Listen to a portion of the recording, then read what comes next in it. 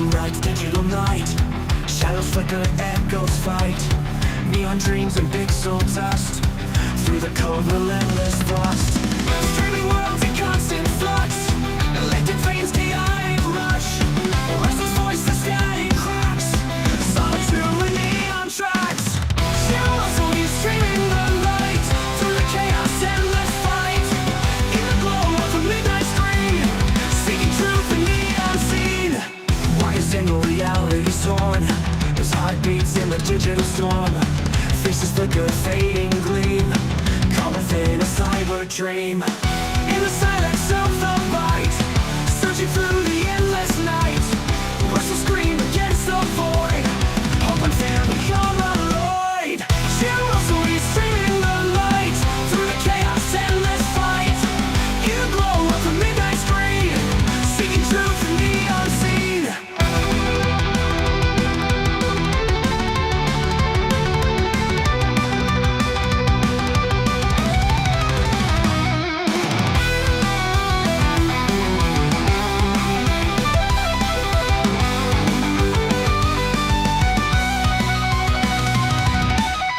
Shadows only streaming the light. Through the chaos, endless fight. In the glow of the midnight scream. Seeking truth in the unseen. Watching all reality torn. As heartbeats in the digital storm. Faces flicker, fading gleam. Caught within a cyber dream.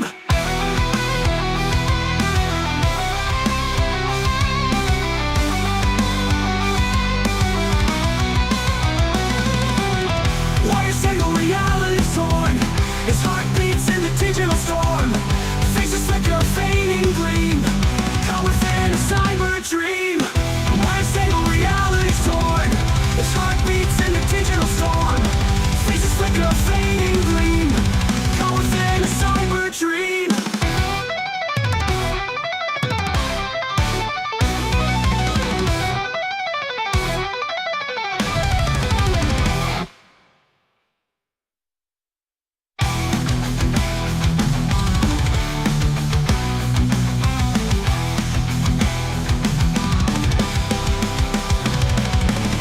In the silence of the bite.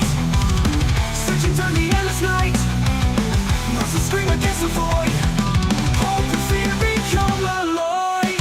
Shadows only streaming the light. Through the chaos, endless fight.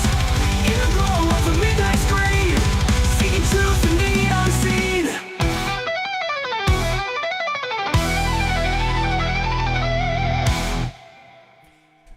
Oh, Sa dudes. Welcome back to another episode. Here we are once again. Another day, another dollar, you know. This is an alcohol-free beer that I stole from my partner in the fridge. Tastes like literal piss, actually. Oh, fuck. Oh, there you go. Yeah, it's not like the real thing. You know what it is. Everybody welcome. Korea, Sapient, Pambo, Edge. What's up, everybody? Digi, yeah. I'm going to pull my eyeballs out later for J-Mez. How's that? I'm going to pull both my eyeballs out of my head for J-Mez. I'm going to swing them around. You know, then I'm going to puke all over my keyboard for J-Mez. Yeah, we'll go over that later. Jesus Christ. I was listening to that video when I went to go pick her up there from work. And holy fuck, man. Oh, my God. Oh, my fucking God. Yeah. Listen, this evening though, aside from that, big news, Epstein had no client list. I was going to go over that for a minute. New Jersey drones were Chinese, supposedly. I don't know why it's all fucked up there anyway. And the Mounds later, some videos I was going to go over pertaining to the burial mounds and, you know, kind of the usual fucking meme. There's some other stuff that's going on. Yeah. Oh, fuck yeah. Yeah. You're cooking and drinking wine, Korea? I'm very fucking jealous. Oh God, how much I would love to have a drink, but I consumed enough liquor on the weekend, so giving my body a break, a well-deserved break to heal and recover and get back to some kind of normal functioning. But yes, this is what everyone is talking about now. I know on Twitter, at least that's what I saw trending. exclusive DOJ FBI conclude Jeffrey Epstein had no client list and committed suicide, which is contrary to the prevailing narrative that had been floating around for a while, that he was assassinated in his cell and he had a massive client list, which included a bunch of very famous politicians, actors, musicians, etc., heads of corporations. But anyway, I guess they just have to do what they say, right? This is the timeline. I thought this was a good fucking collection of the timeline. We will release the Epstein list. We just need more time. The Epstein list is on my desk. This is Pam Bondi. There is no Epstein list.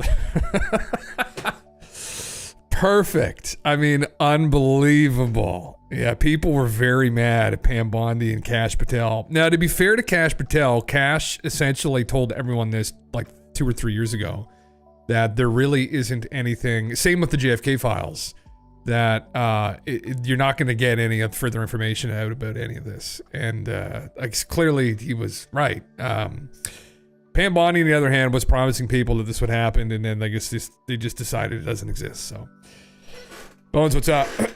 Oh, did Elon share this meme? Did he? I have Planet of Memes. Excellent. Wonderful. Wonderful. I mean, here's probably why, of course. This is a spicy one, actually. My heavens. A metal ball in Don's mouth. Good Lord. You see Jeff back there? Yeah. Yeah. Nothing to see. Oh, fuck. I mean, yeah, undoubtedly it's just because Trump was involved with Epstein quite heavily, and I probably started to realize, hey, I'm falling in the polls recently. It might not be a good idea for my name to resurface 30,000 times in all of these different reports they had documented. This has been, I don't think this is actually what happened. People were saying they're blaming this cloud seeding company in Texas. I don't think that's what actually happened, but obviously the whole fucking flood thing recently, because they cut one of the meteorology departments, the main one, whatever the fuck it's called, in the States. And so there weren't enough people to maybe be on the job to track and forecast what was going to happen and when it was going to happen. And so they're blaming Trump for all this. So I mean, back to this. Yeah, that's probably what's going on. Yeah. Your fake detector says this pic is real. Fuck. I mean, who knows? Leather PJs. I've never seen leather PJs before, but listen. When you're a billionaire, you can get your leather PJs. I mean, would those, Christ, you would just sweat like a pig, but that might be the idea here, actually. Get them a little bit moist before I throw up. That's really all that needs to be said. Holy fuck. People were beyond upset about this. Now, could he have killed himself? Personally, over the years, looking into it, there's a possibility. I know there's been experts who've weighed in that looked at what happened and said there's no way he could have applied that much force into his neck. Because it broke his trachea, or he broke something. Maybe he literally broke his neck too, I can't remember. But some people are saying you can't do that. I've heard of people doing that to themselves. So, I mean, I don't fucking know. Undoubtedly, this motherfucker had a long list of people. I think that's almost certain. So, fuck. Leather pants pulling a Jim Morrison. And to bed, brother. To bed as well. Leather pants to bed. Things will get quite very wet, very slippery. Yeah. Anyway, I think, like, for people that voted for Trump, and I know this because I've spoken to people over the years that have voted for Trump or voted for him initially and then didn't vote for him the second time or whatever. I think people initially liked him because to them he represented someone that was kind of outside of the cabal that's run the West for however many fucking decades, or has groomed all these other politicians, and he was this wild card. And they thought, well, people are very critical of people who vote for Trump or have voted for Trump, and there's a lot of rhetoric online, like, oh my god, all these Trump tards, or these right-wing people. There were a lot of people who had no political affiliation whatsoever that, especially in 2016, cast that vote because it was like a chaos vote. They're almost just like, well, Hillary Clinton obviously is not going to be a good fucking pick. So like we might as well throw this guy in there and see how he stirs the pot. Is how I've seen it, at least the people I've spoken to from the States over the years that were honest about their political decisions, which not a lot of people are. A couple of people I've spoken to over the years were, and that was kind of their vibe, and it seems to be the vibe, honestly. And second time around, I think people were still hoping that he was going to do something like this, right? Oh, he's not part of that group, you know, he's not influenced by anybody. He does have a fuckload of donors. Like he's absolutely influenced by a bunch of people. But anyway, this might be an example of that here, actually, of who might specifically be still influencing him, actually, and even recent decisions, maybe. Yeah. You know what? Yeah. That shit you're talking is pretty racist. Oh, brother. You should probably stop that. What's up? Yeah. Oh, fuck. Epstein client list is kept tighter than the pants on Will.i.am. Oh, my heavens. Does Will wear his pants tight, does he?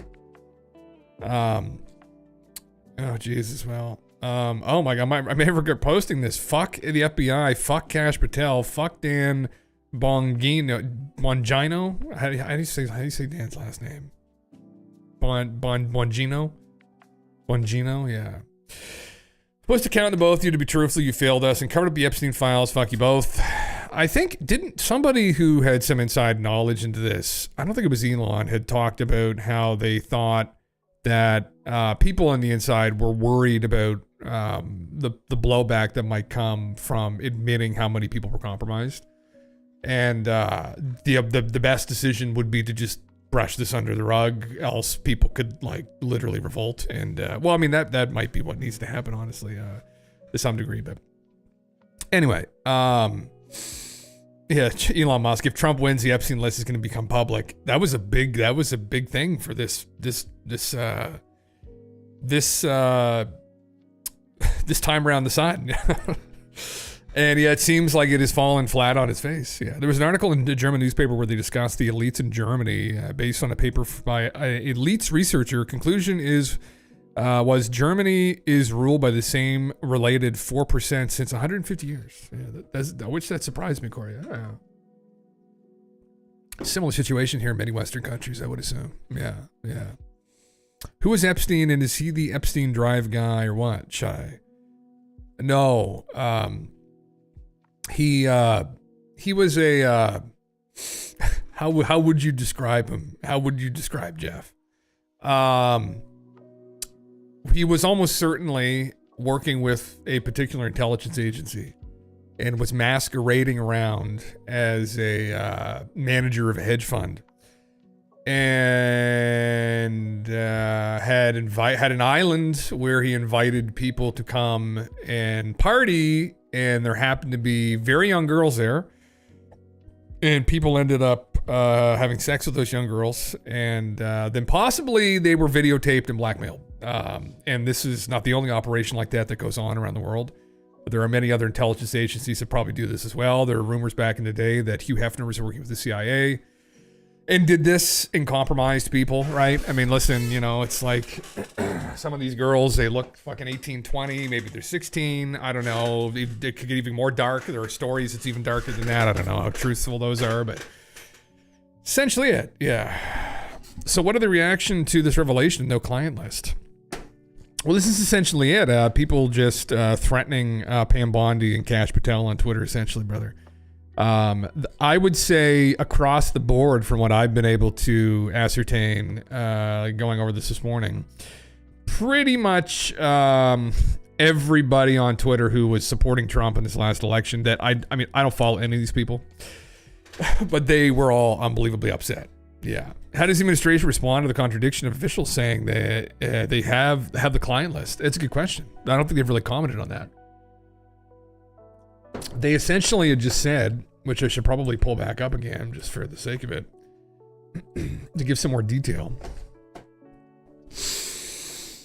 His Justice Department and FBI concluded they have no evidence that convicted sex offender and disgraced financier Jeffrey Epstein blackmailed powerful figures, kept a client list, or was murdered, according to the memo detailing the findings obtained by Axios. The administration is releasing a video in both raw and enhanced versions that it says indicates no one entered the area of the Manhattan prison where Epstein was held the night he died in 2019. The video supports a medical examiner's finding that Epstein committed suicide, the 2-page memo claims. Not found. Not found. Yeah, I think I did see this. It's literally just a still video of the cell. Someone had noted that there's a minute missing out of the camera reel, but I don't know if that's just, if it's inactive, if that's what happens. I don't know. The findings represent the first time Trump administration has officially contradicted conspiracy theories about Epstein's activities and his death, theories that had been pushed by the FBI's top 2 officials before Trump appointed them to the bureau. As social media influencers and activists Kash Patel and Dan Bongino were among those in MAGA world who questioned the official version of how Epstein died, Patel and Bongino have since said Epstein committed suicide. But it's become an article of faith online, especially in the right, that Epstein crimes also implicated government officials, celebrities, and business leaders, and that someone killed him to conceal them. Who knows? Undoubtedly, he absolutely was involved in implicating a bunch of people. I mean, I don't think that's... This is almost certainly horseshit. The bit about him being assassinated in the jail cell, I don't know. But the bit about him going around and influencing people in the scientific world, people in... the media, people in politics, 100%. People in music, 100%. 100%. According to the Mayo, investigators closely examined footage of Epstein's Manhattan prison cell between 10:40 p.m. on August 9th, 2019, when Epstein was locked in his cell, and around 6:30 a.m. the next day when he was found unresponsive. The footage, which was reviewed by Axios but couldn't be verified independently, showed no one entering the area, the administration said. The FBI enhanced the relevant footage by increasing its contrast, balancing the color, and improving its sharpness. Brother, they fucking put her into fucking Microsoft Paint. Jesus Christ. What an enhancement. They fucking played around with the contrast in the color balancing. Holy fuck. Wow, that's crazy, yeah. No evidence. Can we play the tape of them saying they have the list? Well, yeah, exactly. That's what Pam Bondi had said that specifically. Yeah. Why is he relevant now, Shai? Well, again, he was pretty intricately involved in private industry and politics, and almost certainly working for and with an intelligence agency. And it's concerning his influence. And they were Ghislaine Maxwell, his partner and accomplice, is in jail right now for trafficking girls. And there have been, I don't know, probably dozens of people. I don't know how many publicly have come forward, but behind the scenes, dozens of people, women who had been trafficked by them and abused and subjected to all of this stuff that happened on the island. So enough that they went and arrested Ghislaine Maxwell, and she's still in prison. So, like, pending these charges, this crime, these crimes that she committed. So, I mean, you know, it's just this fucking nonsense. Yeah. Yeah. You brought money people to people that wanted money. I guess we get hours of potential slop to cook on this, speculating where they're lying. Oh, brother, I know. And like, that's, what else did they say, I guess? Like, okay. The investigators found no incriminating client list of Epstein's, no credible evidence that Epstein blackmailed prominent individuals, and no evidence that could predicate an investigation against uncharged third parties. Now, there has been some rhetoric online about this. And again, you have to be careful. I only get 22 people watching, so I'm probably okay. But there is a state that people have accused of influencing American politics and having a very deep and dark intelligence agency. And, the tendrils go deep. And of course, the state is Israel. And it is the Mossad specifically is people think have blackmail on a lot of U.S. politicians. I don't know if that's the case. I don't know. There's definitely a kind of religious connection, like a Christian fundamentalist type connection to Israel, the state of Israel. And we saw that recently with like Ted Cruz and Tucker Carlson's interview. So there may be other motives as to why they support them. They are also probably like the only Western state in that area of the world, which is very tumultuous. So there's many reasons, but Some people have said that they have more influence than people think. I don't know, ultimately. And I don't think it's a reflection of like the Jewish people as a whole. But undoubtedly, the Mossad has done some sketchy shit, as have all of the intelligence agencies in the West. So would it be beyond them to, allegedly, yes, brother. Would it be beyond them to blackmail U.S. politicians to get what they want? Let's say when they want to go to war with Iran, maybe that blackmail gets pulled out of their back pocket. It says, Teddy, remember that video we got of you, right? Oh, yes, sir. Yes, sir. Yeah. You want to get reelected again? Yeah. And then they pull it out. Anyway, those are just rumors. I don't know. Who was more known for sexual crimes, Vatican City or Israel? Good question, brother. Oh, fuck. Well, I don't think there's even a comparison there, Wayne. I think the Vatican is definitely... Those are dirty deeds done dirt cheap. Well, he is dead and we can't stop whatever he's doing, so it is not just a waste of time to focus on stuff like that. I don't know. I think, Shai, the argument that people have who still focus on it is... because Epstein was obviously just a puppet he's a puppet in a much larger play. And so they focused and honed in on Epstein because undoubtedly there are other puppets a part of this play like him. And it exposes corruption again in the West is really what people were hoping to expose, because there's been a lot of accusations and there's people have an intuition this has been going on. I mean, just beyond lobbying, right? Beyond just like lobbying being like, hey, I'll give you all this money if you help renew our contract next year, like some aerospace or some, some aerospace company could be like some weapons manufacturing company in the States, but that even some other states are playing dirty games, like and the CIA has been accused of this. I mean, they're people that Hugh Hefner, that was not that long ago.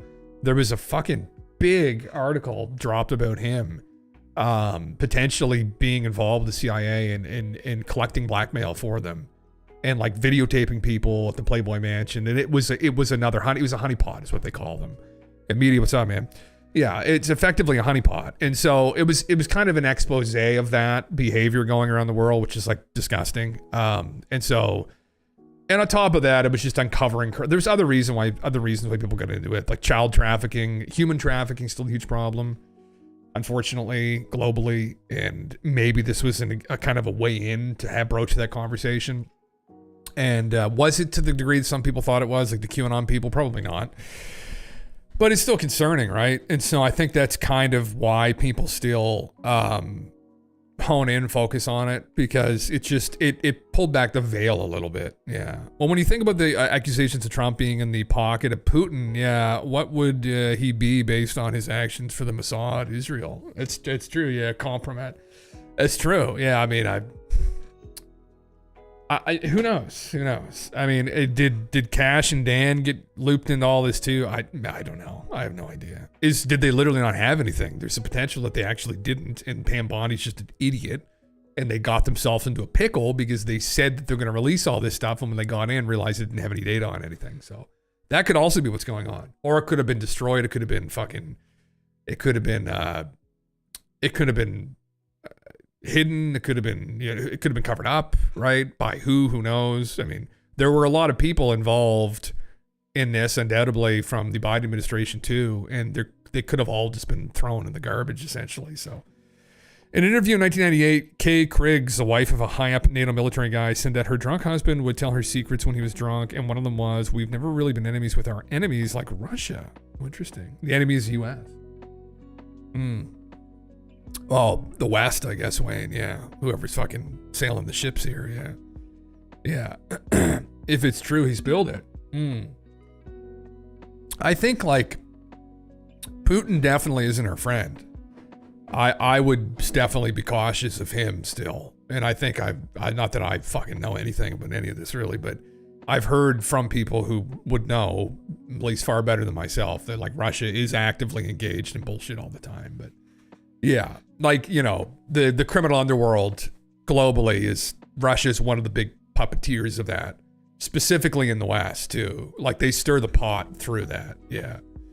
Yeah. That too, Wayne. Yeah. It's probably complicated, man. Yeah. Undoubtedly this is an example of it from maybe one particular group. one particular intelligence agency, but there are many that engage in this kind of behavior. It's not just one. So people just yell out the Jews. It's like, fuck. No, it's not. It's probably extremely complicated.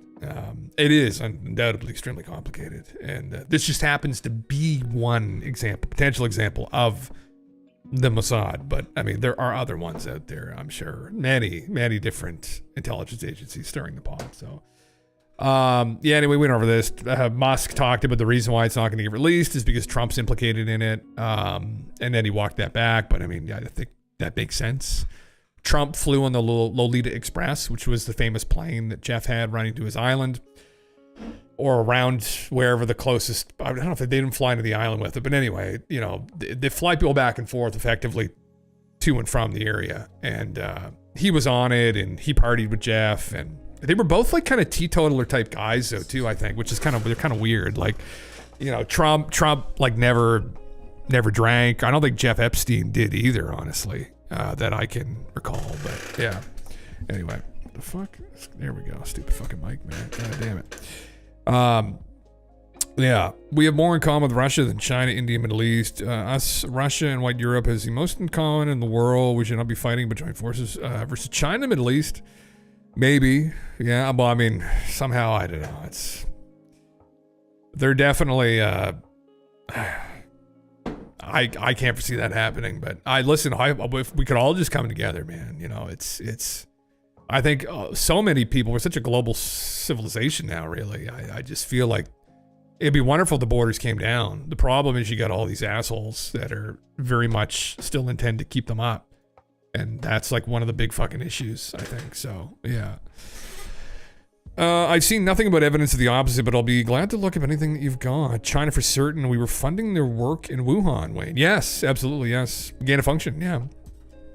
Yeah, 100%. Yeah, that was 100% U.S. backed because it got outlawed in the States. Yeah, back in the mid-2010s. They put it offshore to China. Yeah. Yeah. Oh, I definitely think the U.S. is one of the fucking, well, the West is dead. There's definitely an instigation there, even with what happened recently. I mean, although Putin made the decision to invade, I mean, there had been an instigation going on for some time that people have been watching and tracking, and it's just, there definitely is. I mean, not that I'm an expert to speak on any of that really in depth. I know geopolitically it's complicated, but it's another boogeyman. Right? It's like the terrorists. It's like, they gotta go get them. Gotta go get them. They're terrorists. You know, it's like, holy fuck, there's all these ulterior motives. Holy shit, there's a collection there of all the good times together that they had. There's Ghislaine Maxwell. There he is again. Is that Hillary Clinton too that Trump's with? There he is again with Ghislaine. There he is with Jeff. There he is again. Ghislaine and Jeff. Yeah, he was, yeah, they were, all great friends, you know? So anyway, there you go. That's probably the TLDR on it. I think not in friendship and enemies, but more in aligned interest and mutually assured destruction. That's the reason why states seek power, is because it's the best form of security. And since we can't trust each other in geopolitics, the stakes are just too high, and the only way is power. So how to measure state power? Yeah, that's well put, man. Yeah. It's a precarious place, really. And that's where we've been for a while. And it's a precarious place to be. Even states that are friendly, like Western states, I mean, they're all they regularly spy on each other. I mean, the Five Eyes Alliance is kind of fucking probably a joke. I mean, you look at whether it's Canada or it's the UK, it's MI5 or it's CSIS or it's the CIA or the equivalent in Russia or Australia and New Zealand or France. I mean, they're probably all fucking. It's all a gong show. And in China and Russia, even worse. I mean, they're like much more overt with the bullshit they do behind the scenes, like the hacking that goes on here, the exploitation of the hospitals in the U.S. That's happened over the last couple of years. People hacking in and locking hospitals out and asking the ransomware that's gone on. That again, like you wouldn't. This isn't like. There's no direct evidence of this, I guess, that I would have, but supposedly there is some direct evidence that some people have that this originates. It's out of China and Russia, and these groups are tied to the states there. Absolutely. And so it's like they're stirring the pot, but in kind of removed way. Yeah. Yeah. Population size is what really matters. Next is the size of the military, then your technology, then your industry, then your diplomacy. Interesting. Yeah. Well, and that's where like China's so big, but then, their military is fairly large, but their technology, their industry is a little bit supposedly behind that of the United States, but yeah, I mean, it's who the fuck knows, right? It's like in December 2023, Kash Patel told Benny Johnson the FBI was obstructing the release of Jeffrey Epstein's client list, stating, "Simply because of who's on that list, put on your big boy pants and let us know who the pedophiles are. It seems Kash has made the client list vanish entirely, hasn't it?" Oh, that's bad, man. Oh my God. Oh my. It's the same thing with Epstein's list. It's like, what the hell are these Republicans doing? Oh, I saw you give out the list. I saw you make news this morning about that. I got to get to that. 2023. You say that the FBI has Epstein's list. They're sitting on it. That doesn't seem like something you should do. You're protecting the world's foremost predator. That seems like an evil thing to do, regardless of who may be embarrassed in the release of that list. Why is the FBI protecting the greatest pederast, the largest scale pederast in human history? Pederast? Simple, because of who's on that list. You don't think that Bill Gates is lobbying Congress night and day to prevent the disclosure of that list? And why is it that the Senate... These fucking narcissists, man. They had one goal. It was to get into a position of authority. It was to take that bag and fuck off into the sunset. Right? Were they actually intent on risking themselves for the greater good? Doesn't seem like it. And now they're revealed. And there you go. So, I mean, like... or kept a client list, or, I mean, this is a crazy thing, which I guess this is Benny here who just interviewed Kash a couple years ago, or blackmail powerful figures, which is fucking insane because, I mean, Kash was completely on board here a second ago with the fact that he was blackmailing and was involved with blackmailing Bill Gates, Epstein was. And so that is a turnaround like I've never seen, man. That's just so fucking bad. Like, the FBI's back to the basics. Oh, I can just imagine what Alex has to say on this. Did he just like... This is just horseshit. And I see people saying, hey, when we put it out, they go, hey, which side are you on? I mean, you're stabbing Kash Patel in the back. Here's the headline: breaking scandal, Kash Patel's attempt at Epstein's, quote, suicide. Damage control backfires massively. Told Robbie to quote, but I just lost the translation. So I'm saying the same thing I've said since the coroner came out and said his neck was broken in 3 spots and he's got a strangulation cord mark that's 100% telltale. And then I know the backstory. So I can't, because he comes out and says, oh, we got footage out in the hall, not in the cell bay, but nobody could come in and kill him because we know it's the cellmate who got kicked out a month before trying to kill him. That was in the news. So, I mean, I can't just go, oh, I'm on Kash's team and it's backstabbing. When they feed me horse shit, I'm just supposed to go, oh, God, I buy this now. My integrity isn't even a question. I can't bullshit people.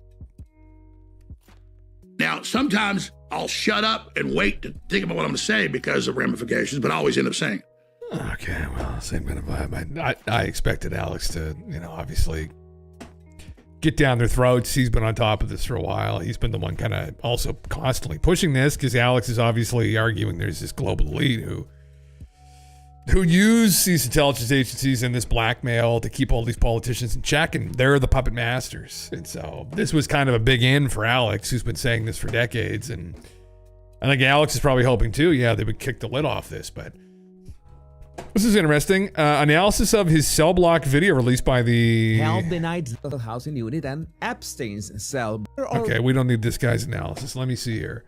Cell block video. I'm assuming that's going to be a trending meme here. So we'll look that up. Fucking, I hate doing this on Twitter, man. Hopefully we don't get any kind of other cell block videos. Holy shit. 3 hours long. This is it here. Watch footage of Jeff Epstein's cell block the night before he was found dead. The footage is from one of only 2 cameras that were recording in Epstein's housing unit. This is the first 3 hours from around 7:40 to 10:40 when Epstein was locked in his cell. He was found dead the next morning at 6:30 a.m. The camera in the hallway where Epstein's cell was located wasn't recording, nor the camera covering one of the elevator bays that led to the Epstein's floor. It was leaked to Axios as part of the FBI's attempt to convince the public that Epstein indeed killed himself. Okay. So this is it. There's his cell right there. Check giving him some food. They're giving him some documents, whatever the fuck he's doing. Yeah, interesting.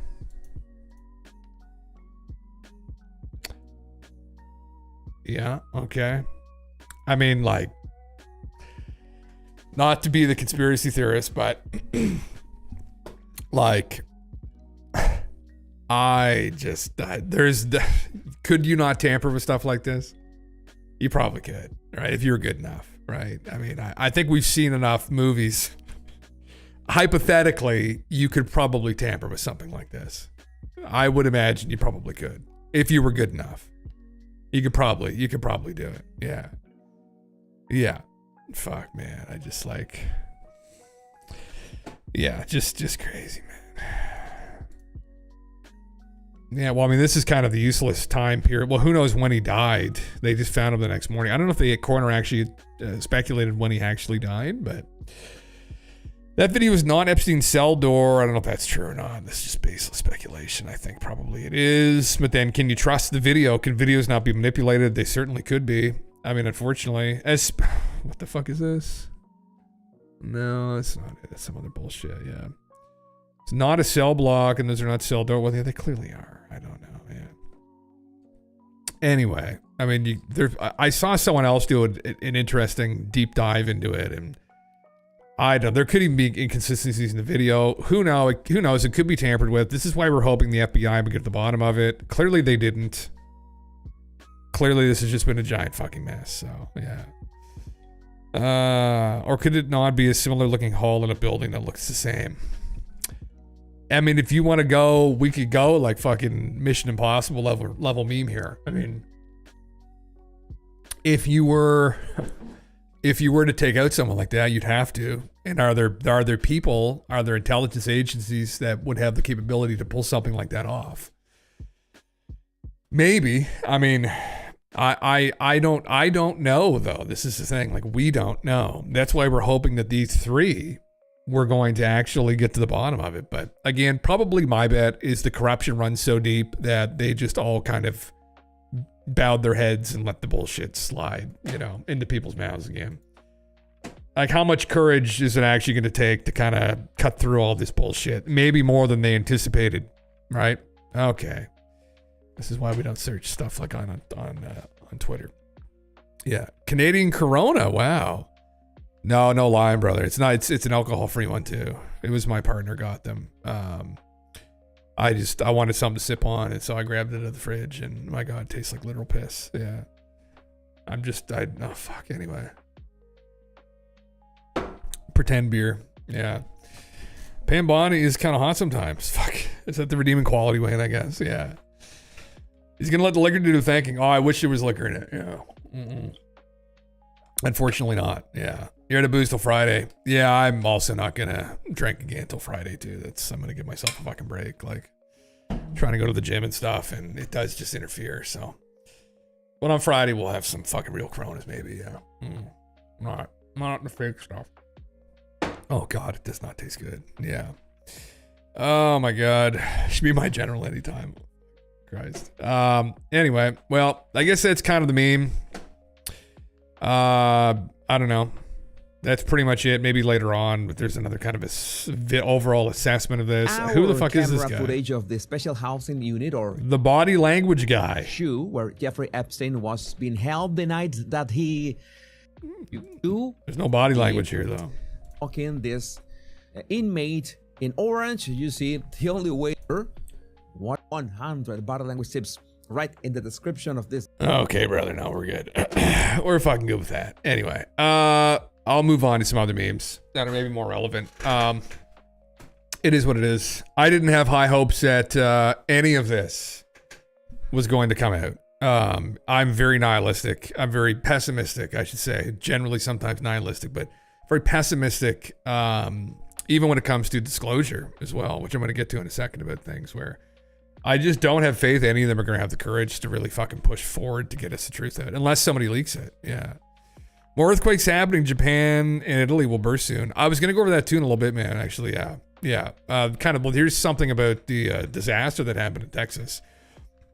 Not that I want to talk about this fucking idiot, but I thought I'd just bring this up for a second. I was going to bring this up when I was talking about it a second ago, but there's like over 100 people, bunch of kids, 27 young girls that were, I think they were camping. They may have been doing like a scouts thing, may have drowned. And who follows this fucking imbecile?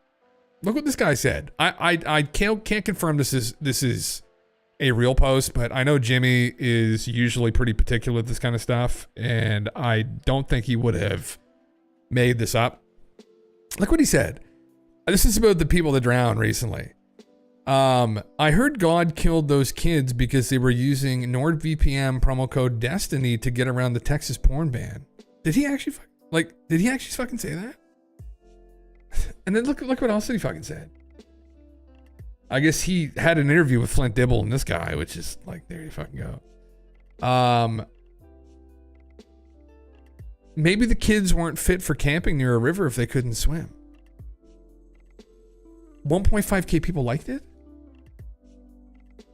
Like, who watches this fucking imbecile? What is sociopath? It's this trend of like sociopathic people. It's like these content creators are sociopaths.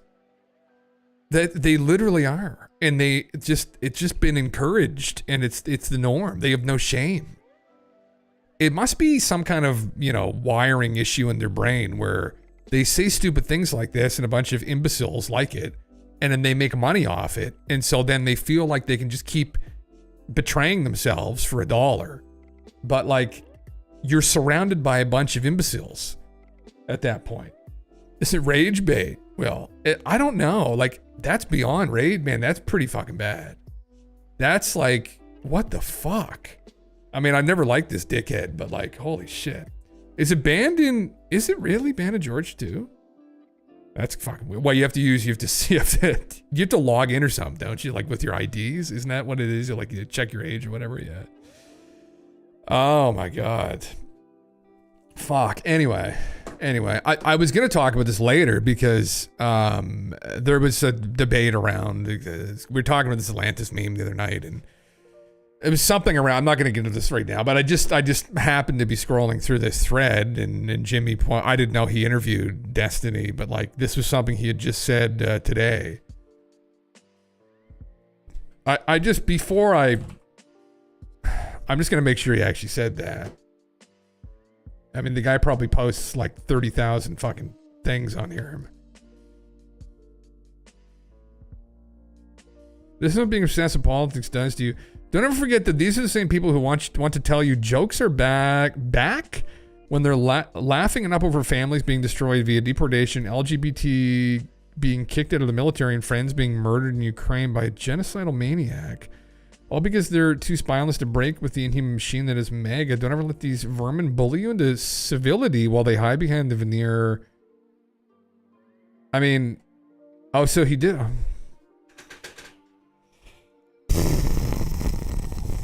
Most of the issues that a number of the sites pulled service in certain states. Okay, interesting. Rabbit, what's up, man? Oh, it isn't human cry. I can't wrap my head around, like, these people exist? Like, is this guy a real person? I've never met somebody ever that would say something like that. Like, and then he advertises his promo code over something like this. And then he says that this is a joke. I'm like, I think their minds are warped. His mind is literally fucking warped. And then he did say maybe the kids were fit for camping near a river if they couldn't swim. Brother, they were torrential rains. Like what? No one was going to be able to get out of there. It was a natural disaster. My God, man. It's that kind of rhetoric that'd be worthy of removing someone off of a platform, honestly. Really, though. Like, if I was Elon and I saw something like that kind of rhetoric would be worthy of, like, removing them off. Like, that's unbelievably bad, man. I don't know. Like, is that free speech, I guess? I mean, is that a violation of free speech? I mean, like, fuck, to say something like that. And then he had 7,000 people liked this. Man, there's a lot of stupid motherfuckers out there. I just fucking can't. Yeah. Most of the issue is that a number of the sites pulled. Oh, sorry, I read that, Will. Yeah. Yeah. Yeah, he really said it. He just checked. Yeah. Man. What a fucking imbecile. And then they try and justify, like, oof, the mental illness there, man. Oh my God. Anyway, I'll move on. No one wants to hear about that. I'm sorry. Okay, what's up, man? Yeah, none of us want to fucking hear about any of that. Hear about that fucking idiot, man. There's just it's crazy. There are like genuine imbeciles out in the world. It's a harsh reminder, that they exist. But anyway, all you can do is just kind of surround yourself with people that aren't, I guess, right? Like, yeah. He's always been an absolutely ridiculous person. Like, it's evil. Like, that boy's evil. To say something like that, or he's just incredibly stupid, but there's probably a combination of the two. Like, it's malicious, right? And I don't know enough about him anymore. I know there are accusations around him recently, just an incredible pervert as well, right? But it just the warped minds of people who have lived online for far too long, and it's created this kind of sociopathic nature in them, where they feel no shame about things that they say. And it's probably it's reinforced by these echo chambers they get into with a bunch of other sociopathic imbeciles, and then it just spirals from there, and they become more and more and more sick, but they're being rewarded financially for the behavior, so they continue to do it. And you see more and more content creators falling down that kind of rabbit hole. It's unbelievable. Yeah. First thing, yeah, I'm not gonna talk about it anymore. Yeah. Christ. Yeah, he's sharp, but he is too far from where the food is made. Fuck. He's like moderately smart, man. I don't know. I've listened to him in conversation before. Like, a good example will be like him talking like an actual intellectual will be Jordan Peterson.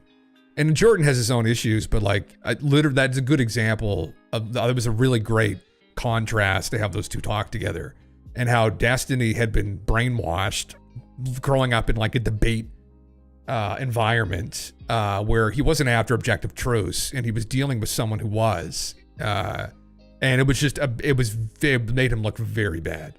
The people that can think, at least while listening to them speak, very quickly were able to look through him and be like, you're a boy, you're still a little boy, right? And that's effectively what the conversation was a little boy having a conversation with a man. Anyway, it was bad, but it's no shame. I mean, and subject himself to that. I'm glad that probably he did, so people could really see him for what he was. But I was up last night. I don't know if I saw the wire reflection on my street or something in the light, in the sky lighting up. It was really weird. Do you have a UFO sighting, brother? Too much online, right? Yeah, man. Yeah, right on. Yeah, it's literally it though. Yeah, same low rhetoric all over Twitter about kids in Gaza and dead Israeli civilians. Yeah, Corey, I've seen it. Yeah. When you put it in perspective, his life circumstances outside of money stuff, it makes a lot of sense why he's so bitter. The guy's incapable of being a decent human being, and everyone around him fucks off because he's a shitlord. Yeah, that he wonders why he's so alone while lamenting why nobody would want to worship his ego in person. Yeah, I mean, and I know, listen, the guy didn't like win the genetic lottery physically. That probably doesn't fucking help, right? And it definitely would lend into like people being bitter but I mean, yeah, at the end of the day, I don't judge people based on that anyway. People like going to directly just attack like him physically, and you judge him on the content of his character, and however you came out with that content of character. He's a grown ass man too. I think he's almost 40 fucking years old. Like, there's no excuse for that behavior whatsoever. And I think it's just I think a lot of people, he does not have a large audience anymore. Most people don't deal with him. It's just fucking imbeciles that watch it. People trolling him for the most part probably is who watches him too. Yeah.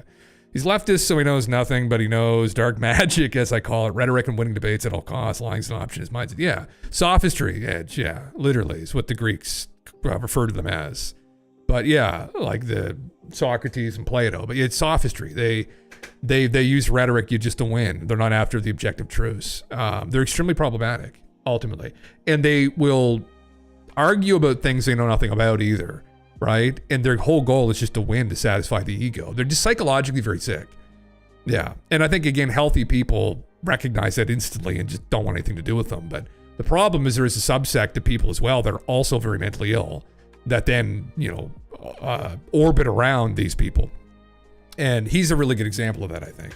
But he's an obvious one too. Most people with common sense will see things like that and just be like, what a fucking idiot. Like, I've been sky watching recently, no telescope, just watching sometimes. Keep your eyes in the sky, brother. You never know what you're going to see, You ever seen university debates? They're literally training people to say lots of words very quickly to overload your opponent. Oh, brother, I've been in them. Not like official ones, but like over the years. Oh yeah, trust me. Yeah. It's the darker side of people that are somewhat intellectually competent, right? But that's the thing. Like, you can be smart, or you can be quick-witted, and you can remember a bunch of stuff and regurgitate it. You can even kind of understand it, but you have to understand, like, what are you oriented to? Like, what are you after, ultimately? Like, what are you here for, right? If you're debating an idea, what are you here for? Is it to satisfy your ego? Or is it just to win? Is it to satisfy your ego and to win? Or are you after the objective truth? Sorry.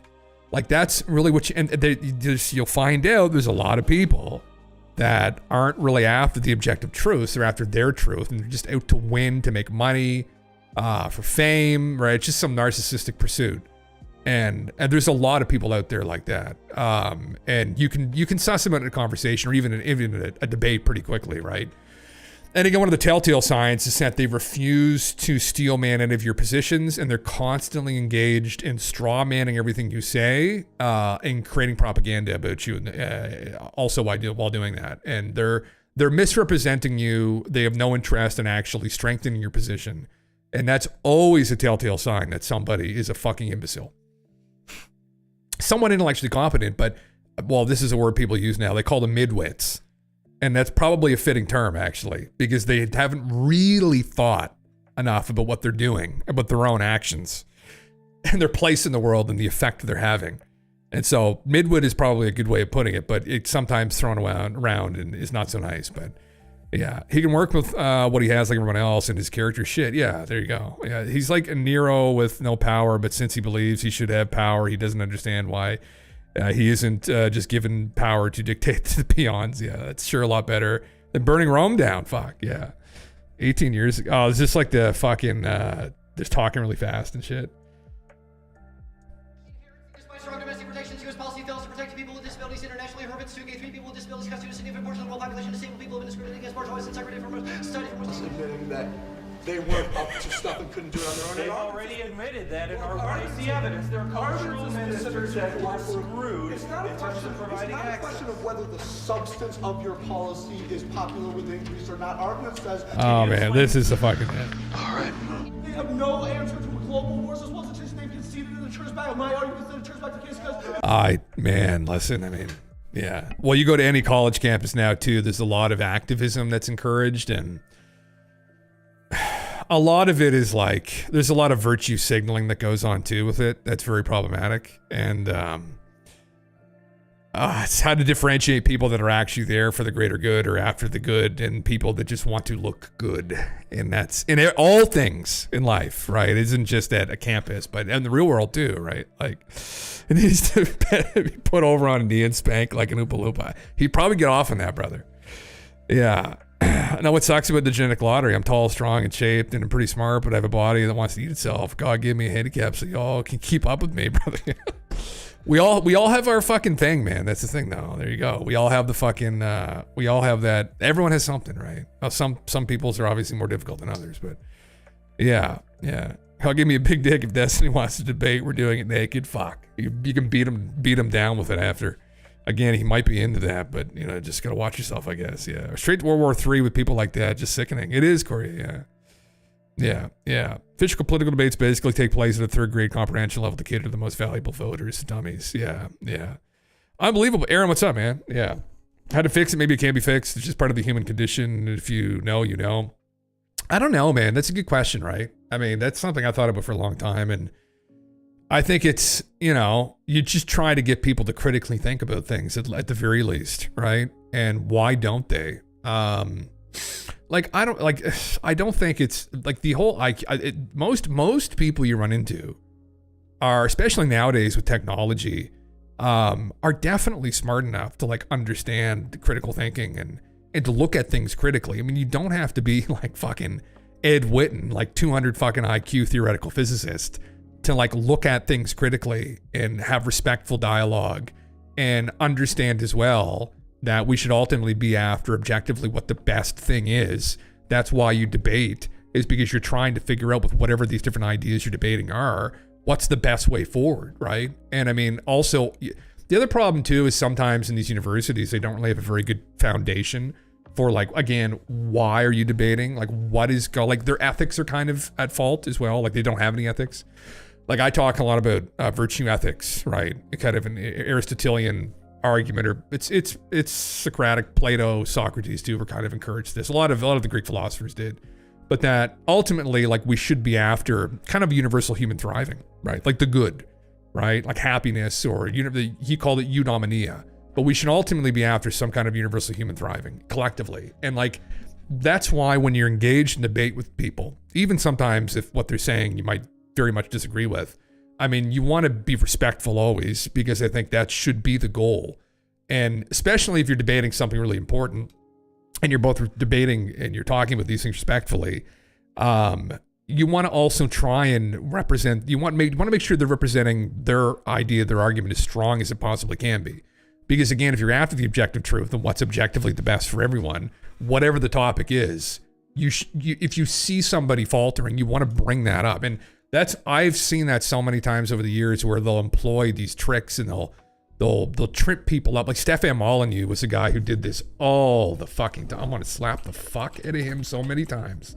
But then the world did, I guess, in the end. But down to earth, very hard. But he had a philosophy show and he would bring people on to debate all these like ontological arguments about God and metaphysical arguments. And anyway, he would end up just trying to trip people up. And it's like, Stefan, what? Like his training was in theater and drama. So for the most part, this was a performance he was putting on. But when it came to debate, it's very revealing as to people's character. As to like what the quality of someone's character really, and who they actually are and what they're actually interested in. And it gets down to as well, like, well, who are you as a person? I mean, are you, and I think you say, are you just in service to yourself or are you service to others? Like, do you have this service to other attitude? Because I think that you should understand the argument for the good. If you don't, then I mean, you're going to be playing all these games just to win so you can run off of the bag into the sunset and fucking die alone. Right? I mean, what a great way to live, right? And all your relationships will fall apart and you wonder why, because you're a fucking idiot. You're selfish piece of shit. Is it that simple? I mean, sometimes it can be, honestly, I think. But it's people not understand, it's people not having any ethical orientation, people not aspiring to have any virtues, right? Like they don't have any temperance in their character. Like they're not after the objective truths, like they're not after the good. They don't have any discipline. They don't have any courage, right? I mean, this isn't taught to kids though, right? That's the problem. This isn't taught. It's only in certain circles. This is really encouraged, which is crazy. It's why I think we should teach philosophy to kids, ethics especially. Why should you behave well? Like, what's the argument here? Like, why should you be good? I mean, you know, instead we just tell them, oh, Sky Daddy watches, you know, just don't steal anything. Sky Daddy's watching it. It's like, that's not really a very compelling argument, really. And I think most people, like 95% of people, are definitely smart enough to understand. But anyway, nobody bothers to sit them down and really tell them this either. So sorry, I'll try and read through the comments. Yeah. Manifest virtue. Absolutely, brother. Yeah, literally. Yeah. Yeah, that's same. I think that's really it. Yeah. Yeah. I feel like I'm a freak sometimes, and most of the time I feel like maybe I'm asexual.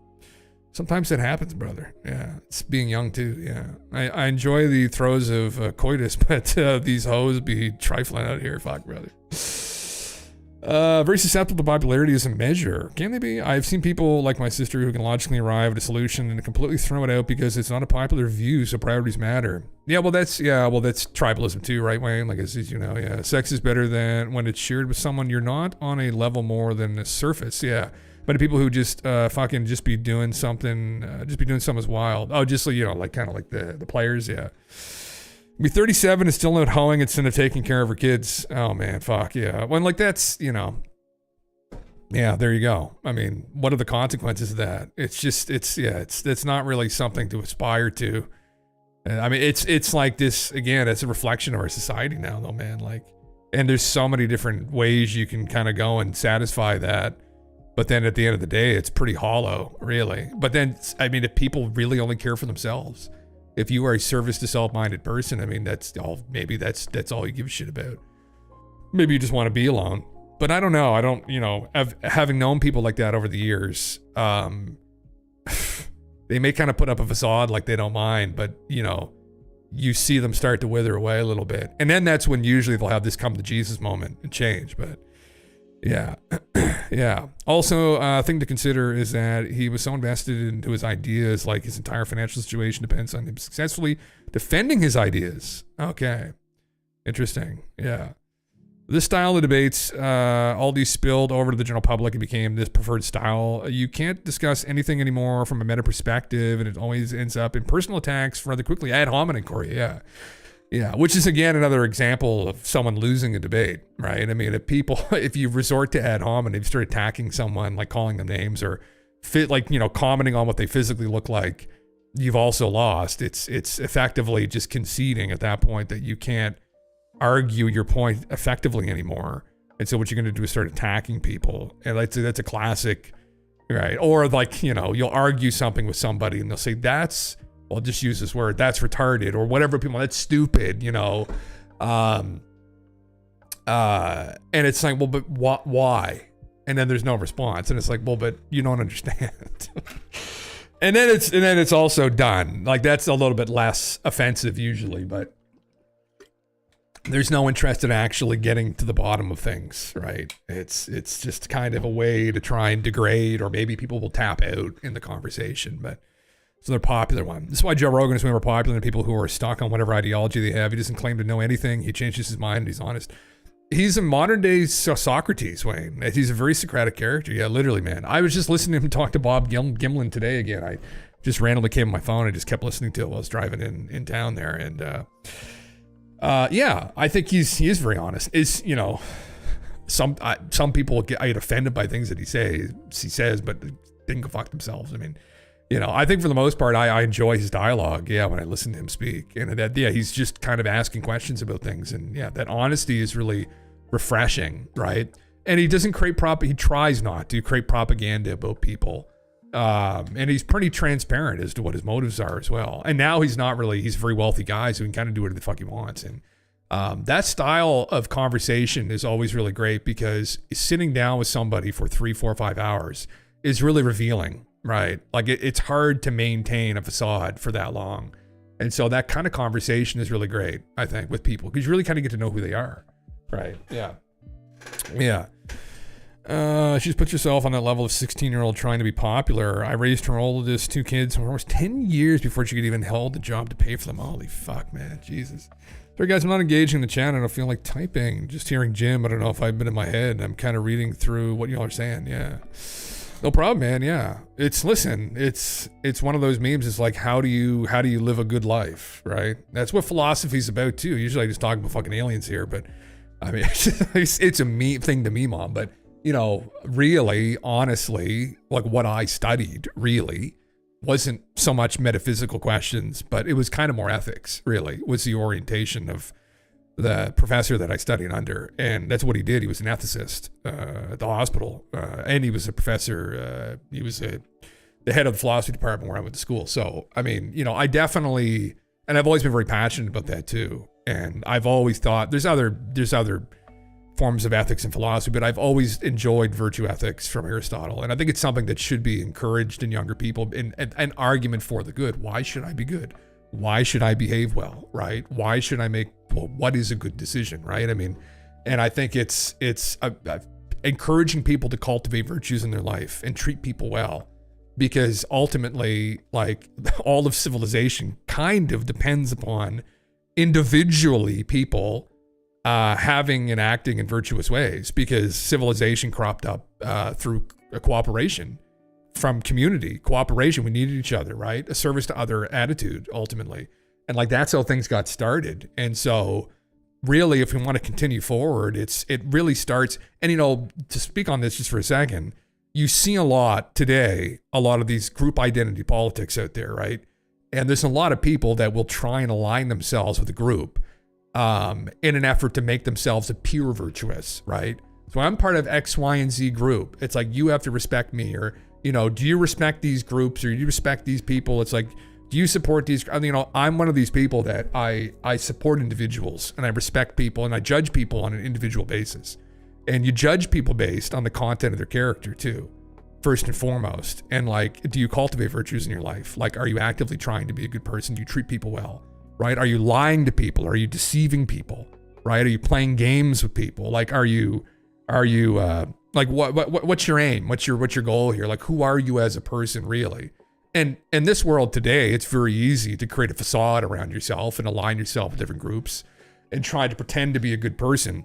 Now, during harder times, people get revealed. And so, you know, hopefully there isn't some massive cataclysm here, but, you know, if that were to happen, my God, there'd be a pulling back of the veil in a lot of fucking people, let me tell you. But anyway, yeah, I think it's how to get, why should you do this? Because you want to live a good life, you know? And listen, there's the poll, you could go be the Andrew Tate and run a cam business and manipulate young men to give you money for these girls you manipulated and to get naked on camera for you. And you can drive around in your Bugatti, but like, you know, ultimately you betrayed yourself at that point. Like, among people, good people, they look through you. You're just a worthless piece of shit, right? Like, so you might have all the money in the world, but you don't have the respect of good people. And I mean, there's lots of temptations to all the fucking, look at all the fucking dating apps out there now. I mean, I get trying to find somebody, but then they're used by some people to just manipulate and just use people essentially for sex or whatever the fuck, attention, whatever the else they're looking for. And we live in a very sociopathic society now, very disturbing trends. But I don't know how this happened, but anyway, yeah. People would rather escalate than risk looking stupid for being wrong. But if you were a form, if you were a form with humility, then this won't hurt your ego. You can prove your worth by genuinely trying to reveal all perspective of whatever topic. Exactly. Midwits, that is. Yes, absolutely. You want the truth, Jim? I know this because I want the truth, and it takes one to know one. Absolutely, brother. Yeah, same. Yeah, and I hope that's what we're all after. And I just wanted to create a place of people's like mine. We can talk about this stuff because there's so much bullshit out there, man. It's unbelievable. It scares me sometimes when I see like those posts like Destiny makes with that kind of engagement. Whether they're bots or they're real people, it's extremely concerning. There are people out there that don't understand how inappropriate that is and are supporting that behavior. I mean, I don't know if they're children or if they're idiots or what, but obviously proportionally that's not everybody. And I think most people have more common sense than that, but it's these echo chambers, man, are so bad. Whether or not it's free will, we break down to making decisions on our own checks and standards. Yeah, sometimes we got to go outside of the box. It's not servicing what we want. Try to get outside the scope of purpose. Yeah, exactly, man. Yeah.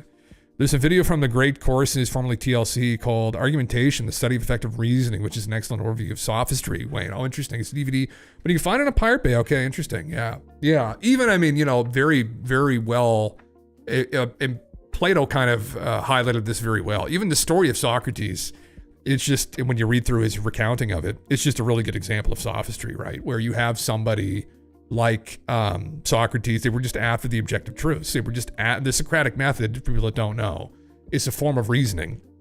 And it's simply just asking questions. And you're doing that ultimately, and if you do it enough, you're doing it to reveal people's ignorance about a certain topic, right? That's the goal of it. It should be a shared goal between the person asking the question, the person answering, because if you're both doing this in good faith, you're after the objective truths, or what is the truth, and you want that to be revealed if you have an ignorance on something. Now, if there are people like sophists, again, these are people, they called them also rhetoricians, my brain, and they were like the elite in Athens, and there was people that they were other intellectuals that were trained in how to debate.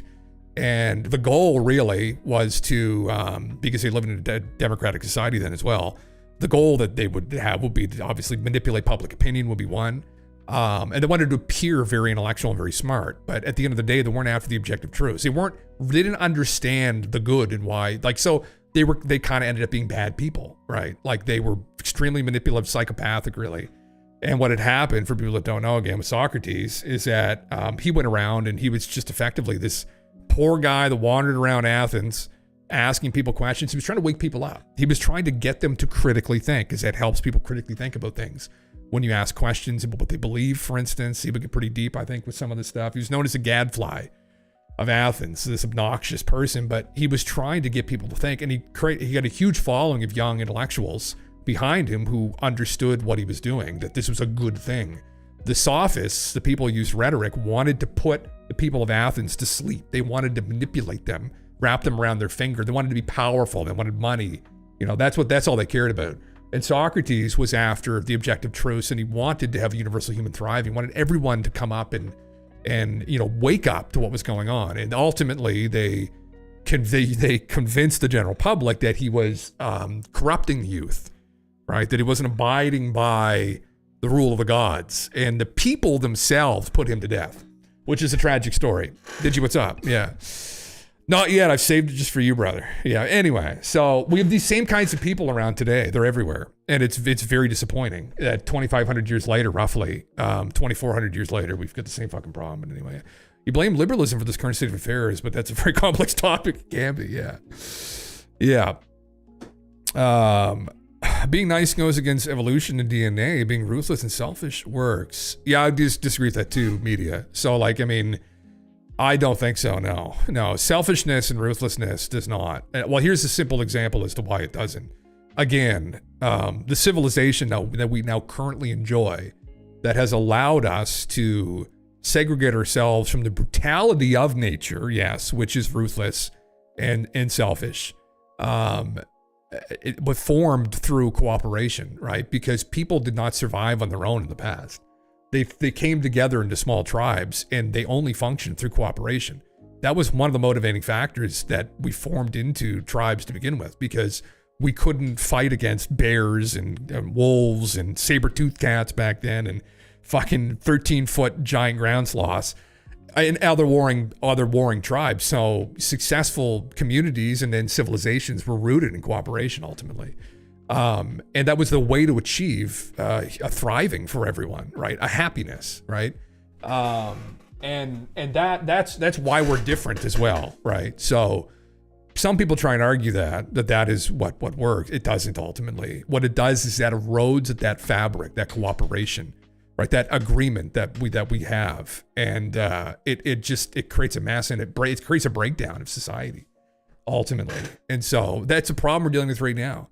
Right. I mean, look at the corporations around the fucking world. Essentially, I mean, they're just all psychopathic, and they're selfish and they're ruthless, and it's put us into quite a pickle here, right? So we got to fight against that anyway. And that's not. Yeah, I don't think that's not really. That's not. That didn't work. That didn't work. It leads to a crumbling. Definitely, there's a strong argument against that. Yeah, you blame the internet. People have learned to hide behind a persona, and this has spilled out to everyday life. It made some people very selfish, service to self. Yeah, it's sociopathic too, Aaron. We were just talking about that before you came in with Destiny, but there's absolutely there's been an encouragement to behavior like that, and it's made them all very mentally ill. I think, honestly, and just listening to the rhetoric and whatnot, they're just all very mentally ill people. That's my assessment of them and that behavior. It's a form of illness. Yeah. Partisan politics is silly. Virtue ethics really died off in the Americas after the best people were killed off during wartime, and banks started taking over the last boons that fostered freedom of operation to have cohesive neighborhoods and communities. Yeah, that definitely played a role, brother. Yeah, and I think the education too, man. Yeah, not that there was ever really good education, but I mean, the post-secondary education, the universities at one time, for a short time, were run very well. And this was part and parcel. This was a foundation when you engaged in some post-secondary education, when you went to an academy, because the academy started with Plato, right? And Aristotle both.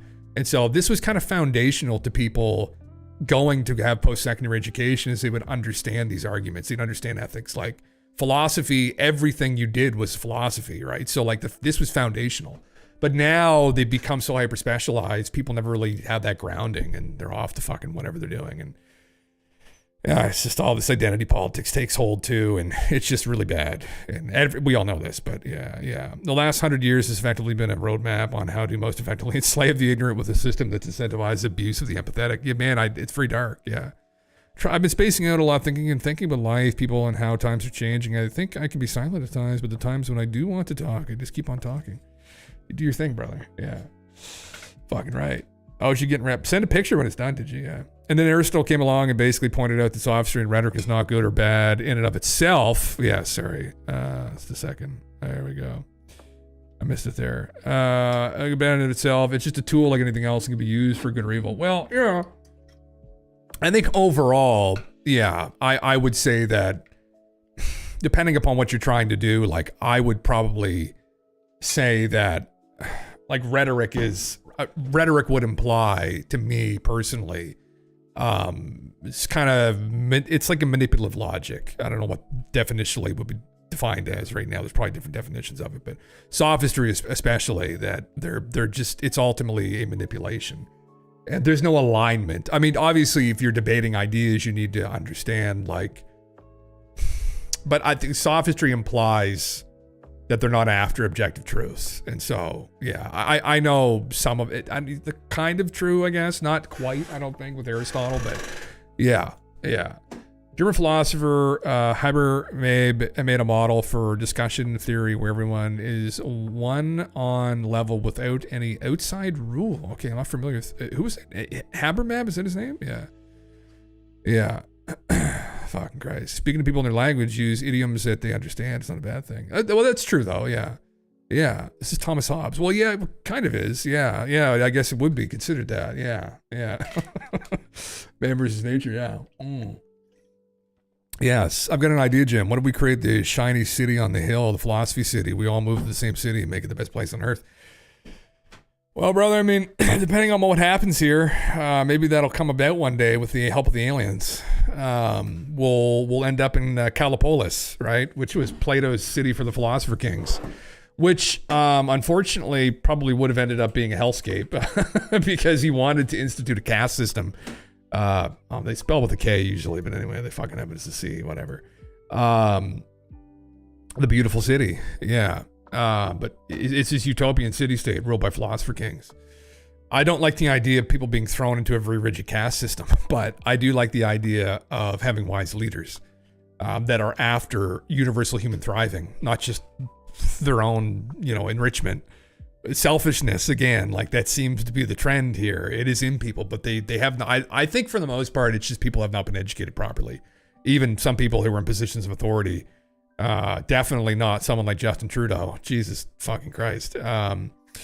Anyway, yeah, it's maybe that, well, that's what we'll name it. Although that could also have some implications people may not like. Yeah. Shooter Jennings did a song with a line that goes, "They'll try to turn me against you, so divided we'll turn to them, because anything strong cannot be conquered from without before first being conquered from within." Yeah, fuck, man, that was kind of happening. What about rabbit hole into the ancient pharmacological cult that spawned all the fun stuff? Embrace. Yes, you mentioned it a couple times, brother. Yeah, Russellshire. Fuck, that'd be dope. Actually, that could be in the outskirts. Have you seen the blue wasps? I haven't seen those. I think I've been seeing them in my area. I've never even heard of blue wasps, brother. I'm allergic to fucking wasps and bees, so yeah, it's a really good lyric. Yeah. Habermas, he considered the most important German philosopher still alive. Did he actually? Is he really? Maybe I'm familiar with I should be. Like even more than Kant and Wittgenstein. I'm more familiar with them, probably. Jürgen Habermas, German sociologist and philosopher. Okay, interesting. Maybe have run into him, Corey. I don't recognize the name, to be honest. Yeah. I read a bit of his correspondence with Foucault. Okay, I know him. Yeah, and had his discussion theory in high school. Okay, interesting. Yeah, interesting. Okay. Yeah, I'm a huge fan of Wittgenstein. I loved Wittgenstein. Fucking Christ. Ludwig, logician. Yeah, philosophy of language. Very interesting. Very interesting dude. Very interesting life that guy lived. Yeah, hierarchy is necessary, and so is enforcement of it. Oh my God, there's no way around it. Oh Jesus Christ, we're not all equal in all matters. Yeah, I think, well, it's maybe something that can naturally fall into place. Like Plato's idea of the caste system was very rigid, but I mean, maybe you'd find a natural kind of ebb and flow that you could support, right, without like enforcing it. Yeah. Yeah, check out the album Black Ribbons by Shooter Jennings. Okay, I'll have to, man. That's interesting. Predicted COVID in 2009. Fuck, man. Yeah. Disturbing. Well, even the trend of like what's gone on here in the West the last fucking couple decades. Yeah. Yeah. I hate wasps, but keep attacking me. Fuck, brother. Yeah, I hate them too. Yeah. Yeah. God damn. It also has Stephen King narrating as a radio host of a rogue radio station during martial law. What the fuck, man? Just a second. What's it called again? Black Ribbons. Interesting. I haven't really listened to any of his stuff. I've heard of. I know who. I know them. I know them. Yeah. Interesting. Yeah. No amount of education will stop me from being a tyrant if I don't worship the Liber Bacchus. I don't know what that is, brother. Is it some plant? Is that what's gonna fucking? Goddamn. Is it a plant that brings enlightenment? Lets you pierce through the veil, right? Everybody in Hollywood now smoking DMT vapes. That's gonna end well. God damn. Anyway, yeah, I was a big fan of Wittgenstein. Yeah, he's a very interesting life. The Tractatus is obviously what he's known for, which is traditionally a difficult read. Any of these German or Austrian, I think he's Austrian, isn't he? Philosophers, their works translated in English was always a bit of a struggle, but I always loved his, I think I mentioned this before, but like his philosophy of language, the limitations of language is always something that I thought was very interesting and something you have to remember, especially when you're dealing with like complicated conversations. Metaphysical things, which he didn't really apply to a whole lot, but like in metaphysical conversations, you have to kind of be aware of the limits of language as well, right? And what we're able to convey. Anyway, I won't go too deep into it, but yeah, I've been meaning to go through his works again. I actually have a book, History of Western Philosophy by Bertrand Russell, who was also someone I was a fan of, that I've been trying to reread, but I got fucking these fucking Pokemon emulators, Sam's brother. Fuck, playing Pokemon, it's like, this is the problem. It's like you try to sit down, you're like, I gotta go through some of the stuff again. Then you're like, the next thing you know, you fucking Gengar, and I'm going for the Elite Four. And then 7 hours passes, and you're like, oh, fuck. With too many distractions nowadays, god damn it, right? Back in the day, these motherfuckers, like, they had a book and like they had no power, like they're just stuck out somewhere, they had no choice. But like now, I just got Monster Hunter on my phone on that PPSS PP sim. I got Monster Hunter Freedom Unite. I'm like, fuck, like I could educate myself further, but I also could play Monster Hunter on my phone now, which is fucking incredible. So, fuck. Anyway, it's, yeah. Where do I get a DMT vape? Oh, Jesus Christ. Yeah. Talk to Tom Segura. Yeah. He's got one. Yeah. We're going to shit tons of bee boxes in Russellshire. They'll wage war against the wasp and hornets. Oh my fuck, man. I was allergic to bees, wasps, and hornets. Yeah. No bugs. All bug life is dead. We'll kill all bugs. And then I don't know how we'll maintain the wildlife or like the trees and stuff, but we'll figure it away. Yeah. Bacchus has his vine and Venus has her myrtle. There's a motorcycle gang named Bacchus around here, actually. Yeah. Nobody will have allergy problems drinking honey tea made from our reefer bees. Oh, that'd be fucking sick, actually, brother. Yeah. Bourgeoisie psychedelics. Who would have thought? Yeah, I mean, I would take. You imagine just casually taking a fucking drag off that? Like, it's almost fucking dangerous when you think about it. Like, you know.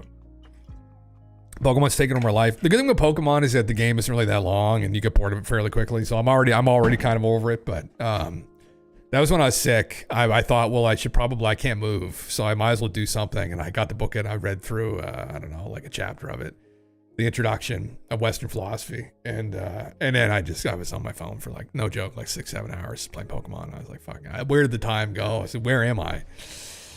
God damn it. It was Pokemon Crystal on the Game Boy Advance, like the OG one. I was like, fucking Christ, man. Like, yeah. Can't wait. Holy fuck. The guild authorizes you to ignore educating yourself, old Red Scale. Oh, god damn it. Brother, I want to fight the big crabs, old Red Scale. Actually, we could play that online if you get that in your fucking phone, bud. We could play that online together. We could fight, what's his name again? The giant crab and the giant fucking squid thing. I never fought them, yeah. Jesus Christ, yeah, 10 years hard labor in the mines. Yeah, holy fuck, the children, they create the mines. Yeah. 10-minute mini trips, do them in your lunch break. Oh my God. I couldn't imagine. Yeah, Karl Wittgenstein was one of the richest men in Europe. Yeah.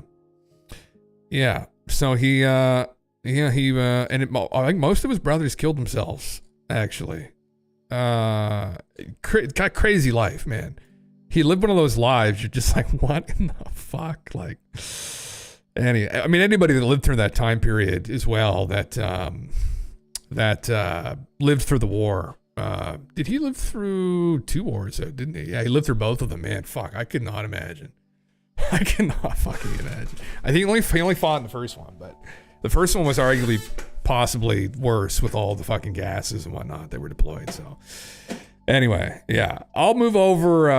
Very interesting discussion, guys. Yeah, listen, I mean, you know, this is life. These are big questions that, you know, I don't know the answers for ultimately, but it's what really it starts.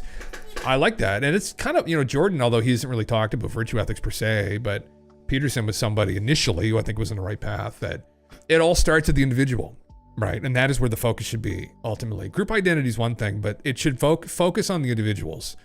And I think that's really where you'll start to see things turn around more. And maybe everyone has their different corner they can come at it from. But being responsible, taking responsibility, and trying to help people understand the argument for the good and why you should be good. That's one thing you can do. One thing you can start with. I just saw a quote, actually. Where the fuck was this? It was on Twitter, wasn't it? I liked it. And it was it from Hippocrates? I think it was. It was the medical philosopher there. The fuck did he say? Oh, fuck, I had this one too, which is great, actually. That's another. All right here. Yeah, it was Hippocrates. Yeah. Everyone wants to heal until the medicine shows up in the form of discipline. Fuck. You know, but again, like, these motherfuckers didn't grow up in the age of emulators on your phone. So, like, he can say this, but, like, brother, what did you do in your spare time? You play with bugs and stuff? Like, what did you do? Play with rocks? Like, get the fuck out of here. Like, we didn't have World of Warcraft. Like, who would you have been, right? Come on. Like, anyway, yeah, that is good advice, probably. This is the thing I meant to pull up. Yeah, and then I told them there was no Epstein client list. They got fucking Nibiru in the background. I just noticed that. Look at the red planet on a fucking painting in the background, for Christ. Holy fucking Christ. Who's the artist for this so I can send them $10? Yeah. Hey, Jim, have you seen the Anunnaki broadcast TV single thing, or have you covered that already? We did talk about that, Trizzy, yeah. That is almost certainly S-tier slop, yeah. I don't... It's TikTok slop, I think. Yeah, but yes, we did. Yeah, women and boys, I guess. There you go.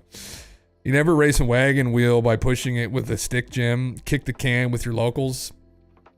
We used to ride bikes and stuff, and like look for like salamanders and stuff under rocks. But I mean, nowadays, though, just imagine like the fun you can have, right? Like, there's so much more fun. I mean, like, you know, looking for bugs and stuff and salamanders under rocks is fun, but like, sitting down with the boys and hunting monsters like the size of a house is just not really comparative. When the VR really kicks in here soon for the kids, fuck, I fear for my son.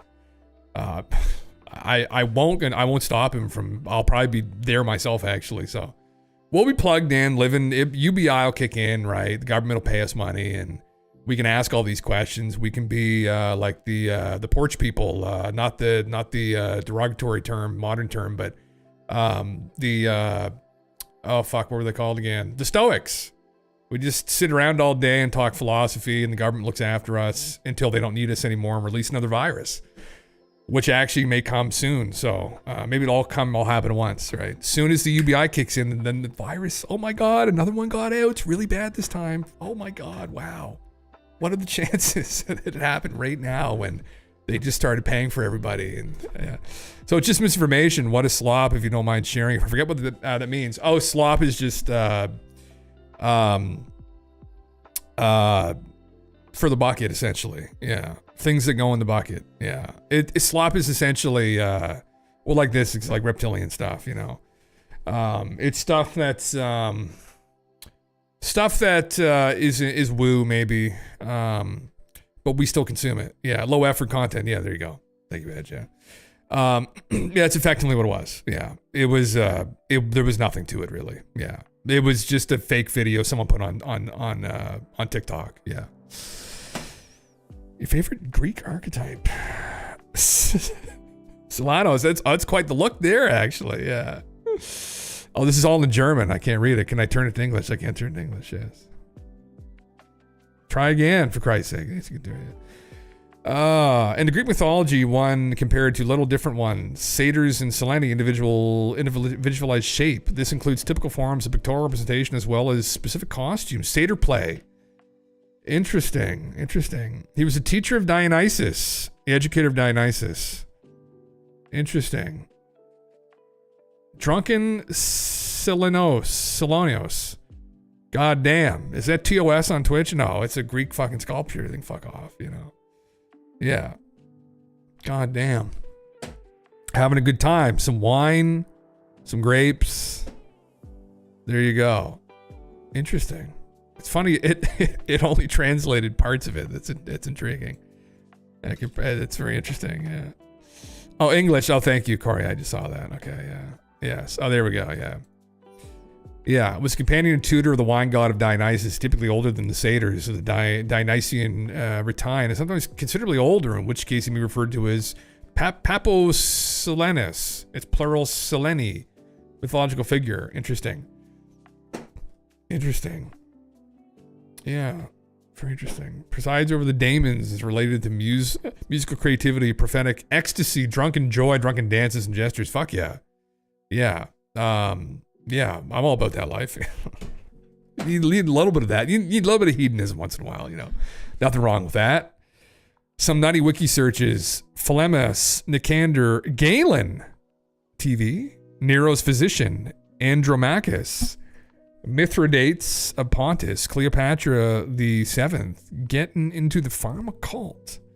Oh my heavens. That's interesting embrace, yeah. Galen, is it Galen TV? Yeah. Everything is slop till it's not. It's true though. Yeah. It might be your build. Fuck yeah, man. Listen, you live your life. Yeah, you're bleeding at all of your orifices. I'm sorry. Here's your $700. Have fun spending it all on healthcare. Fuck.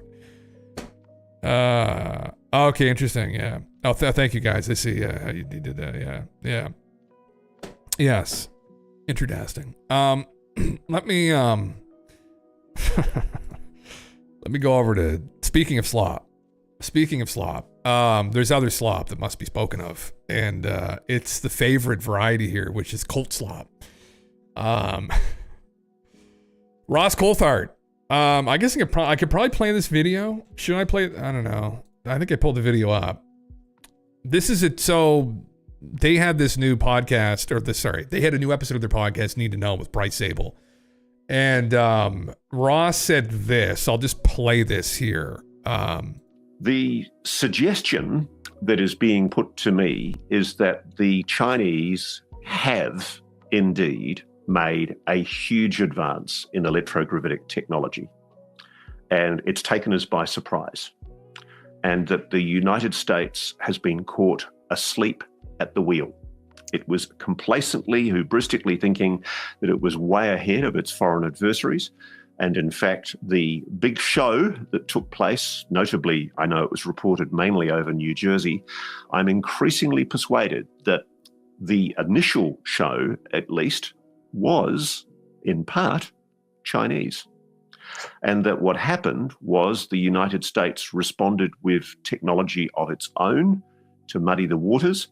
And so you've had this ridiculous situation where, if you believe it, and this is the implication not only from my Senator Mike Rounds interview, but also from the interview that General Glenn Van Herk, the former head of Northcom and NORAD, did to 60 Minutes Bill Whitaker a few months ago. They basically admitted that there's someone operating with impunity over the continental United States, flying so-called drone technology. These drones are not using... I mean, this is the only issue I have with it, personally. Thanks for coming by, man. Yeah, take care. My only issue with... So, there were people that were saying this back when the Lake and Heath incident happened in November of 2024. That there were people who were talking to Chris Sharp. There were people talking to a bunch of people that were on site or were involved in a capacity where they had heard this intel that these drones that showed up and were showing up over Lakenheath may have been Chinese. I don't know how they came to that conclusion. I think it was probably a process of elimination, but that they were weird. They were very large fixed wing drones, and now this is the only thing with the claim of electrogravitic propulsion and shit that Buddy blew himself up at Trump Tower over. They absolutely had propellers on them. They're like little planes. That's what they look like. They're like little planes.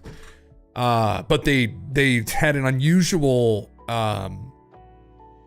battery life where they would fly around for 5 or 6 hours, and they came from over the water. Like they came out from over the water. So they were coming in. I don't know if there was someone in the channel or somewhere that was deploying them, but that's what was happening. And I think that's pretty much common knowledge now because Chris Sharp had put that out in an article and spoke to these people. But anyway, I don't know. It seems a bit like slop to me. But anyway, maybe that's just me. J-Miz is going to have a longer career than Coulthard calling now. Fucking Jesus Christ. Oh, God, Jesus, yeah. The only issue I have is Ross telling us, War Drinker, what's up, man? Yeah. Blame the Chinese because the alternative is too hard to comprehend. The aliens, man, well, man. The other alternative, too, is that what happened in the States specifically was the U.S., it was the U.S. government.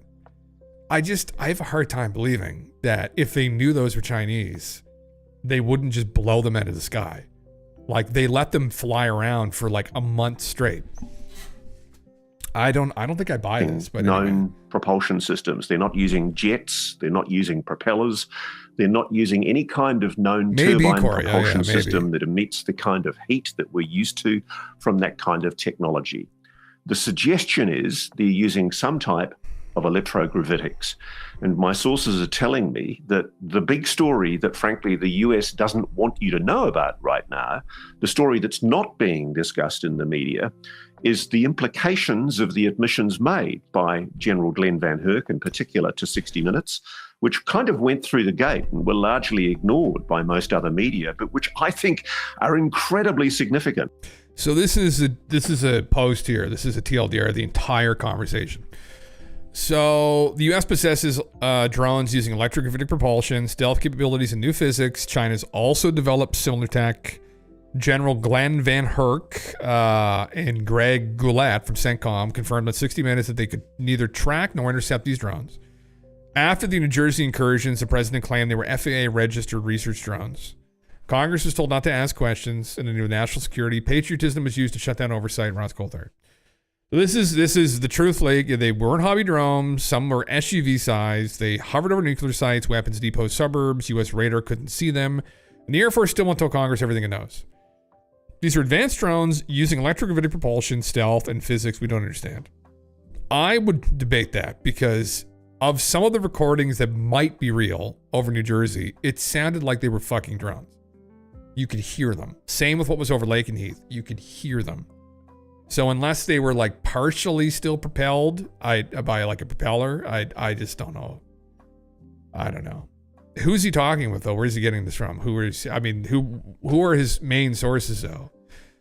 Yeah, the FBI's investigating. Secrecy isn't new, it's institutional. What began as Cold War containment is now national security crisis. China may have pulled ahead, blah, blah, blah. I don't fucking know. So tell me China did this, but they can't take Taiwan. This is totally absurd. I would have to well, there you go. Mystery drone UAP wave chronology starting in November 2024. Well, brother, I don't know. Maybe if the U.S. is something comparable, they'd be worried about an escalation. Who knows? I don't fucking know. Yeah. Getting us to use drones being in the air for military occupations. Yeah. Getting used to drones being in the air for military occupations. It's terrifying, man. Anyone that's followed any of the actual war footage that nobody shows on the mainstream media in the West of what's going on in Ukraine with Russia and Ukraine, of the drone attacks, the drone swarms, holy fuck, it's terrifying. Like this little fucking thing just buzzes up into someone's face and then bam, kills fucking 3 guys. Like, drones, guys running away in trucks and the drones catching up to the trucks and flying through the window and blowing up in the front seat and killing everybody in the truck. Like you've seen some crazy shit on Poll and 4chan. They've got all the videos up of this shit regularly. But like they should be playing that on TV. Like if we're supporting that shit, like, and I understand it's complicated, but like people should know what's going on. There's been hundreds of thousands of people killed. Anyway, crazy. But we don't want to be inconvenienced about that here. Ooh, that gave me PTSD. I couldn't sleep. Good. Excellent. Yeah. Fuck. China's still prepping to take Taiwan. They've got long game. U.S. forgets what it's doing every 4 years. If China took Taiwan today with drones, guaranteed the U.S. would respond with an escalation. Yeah, exactly. It'd be bad for China, yeah. They're waiting for the U.S. to get busy in another sandbox war before they swarm Taiwan, yeah. I guess I thank God that fucking ceasefire is held with Iran and Israel. I'm just waiting any day now for that to fucking fall apart, but yeah, it's crazy. And these drones are first gen, man. Yeah, it's scary, man. Yeah. Why you can't find 5090s in North America, but they're everywhere in China. North America may be facing tariffs we're not even aware of. Can you actually? Are they actually everywhere in China? China also has a hubris problem, believing the U.S. won't bomb the absolute fuck out of mainland China. Well, and that would be fucking, oh God, all those scenarios, yeah, that would be bad for fucking literally everybody, yeah. You can walk into, China's military hardware is piss poor, they have almost zero logistics compared to the US. You can walk into Shenzhen and pick up any video card you want. They're out in the open. Supply chain issues in North America is being prevented from having technology issues. Self-video with Chinese radar, ECM chips with advanced radars and surveillance. The rumor is NATO has to interrupt a large training session in the Pacific because China can intercept all the communications. Oh man, I'm glad I'm not on the front line of fucking all this bullshit. I'm glad I just don't think about it. Or think about other things maybe, but you know, it's, oh God, yeah. I'm sure there's so much fucking shit that just some of these people know about that are involved that I'm sure it's a colossal headache every single day. Yeah. Yeah, that's not good. It was on Linus. Oh, Linus said that. Linus noted that as well too, did he? Interesting. Linus Tech Tips. Oh, Linus. Fucking Christ. I'll never forget the video. One of his interns had said that during the hiring process, Linus had asked him if he has ever watched bestiality on the internet involving horses before. That was the interview. In the interview, I was like, fucking guy. That fucking guy, man. Anyway, yeah, interesting. Yeah, well, he would know, man. He would fucking know. Yeah. Realistically, North America has been eating off its own hubris for 50 years now, and we're far, far behind. Really, you think? In Italy, you can just place your cell phone on the bus bench and it charges. Find out North America anywhere. We're too immature and smashy stuff to even have nice things. Oh, brother, where's the high-speed train in Canada? Where's the high-speed train across Canada? Where's that at? Like they have in Japan. You can whip through fucking Japan. You can go anywhere. High-speed train. Where the fuck's that at? Right? I guess it'd be more difficult with the snow, but we could probably figure something out, you know. It's crazy. It's sad, really. It's pathetic, even. Yeah. Yeah. Goddamn. Even though their best gear is just bad copies, US and Russian gear. Yeah. Look at electric car tech, look at urban transit. Yeah, there you go. Yeah. Yeah. Audio lobbies won that years ago. Our government is not structured for progress. Capitalism is too lobby-pilled to build trains. Fuck. High speed, like let's get it up the fastest you've ever seen in your life. Right?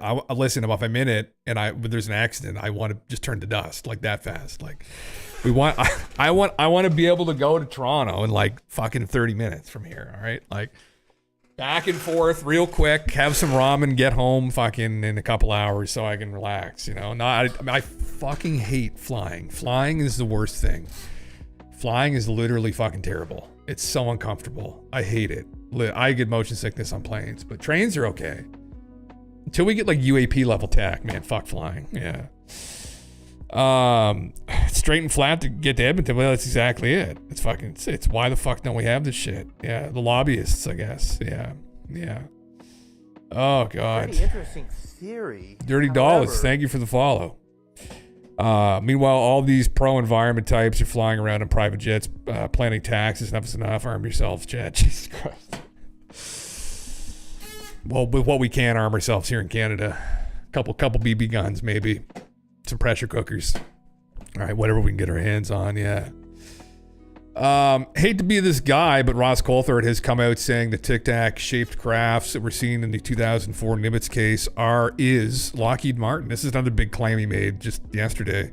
For a long time, though, I only really heard Dr. Stephen Greer say this with conviction. Yes, I got that up here too. So this is the other thing he said. Again, like, it's just a slop. I mean, probably. Okay, the Tic Tac is Lockheed Martin. Well, in some respects, given how insane the Tic Tac behaved during the Nimitz, where it went from 80,000 feet to sea level in less than a second, then I would say, well, there's one for the U.S. team. That obviously we have some good stuff out there. Dr. Doom is Iron Man, right? Yes, but how much of that is being shared with the actual Defense Department that's responsible for the defense of the United States?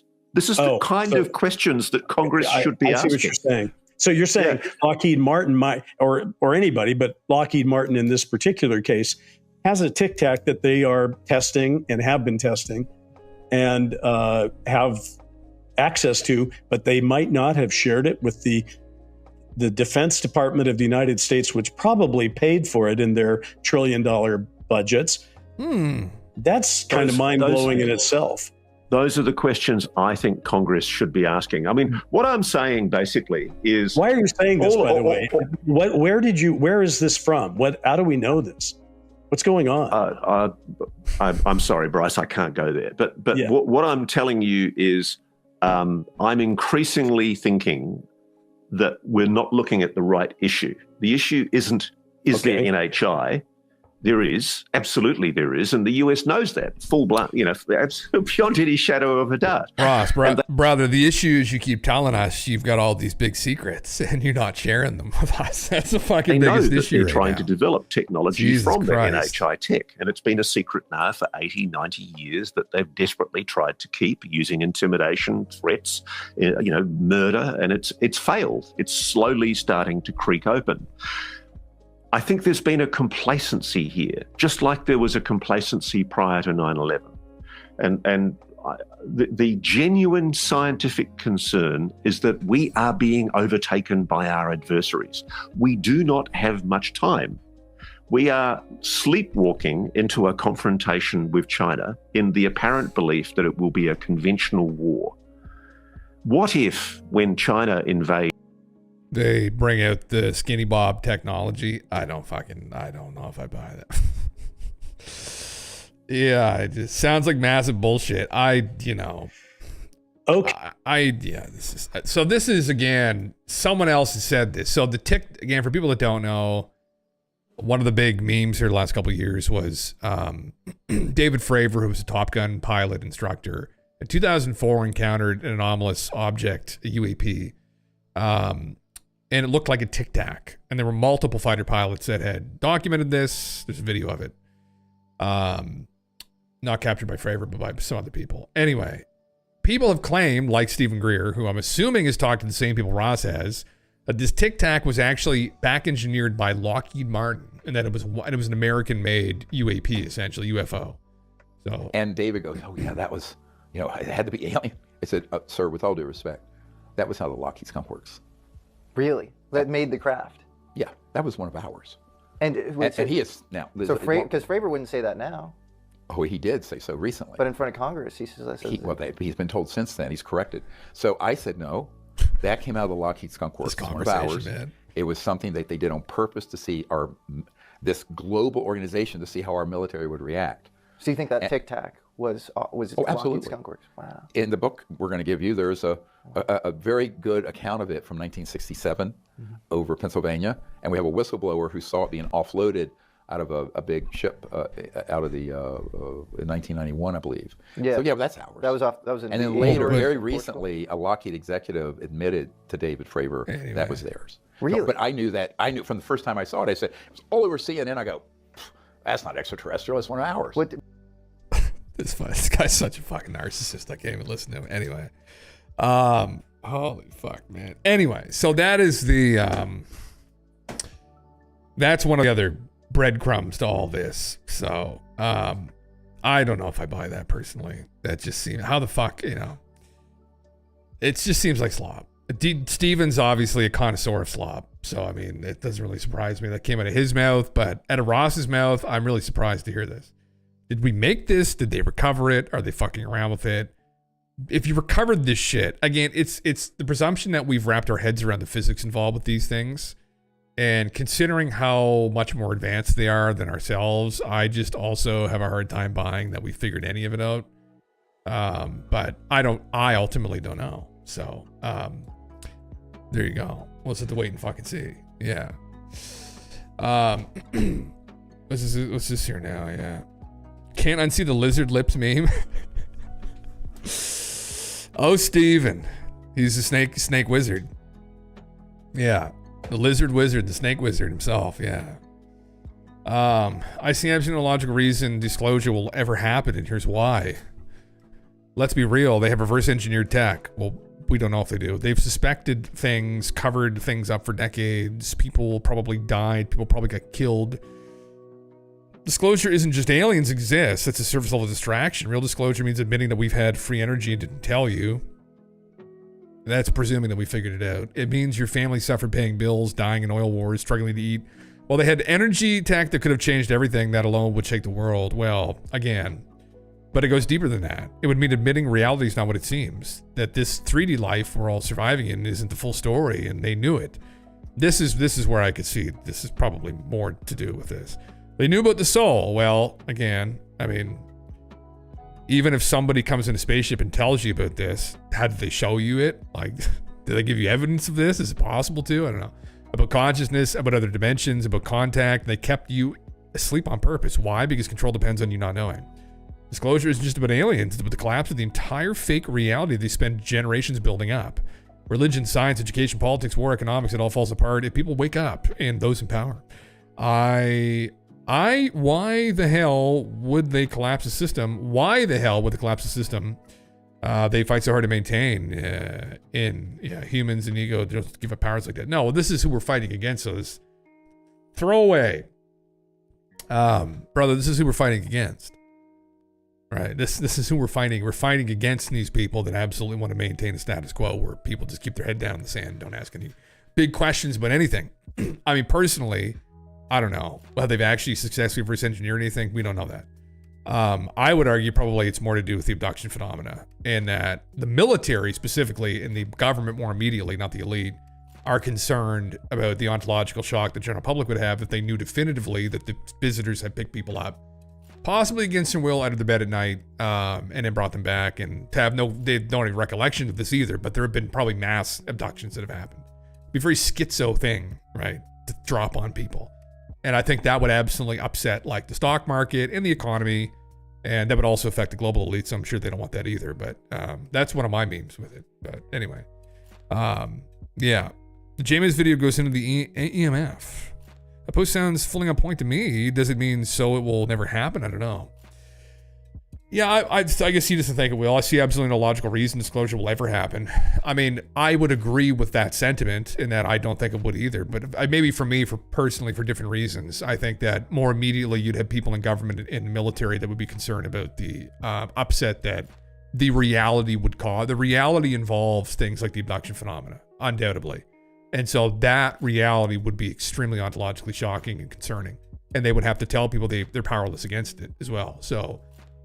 but then the other thing is that there's a global elite that maybe have recovered these crafts and have been fucking around with them, and their intention undoubtedly would be to try and have some breakaway civilization, right? To try and create some new age serfdom here, which they've been trying to do anyway, where there's the kings and the queens and then the peasants, right? And that's it. There's no in between, and that would be the meme. And anyway, but who knows if they figured it out? They may not have. So.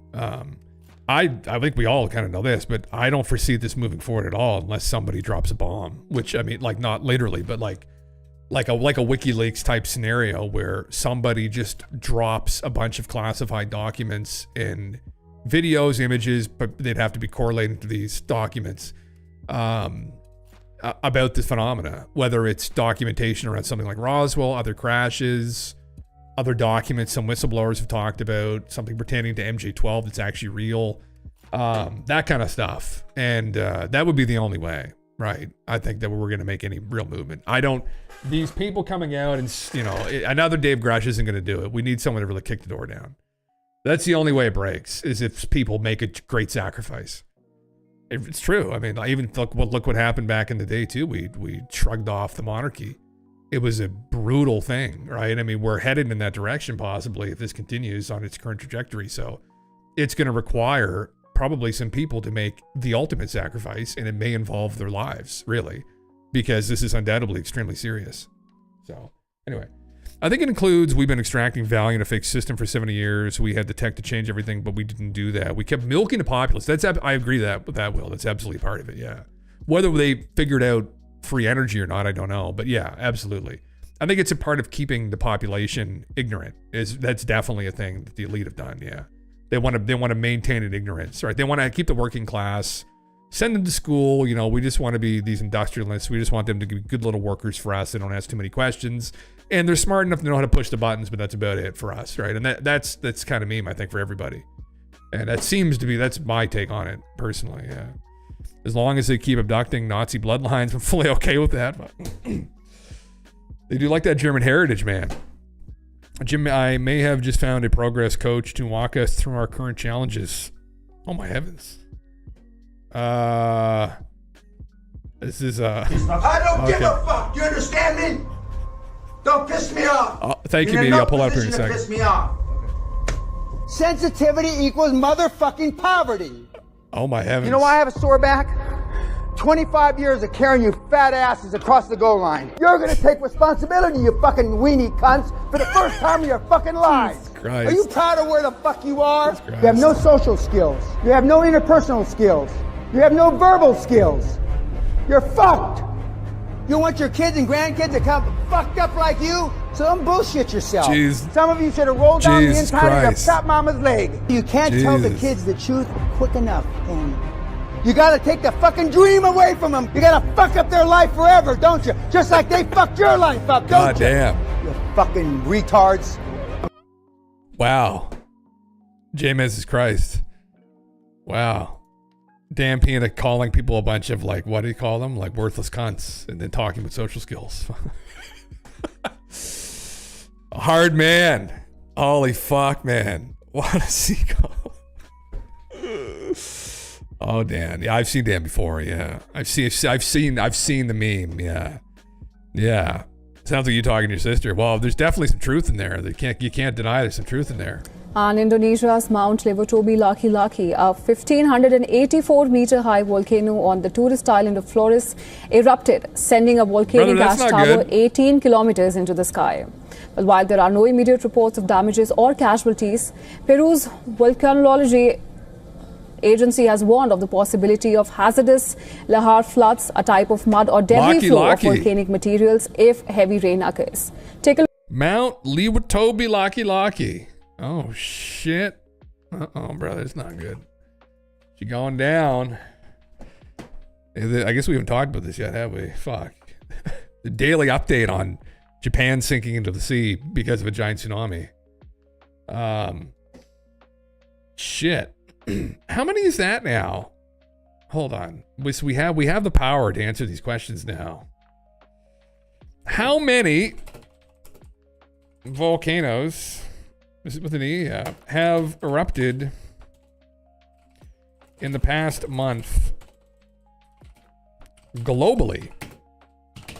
Before, you wouldn't be able to do this. You'd have to physically go through each fucking volcanic eruption. You'd have to say, oh God, I don't know, like 5. But now it can scan through the internet. Yeah, that is a lot. Yeah. You just popped my cherry. God damn. Yeah. Oh my God. How high can you hit space? That's a good question, actually. Higher than that. Yeah. Releases pressure, averts Japan going splash. Well, I hope so, man. What else did they say, Will, with the fucking what else in the future foreground? I saw what you posted, what Ed's prediction. I hope that motherfucker has been following the news and just had a bit of overlap, because if he didn't, that's not good. What else did he say? Was that it? Do you mind if I pull that up? I mean, I'm sure I'm not going to post this clip on the internet or anything, like, just because that's very relevant. Yeah. Oh, does it? Okay, yeah. Some type of significant event happening in northern Gaza. Israeli troops attacked Israel on media blackout. Nothing officially confirmed yet. Oh, Jesus, Nick, that's not good. 100 kilometers from my ass. Fuck yeah. Goddamn. It was really just a short moment of the July events. Fucking Christ, yeah. Steve on Agenda Free TV is on currently. Okay, thank you, Nick. Yeah, we'll keep a lookout for that. Yeah, that's not good. Well, they've been shooting people trying to get flour, I think. So maybe they finally had enough and had some kind of rebellion. Yeah. God damn. Yeah, this is again we've been talking about this for a while, but there was the Baba Manga, which she's been named. This Japanese manga artist who had these precognitive dreams years ago had predicted that there was going to be some event. I think more generally, in July of 2025, there'd be a giant tsunami that hits Japan. And one of these remote viewers from the Future Forecasting Group back in June, this is correct? Oh, really? None of them had known of it. So essentially he said, I see this and describe with that image. I'll see if he said anything else. This is what he put in for his prediction for the next month of July. He foresaw shaking, energetic underwater quake activity, underwater effect. This looks like Japan area, water coming in waves, water event like a tsunami, Japan, Taiwan, Philippines area. So, which is very similar to Bubba Manga's prediction. So, yeah.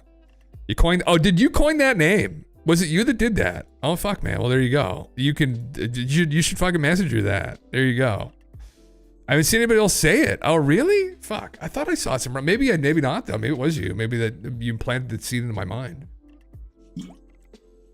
You could message her, say you want fucking some revenue off of that meme. Yeah. I thought maybe I saw someone else. I don't know. I thought I did, but 37 volcanoes have produced eruptions between 7th of June and 7th of July. Is that a lot? Who's been erupting? Here we go. Bottom line, about 3 dozens have been belching. That's perfectly normal for planet Earth. The long-term medium is 40 ongoing eruptions at any moment. So no need to dust off the apocalypse kit just yet, mate. Well, that's interesting to know. But some of them in certain areas are still kind of concerning, like the ones around Japan. So this was something actually on the stream that we noted here. Although it seems to have calmed down, thank Christ. But there was a giant quake swarm here, and they actually evacuated some of the islands here in southern Japan, these island nations here, like right around here, because of this quake swarm. They had a prediction that they updated back in January, I guess, that they are anticipating at some point there's going to be a giant earthquake along this fault line here in this area, and that it could result in a tsunami if it's bad enough. And so they got spooked. The government got spooked. The prime minister got spooked, actually. And so they evacuated the people from the islands just the other day. So this is ongoing. And it's just it's serendipitous that there was a psychic who supposedly saw it. 10 years ago was when she updated it in July of 2025.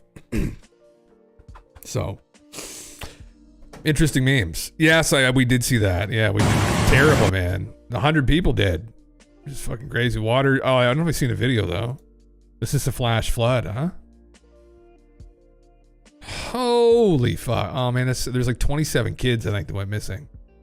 These young girls that were camping. Fuck, man, I couldn't imagine. Like, holy fuck. Whoa. Man. Like, there's the road. And then she just comes in. Holy fuck, man. Fucking terrifying. Water scares the shit out of me, yeah. 40 small ones is nothing, just takes one big one. That's true, though. 30 seconds from the one I linked shows a volcano. Also, that flood was wild. Mother Nature's unhappy, absolutely. Yeah, no one got warnings because the department's Doge eviscerated, yeah. Yeah, I read that. They weren't very happy with them. Yeah, they cut the meteorological department down quite a bit, so. I hope the cat is okay. Everyone died. Yes, they did. A lot of people did. Anyway, Yeah, so no further update. That's just a little bit spooky that he got that too. I mean, don't know. Hopefully it doesn't happen. Hopefully there's peace. But you never know, right? I mean, you just never know. So anyway, just following that along, and we'll find out, I guess, at some point. What is it? It's July 7th now, so we get the whole month of July to try and figure that out. But only takes 6 inches of fast-moving water to knock you off your feet. You can imagine, like, fucking 10 feet. Yeah. For my lives with his daughter in Austin, Texas, so yeah, I was a bit affected by it. His daughter's fine. Oh, that's good, Corey. Yeah. God damn. Yeah, that's scary. I think there were like 27 kids that got washed away in it, which is what the Destiny imbecile was joking about. Like, fuck, if you punch that guy in the face, that'd be the only guy I, like, literally would just want to punch in the face probably on the internet. Like, anyway. Hypothetically. Not literally, just hypothetical. Punch to the face, yeah. Interesting. Was the excuse from the Forest Fires before the election? Yeah, I don't know. I don't know. I read that too. There were 600 people that were laid off from the meteorological agency.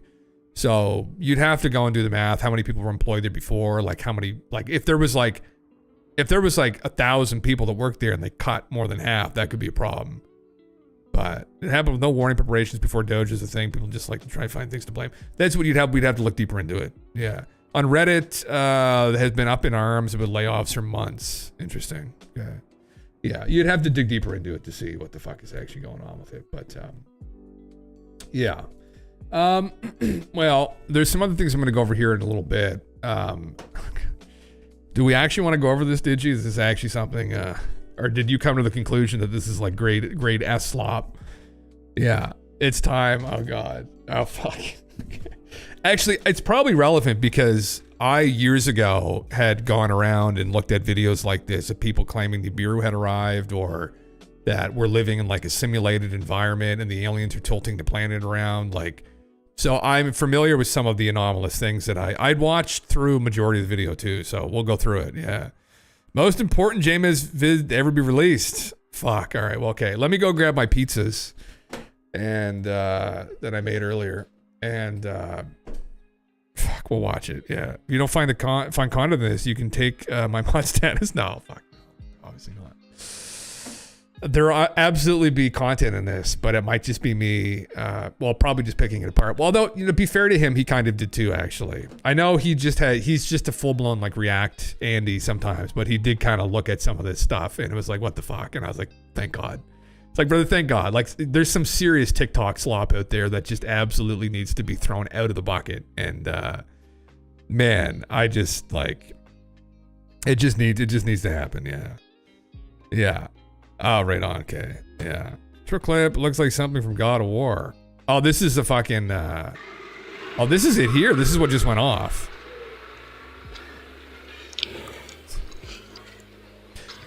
It is concerning that it's all in the same area, though. Like the whole Indonesian plate up to Japan is where all this activity has gone off from. So again, it's like objectively, is it below the median average for the month? Yes, but like they're all in the same area, which would imply that there's some kind of movement going on there, which is what concerned the Japanese geologists.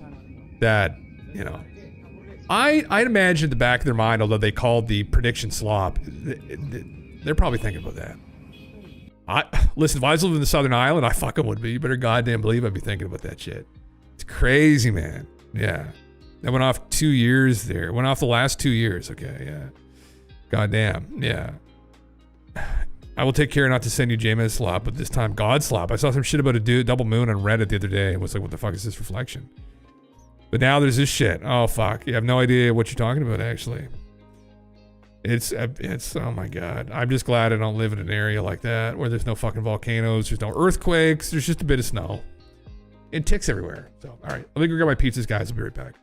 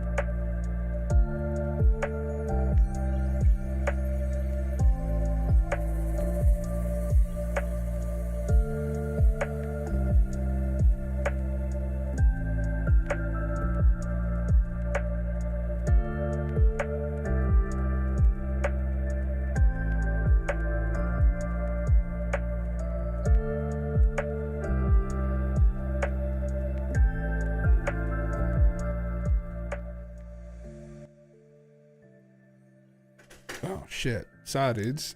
Yeah, back again, you know. Oh, Lord. Yellowstone. Oh, don't tell me fucking that's going now. That'll just fucking ruin our goddamn night.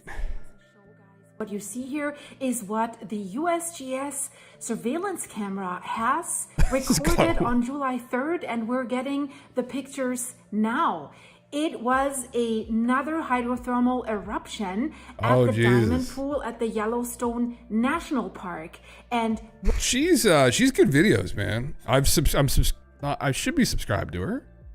Oh no, I am already. It's just not paid subscription, but yeah, she's got really good content. She must have some background in geology, but she was right on top of that Japanese earthquake incidents. Really good quality content, actually. Like really deep on it. Yeah.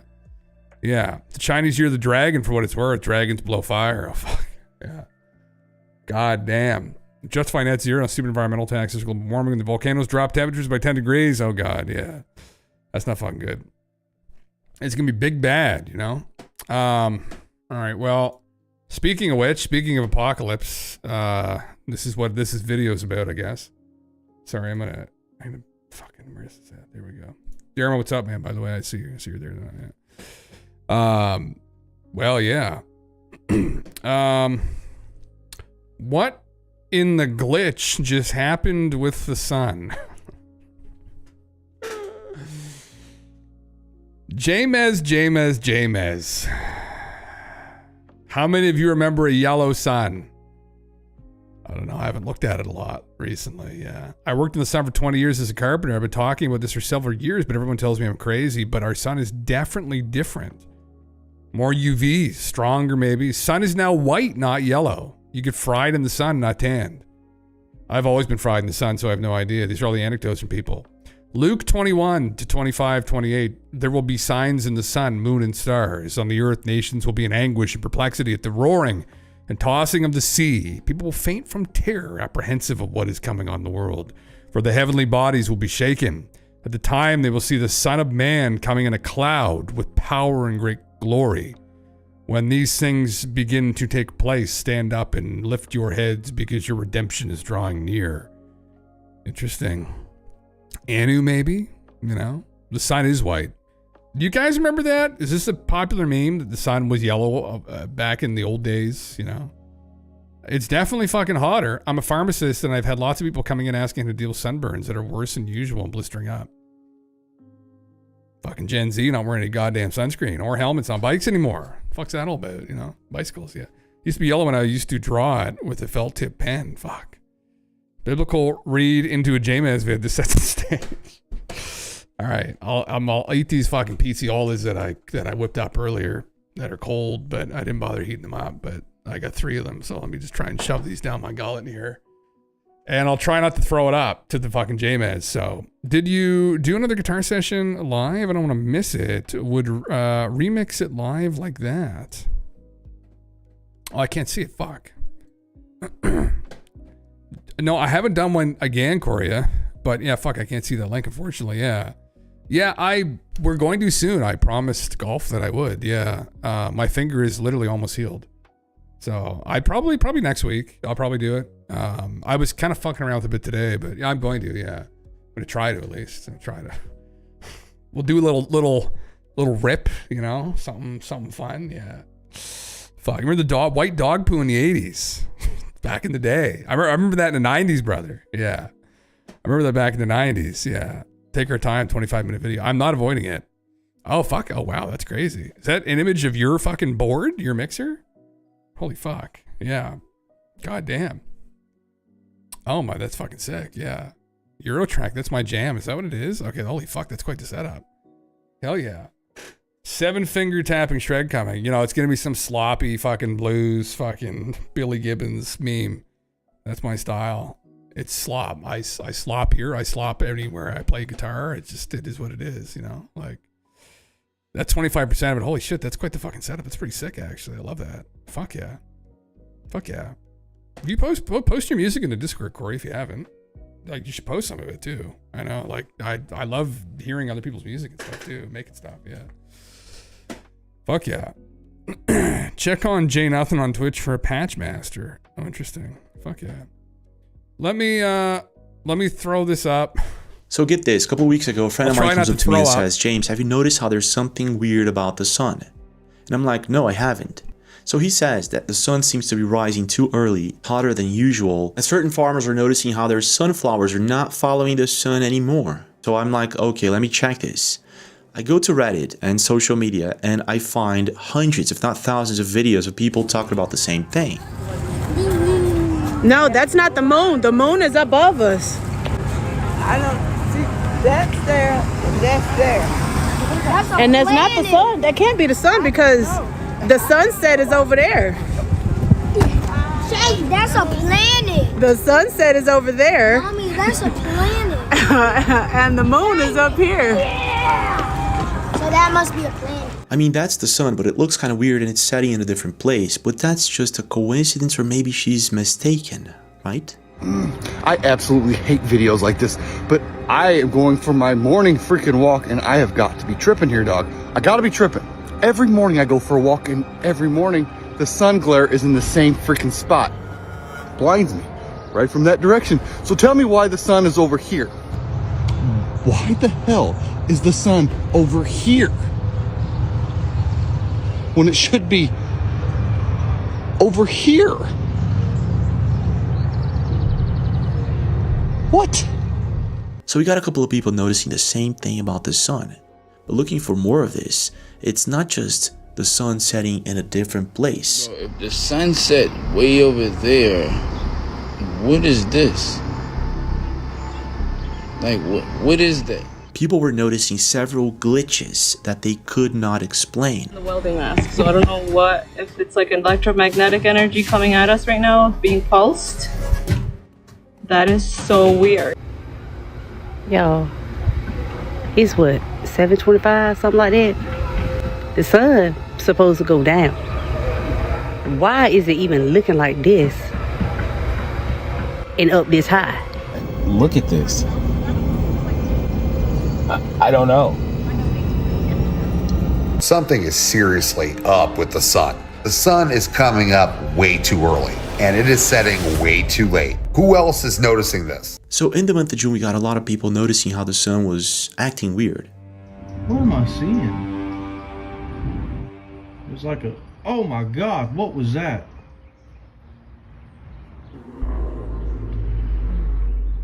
And then we got farmers. You guys tell me what you think about this. Okay. This is the only one that maybe would be a little weird. Yes, I There's something wrong with the flowers. There's a thing called heliotropism. They face the sun and curve their face towards the sun every day, all day, every hour to absorb the sun.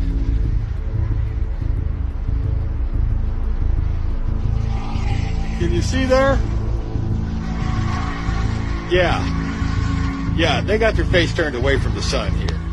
Okay, so that's really weird, but still, what he says next is even weirder. I don't know what's causing that, but I'm inclined to say that the very people that took down my videos also might be responsible for this. Illuminatus, brother, they're on to you. They fucking around with the sun. There was a video years ago floated around, and a film crew went up and interviewed the Inuits, the native people up north in Canada, the Inuit people, about climate change and how it's affecting them. And in the video, now I don't know how true this is. I think they did say this. They had noted that the sun, the earth was wobbling because they're very much in tune. They are aware of what's happening, right? They know. And they had noted that the sun was in the wrong place a couple times, that there was something happening, and they understood that it was to do with the earth and how it was moving around in its axis. And they said that they'd not noticed this before. And so people had used that as a way to be like, oh my God, the aliens are fucking moving the earth around, or there's something wrong with the orbit of the planet, the earth. But go away. And, I don't know. The alien, they'd be the only people that'd be doing something like that. So I once read a really long story about someone who lived with the Inuit back in like the 1800s, and they have all sorts of lore about giants and hobbits and time before man met technology. Oh, do they actually? Fuck, I wish you'd save that too, actually. The hell? That's very relevant to the discussions here, brother. Yeah. God damn. Yeah. Well, the other planets in the solar system off 30 degrees or something. Yes, it is 30 degrees. Yeah. So from the ecliptic. So here's the galactic plane of the galaxy. Here's our solar system. Right? So what happens with some of the other comets, even maybe Planet 9, is when it comes around, it's the ecliptic plane, so it crosses it. That's what Nibiru means. Nibiru means crossing, and I don't know if it's Akkadian or Sumerian. I think it's a Sumerian. It means the crossing point is what it means. Yeah. That's why Sitchin named it Nibiru, because it crosses the ecliptic plane as it comes in. Yeah. I'm going to wake up with a giant floating head saying, show me what you got. Fuck. Oh, goddamn. Don't cross the streams. Wait a minute. So it seems that the original video was actually deleted. Why would this happen? I mean, he's talking about sunflowers. So digging deeper into this, I actually found out that there's a huge rabbit hole and a very scary one. It involves China's fake sun, and this would explain the sunflowers. It also involves this crazy theory that there's something hiding behind our sun causing these anomalies. And there's also people suggesting that CERN broke the simulation that we're living in. But nothing is as scary as the Mars theory. The theory that Mars was once the moon of a larger planet that was destroyed by something that came from outside of our solar system. And some suggest that whatever this thing is, it's coming back. So let's try to find out what's really going on. And let's start with the basic. And that would be the videos of these anomalies people are seeing. Okay, so we got a few anomalies going on with the sun. And most of them are on the month of June or May. This is interesting. What's going on? There's ad. Death, what's up, dude? How you been? Don't check. I try not to, yeah. I don't know if you guys have, well, some people have ads right now, not everybody, yeah. And let me know, did you kind of, some people will, some people won't, yeah. You just might watch it happen live and actually be choking on this fucking slop. It'd be fitting, actually. Maybe then I'll get into, maybe I'll get on the front page with that clip, actually. Me just going blue, fucking choking here. That'll do it fine. That'll be what breaks me through. choking on a fucking bucket of slop, yeah. God damn. Yeah. Subscribers won't have ads. Yes. No, they won't. Yeah. Just people tuning along. I heard that another object that is entering it might hitting the moon in 2028 with a 4% chance, Korea. Oh, that's not good. I think I know what that is, that object. Yeah. People have talked about it. There's another one in 2029 that they're worried about might cross Earth's path. Obviously there's the interstellar object right now too. And then there's Planet 9, which is the other object that might be a problem, but you know, people will debate that, I guess. So yeah, 30 seconds. Oh my heavens. Yeah, I'll just, I guess we'll wait for people to catch up. But I mean, yeah, the whole idea of faking the sun is just fucking absolutely like insanity. There's no fucking way that they, listen, the only force that could maybe do something like that and facilitate that level of deception would be aliens. A civilization a billion years ahead of us, probably. Right? Probably.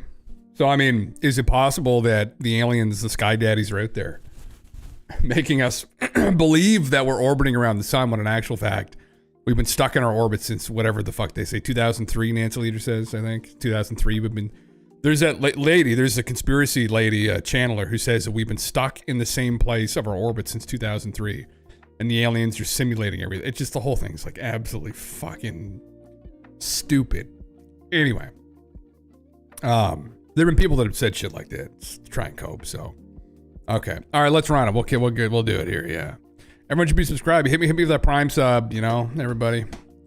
Much appreciated. Keeps the lights on here somewhat. It keeps this light on, yeah. Then we got this video in March, if I'm not mistaken. Let's take a look at this. So I'm out here at the farm scouting for turkeys. And it's like between 6:55 and 7 o'clock in the morning. And I was like, I'm just going to take a good video. The sky is really pretty. The farm looks really pretty. Sure. And as I'm taking this video, the sky done something weird, like it glitched.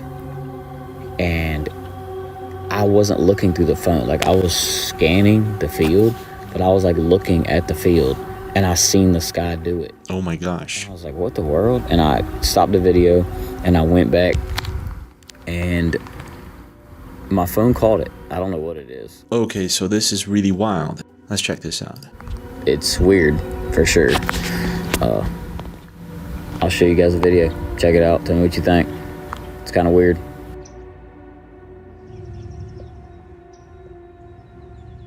Okay, I saw that.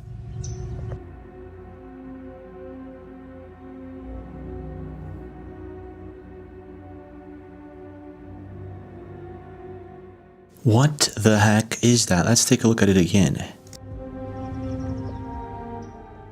That was really quick.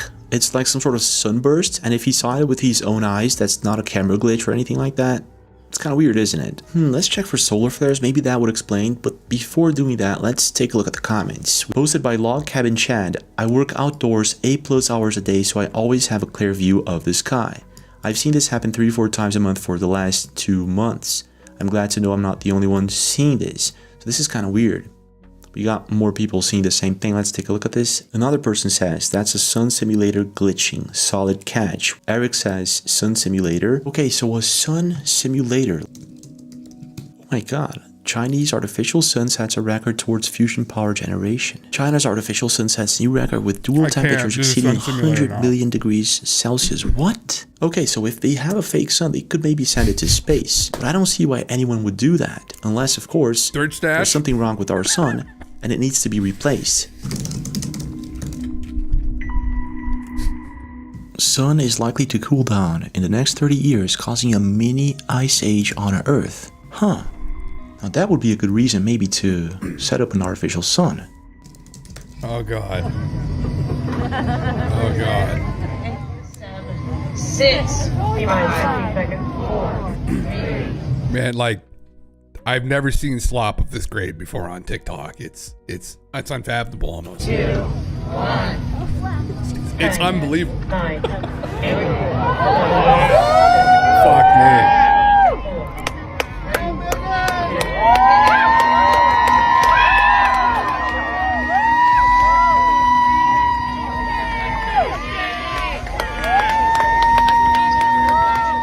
So looking for more videos of this fake sun being sent to space, I found none. The first one was obviously in the US, it was a rocket launch. So I'm guessing there's no evidence of a fake sun in the sky for now. Or is there? Let's check for solar flares. Oh wow, on March 28th there was an X1 class flare and they're rating it a strong radio blackout event. A day later, on March 29th, then he uploaded his video. But wait a minute, can we actually see solar flares with the naked eye? No, you cannot see solar flares with the naked eye. So either the solar flare was much stronger than they were saying, or there's something else going on here. But before going into some of these theories, let's continue looking for more anomalies. Okay, so found this one in 2024. 2 suns or a glitch in the Matrix. Let's take a look at this. Thank you so much, Corio. Thank you. Fuck yeah. Oh my god.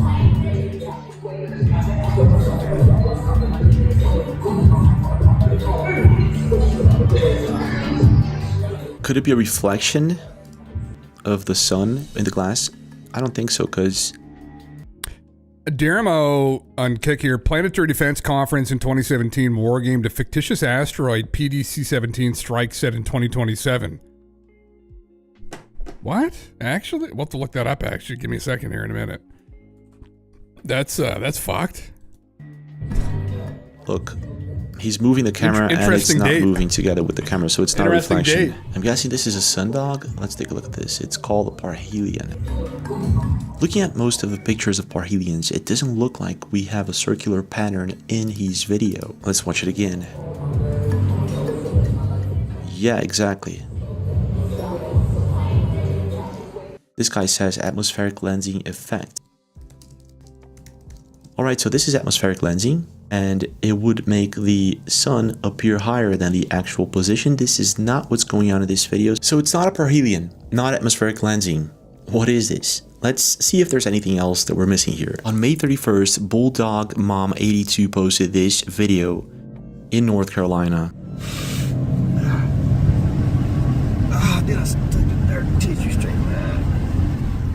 That's the sun, right? Jordan, I ain't never seen nothing like that. Have you? Is that the moon?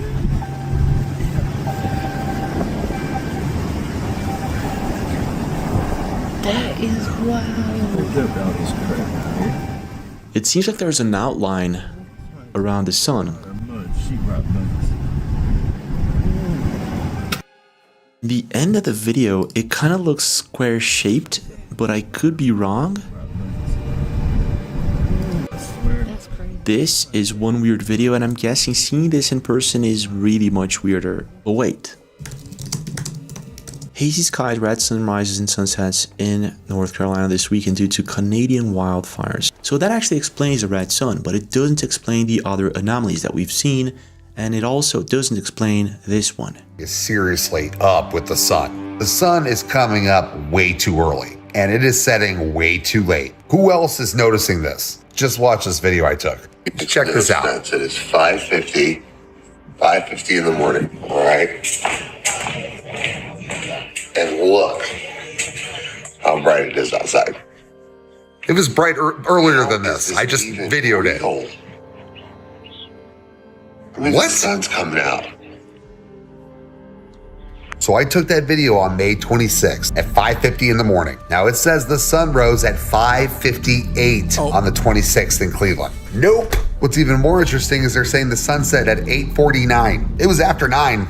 I don't know if this is because of daylight savings or because of the solar eclipse, but I 1,000% remember last year taking my kids to school this time of year and the sun wasn't even up till 7:30. I feel like we're off a complete hour and a half. Something is not right here, people. Please let me know your thoughts. He is not the only one talking about this, and this is kind of weird, and we have farmers talking about how sunflowers are not following the sun anymore. And for some reason, they don't like the sun. I don't know what's causing that. But wait, it gets weirder. Other people are noticing that cows and animals do not want to stay in the sun anymore. Now, I've been living here a minute. There's probably 8 or 10 cows clustered. Yeah, it's probably hot as shit out. I thought it was weird the other day, but like,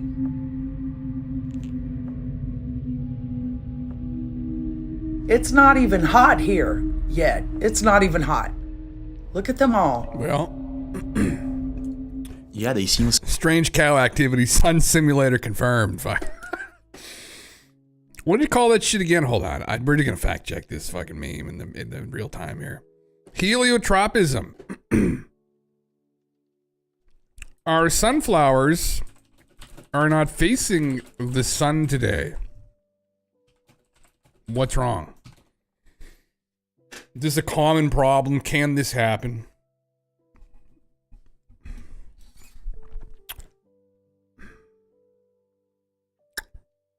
Likely nothing's wrong at all. Just sunflower biology and a bit of weather. Okay.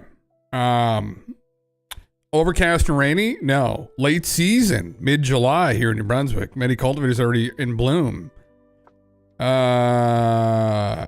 Said no, it's very sunny and they aren't facing the sun. It's oh, many cultivators are already in bloom and thus permanently east facing. Is that a thing? Was that what direction they're facing it? How long has that guy had sunflowers for? I don't know what's causing that. But wait, it gets weirder. Other people are noticing that cows and mask. Okay, I'm sure there'd be an explanation. Cows don't like Nibiru, but okay. What is happening right now? Christ. Yeah. I'm just putting my phone on the welding mask, so I don't know if it's like electromagnetic energy coming at us right now, being pulsed. That's weird. So weird. It is. Some pulsing energy at us. Sorry. There. I am so confused. Oh god. And then you got a post by Jason Wild on July 1st. I've heard of that something cage is with wrong the with the sun. You magnetosphere can meme feel going it. on, yeah. Don't lie. It didn't used to hurt like this. 5 minutes in direct sunlight and it feels like you're being scorched, not warmed. It's not the same sun we grew up under. So it seems that there's a lot of people noticing the same. I have heard that from people. Actually, I will just say that. I've heard that anecdote from people before myself, that they've noticed that. I've actually heard from people too, just anecdotally, that the color of the sun they thought was off, which is interesting. I mean, people might just attribute that to people being idiots, but I mean that, and then also the fact that they feel it's stronger than it was. Who knows? Maybe there's some people are saying there are issues with the magnetosphere, and there are areas where there are, and then that would absolutely let in more UV. So am I agreeing with J-Mez? No, but I'm just saying that I've also heard this. I don't know if it's actually objectively true, though. It's a problem, yeah. More yellow death. More yellow is what they're saying. There was a time when they remember it was more yellow. Yeah. Well, here. Thing about the sun, but the real question here is what is going on? Are we looking at a fake sun? Are we looking at a planetary system approaching ours? Are we looking at the simulation glitching? So let's find out. So this was posted on April 3rd, and it kind of explains the sun simulator theory very well. Let's take a look at this. I don't know if you knew about this, but our sun is actually artificial. Let me give you a breakdown before I explain what you're witnessing so you have a better understanding. The main light source is a xenon arc lamp, complemented by 16 LED lights, UV lights, and infrared. These light sources are directed by a series of specially chosen lenses. Is that Biggie Smalls in the background? Mirrors and reflectors, all housed in a special framework.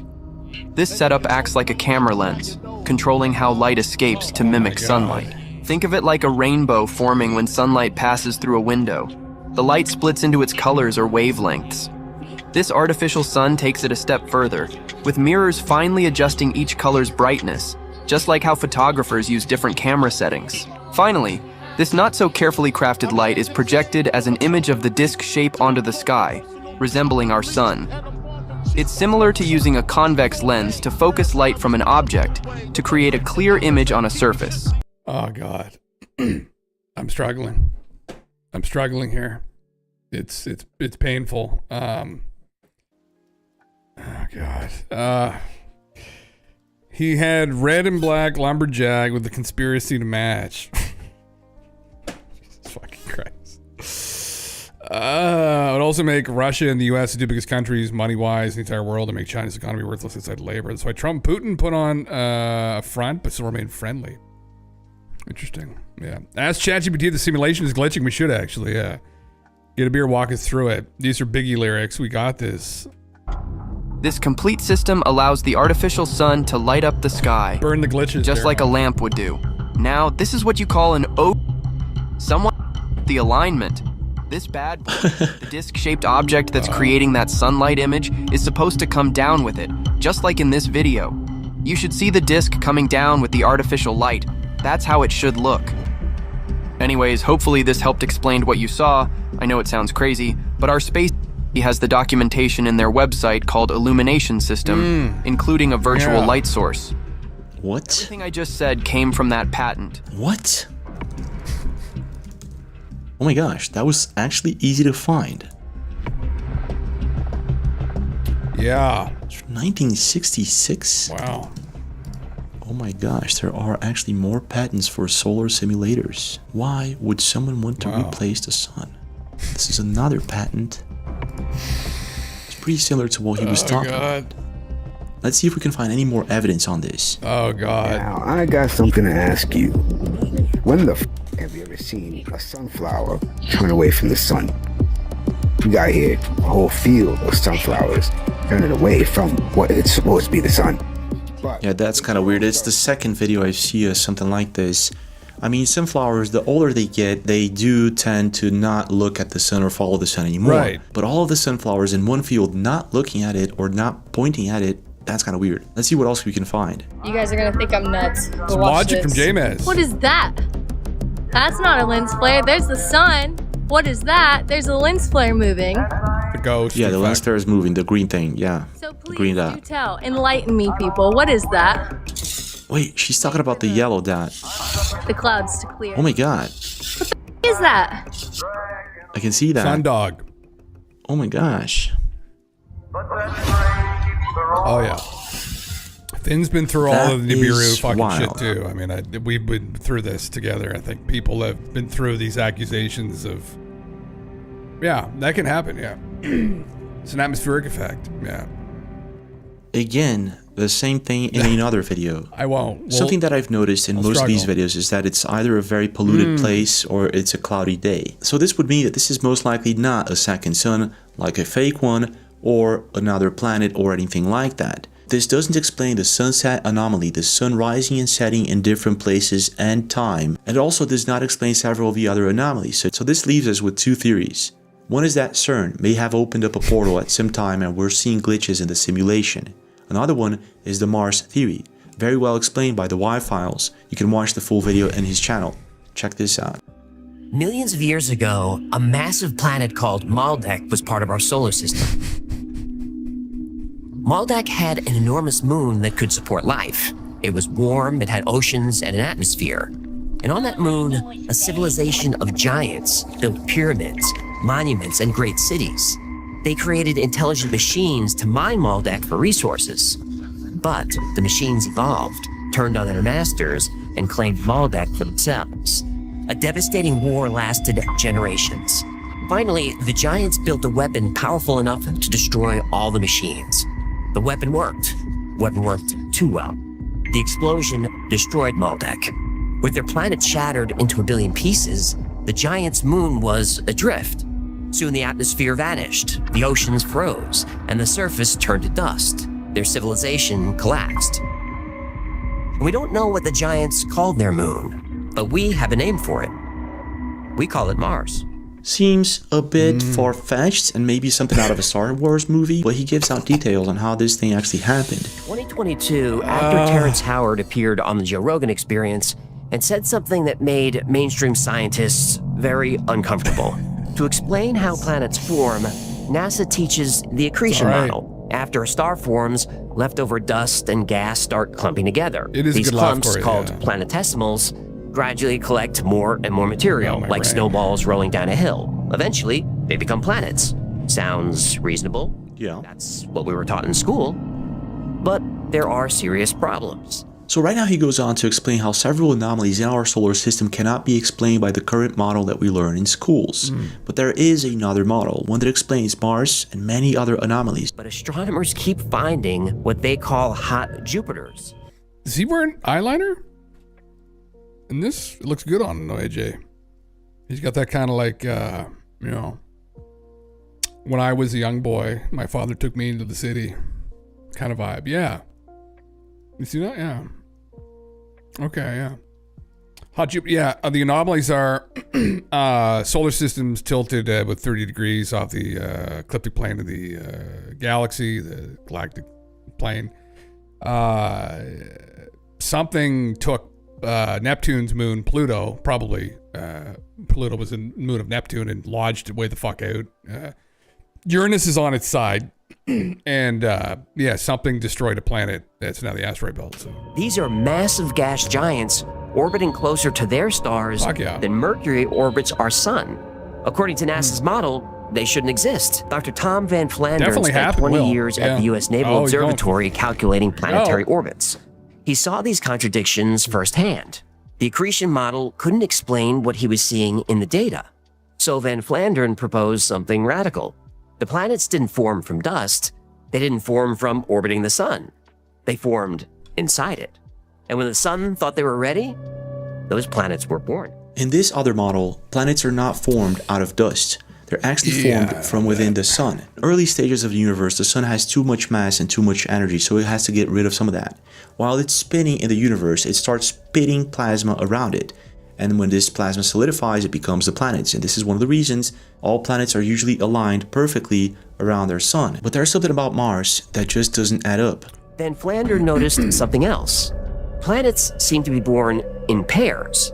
Earth and Venus are nearly identical in size. Jupiter and Saturn are both gas giants. Even their positions follow a pattern. Their orbits have specific ratios to each other. The math works. But some planets in our solar system don't have partners. Mercury's orbit is all wrong. Pluto acts more like a captured moon than a planet or planetoid. And then there's Mars. Mars was the real problem.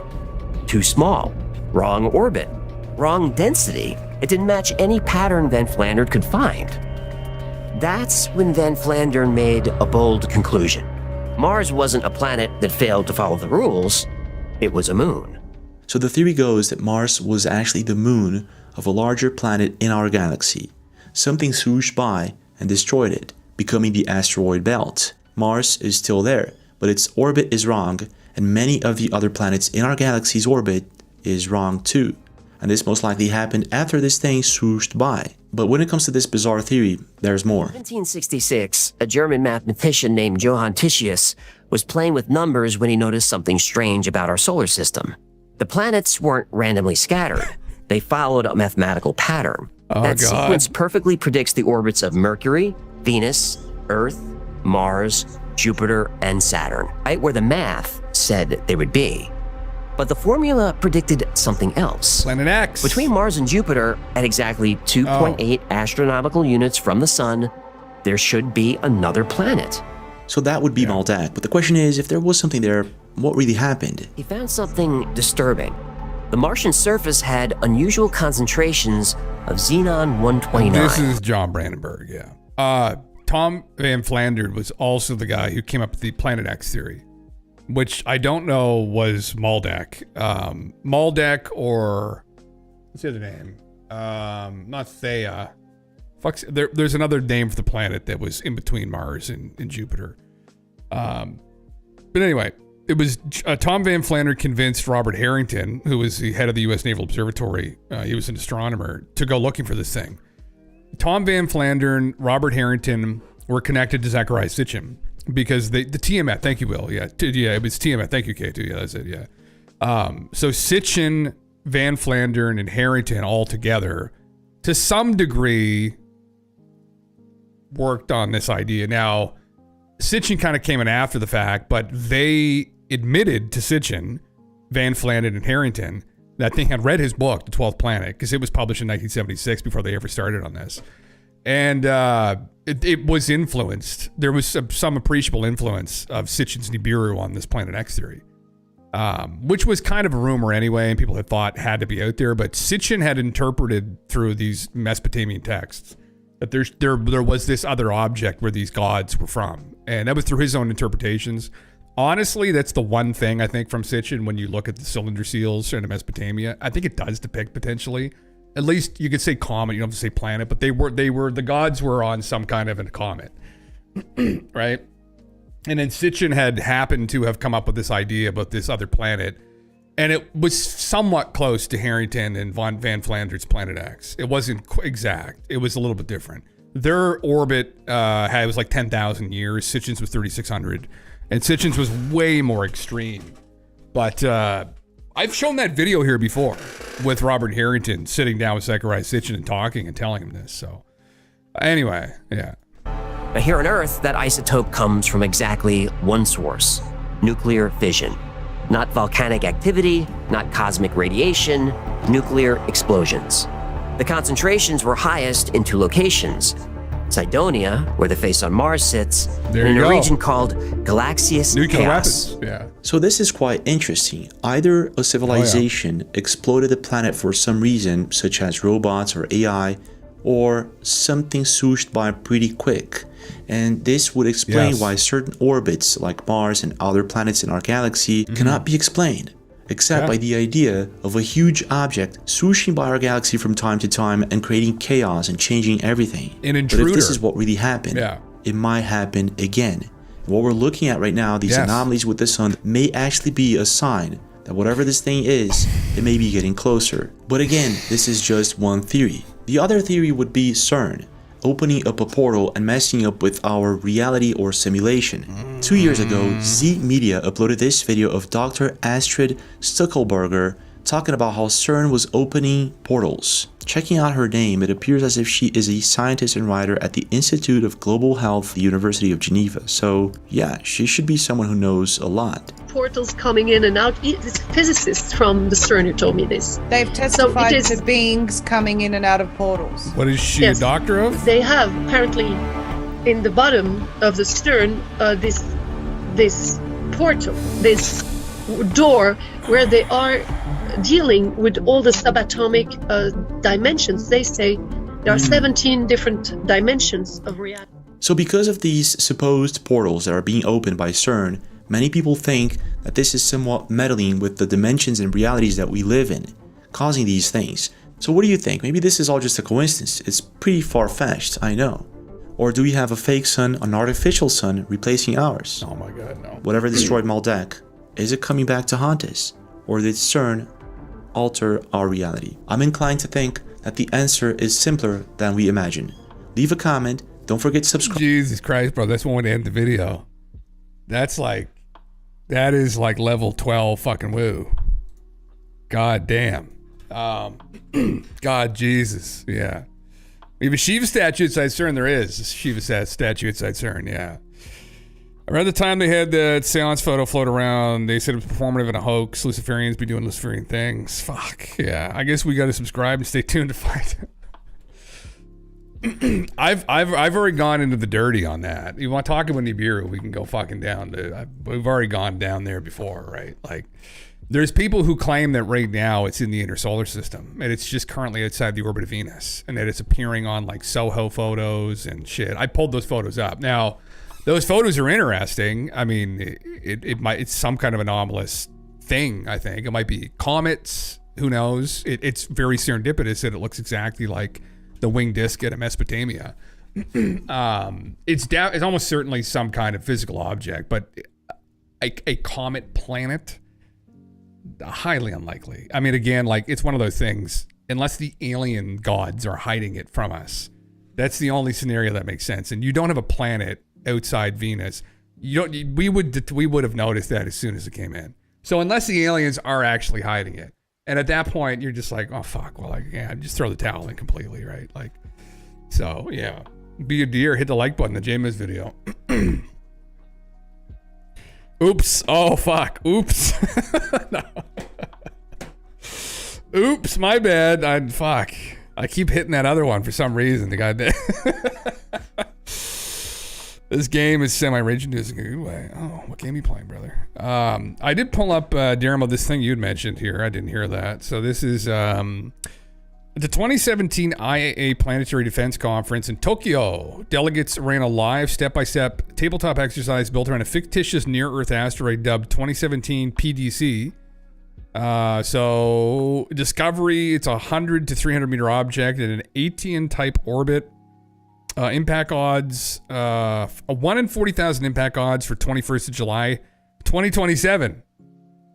And then it turns out that they nail it down with the Subaru telescope in Hawaii, and it's a 96% chance of impact. And the impact is on Greater Tokyo.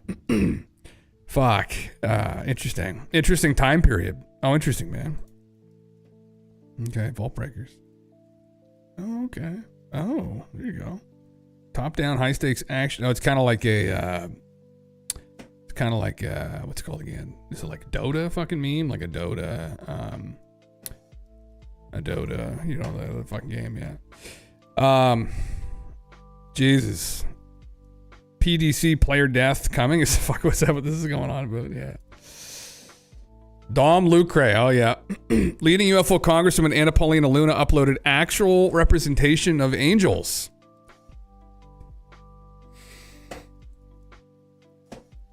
What? Transcendental non-object telos, connections between objects or systems, union of the transcendental and the physical. The flux of matter starts to condense around invisible telos, non-objects. Heraclidian? Flux of matter, formless non-object. Grush said that those were interdimensional beings. He refused to use extraterrestrial and alien. I think that's here. This is. I think that Grush, when I had talked to him on whether these were specifically extraterrestrials or alien in origin, he said interdimensional. He refused to use certain terms, and I think that's incredibly important because I think that that's really the question we're all wanting to know, right? And so I'm actually going to have a sit-down conversation with him and ask him to come back and talk to us directly, because it seems that we are getting more information from the source than going into a skiff and then not being able to tell you guys what we're talking about. Is this stuff that we just as humans might not be able to understand if it's interdimensional? I think that we can understand it. I think that it's just, it's an approach, right? I mean, like, remember, we just now for the first time in history really had Congress have whistleblowers come forward credible that we're telling the entire world that there is something other than human life forms. Grush said that those were interdimensional beings. He refused to use extraterrestrial and alien. Fudge. You didn't know about this lady, Jim. Bro, you know about her now. She, what did she do before? She was a model before, I think, wasn't she? People regularly post those photos on Twitter as well. It got a lot of people involved in ufology, I guess. So, you know, whatever. Yeah, interesting. Yeah. Terrence McKenna's machine elves death. Fuck yeah, man. Yeah. CIA admits monitored Oswald before JFK assassination. She posted this too. Okay. Interesting. Yeah. Yeah. She's been in Pelosi's moose covered. I don't know. Whatever Luna's Heraclidian had to say, I don't know. Yeah. Goddamn. When people start talking about interdimensional beings, okay, what's the other dimension? Yeah, I have a hard time with that too, man. I mean, I think, like, for the most part, I guess this is because I asked a friend of mine who does physics. He's a theoretical physicist. He's trained in it. Maybe you're in here right now, drunk. I've asked other people that as well over the years, actually, that have a background in physics. And because in the woo, there's this idea that there are these physical dimensions above the third. So I think the idea isn't necessarily woo. Like, you get the tesseract, right? This hypercube, that there may be other, like, we live in 3 dimensions. There may be four dimensions, right? Hypothetically, right? And not in theoretical physics, like time being the 4th dimension, but a physical 4th dimension. Maybe a physical 5th dimension, 6th, 7th, 8th, all the way up to whatever the fuck you want to go up to, 11 or 12. Which is kind of similar to what they talk about in string theory.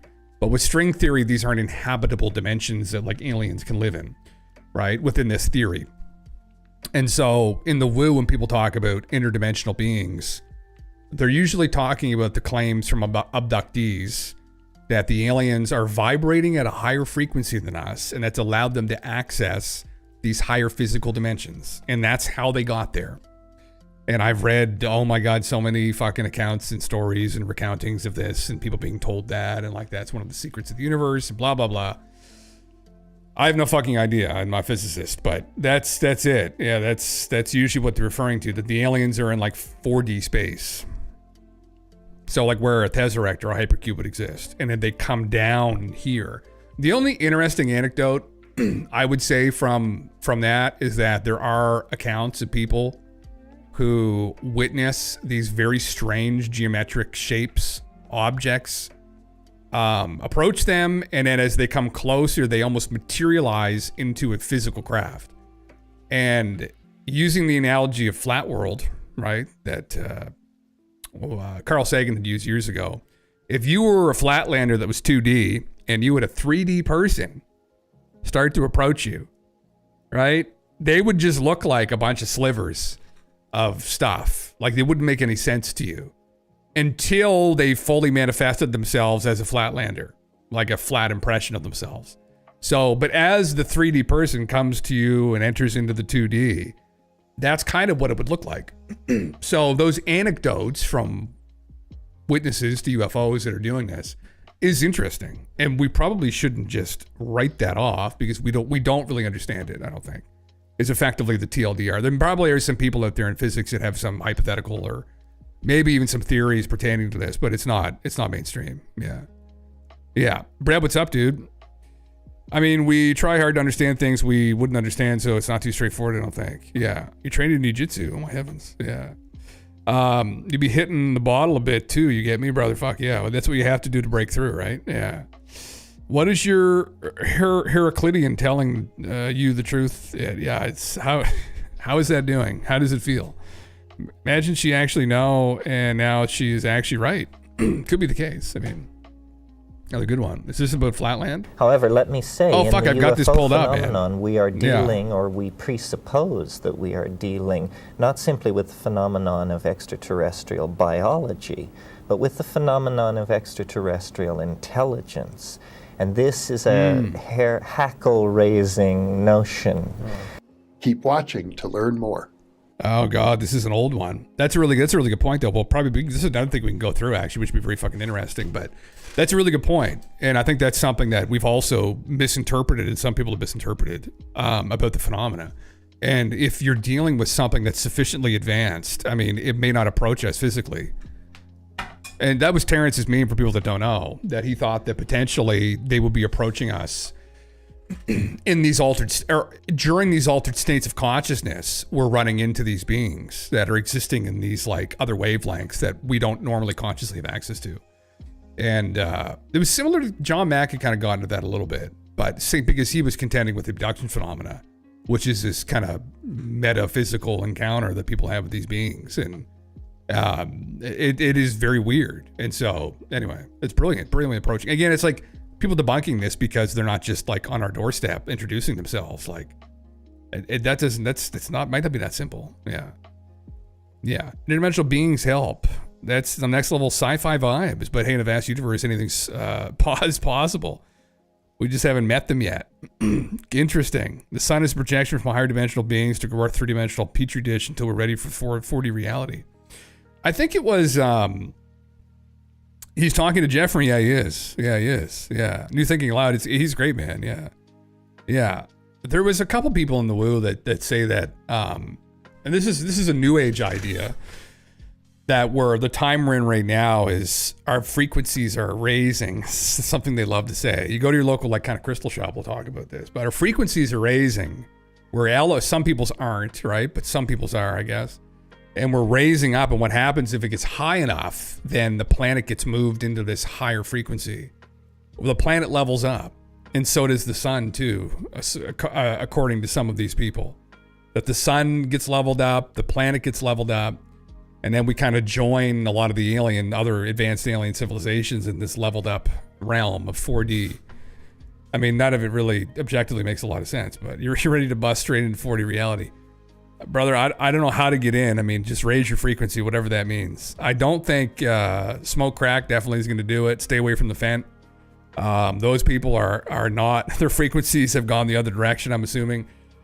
So you just eat vegetables, raw veggie diet, raw fruit, raw vegetable diet. Supposedly is how some of them say you get your frequency elevated. Sometimes those people do die of malnutrition, actually. So be careful. But on the way up, you just gotta be careful. Yeah. The soil cleanse it out. Yeah. Would the fourth dimension, not time, be a part of the simulation or outside of it? It's a good question, Death. Yeah. I would imagine it'd be a part of it. Yeah, it'd be part of the physical reality, maybe. Part and parcel to it. Who knows? Who knows? Yeah, maybe not. In the woo, like in woo people, according to woo people, it's a part of it's a part of the game. But that's part of the game. That you raise your frequency up to where you can. And none of this makes any sense to me or probably anyone else listening as a background in like physics. But you're vibrationally, however that makes sense, raising your cells, your atoms, I don't know. But you vibrate at a higher frequency, and then that's how you enter into the higher physical realms. However, that makes fucking sense either. None of it makes sense. So, all veggie died. There you go. Know me. That's exactly it. Yeah, we just might migrate subvector frequencies. So perception of the present doesn't appear massively different. Could that do? We can also lower in frequency. Yeah. Fucking Christ. Yeah. That's how microwaves cook food. Well, Nick, brother, that might be a quick way of getting things done, then, isn't it? Has anybody tried that yet? Right? They said he was in there for like 30 minutes and he just disappeared in a cloud of fucking dust. So he must have gone to the fourth dimension. That must be it. He didn't just evaporate himself. He must have gone to the fourth dimension. We've asked the AI this before. Raising your frequency to get into the fourth physical dimension. This is a J-Mez level question here. We're still on. This makes sense, right? Yeah. Oh my heavens. Just go do, and he's got bubbles there. And I hear it raises your frequency by at least 42%. Oh my fucking God, yeah. It depends how loud you are too, yeah. A fly got in the microwave with me. Oh, fucking, listen. They're going to hate you in the fourth dimension, brother. You're bringing all those fucking obnoxious bugs. A gadfly, probably. Think of it like escalation of necessarily driving amount of knowledge that can be accessed because all information is stored on one main medium. Okay, interesting. You collabing with J-Mez would be fire. I don't really see J-Mez just kind of like, it seems like he just very, very briefly, vaguely reacts to things and then goes on to new content. Like, I haven't really heard him like speculate or meme about stuff excessively. It's always, has he? I don't know. I haven't seen enough of his content. I'd love to dig into him a little bit, right? I'd love if he'd sip some of the slop with me. That'd be wonderful. Yeah. You use that frequently, memeing. It's just like kind of bullshitting, right? Kind of like just kind of speaking on stuff and just for the fun of it. Yeah. That's kind of it, I guess. Yeah. Fuck. I just lost that pick. Anyway, I'll get another one. He's got the following. Are you saying we can orbit and start siphoning his slop? Is that the plan essentially? Yeah. Yeah. Well, yeah, listen, I mean, hey.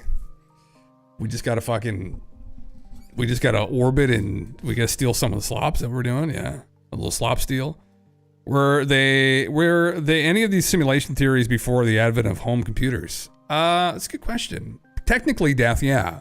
Depending upon how you want to interpret it, like I would say that like Plato's realm of the forms probably would be fairly equivalent to that. Again, it's just a modern analogy to try and wrap our heads around like what we think is happening. The realm of the forms is very similar. I was actually going to do, and I still may do at some point, a paper on the comparative between the simulation theory and Plato's realm of the forms. Kind of a Platonist type approach, but the philosopher Plato, yeah. It's very similar. Plato's realm of the forms, for people that don't know, is effectively states that there's this eternal place that people pull all their like original ideas, all real knowledge from, and that everything in this world is a poor reflection of this realm of the forms where everything originally resides. All the forms of different things. So you can say kind of, yeah, the Legacy Catcher record is kind of similar to me, but like you could think of it like he'll use the analogy like of a chair. That he'd say like the idea of a chair is some poor reflection of this perfect chair that exists in this eternal place beyond our reality. Our entire reality is kind of a poor reflection of this other perfect world. That's you could debate it, but I would say it's effectively like a simulation theory kind of meme, where there's this other eternal place that we're a consequence of, I guess, or we're a product of would be a better way of putting it. And so it's very old. Yeah, it's very old. Yeah. What about philosophy, brother? Yes. When it comes to literally anything else, fuck no.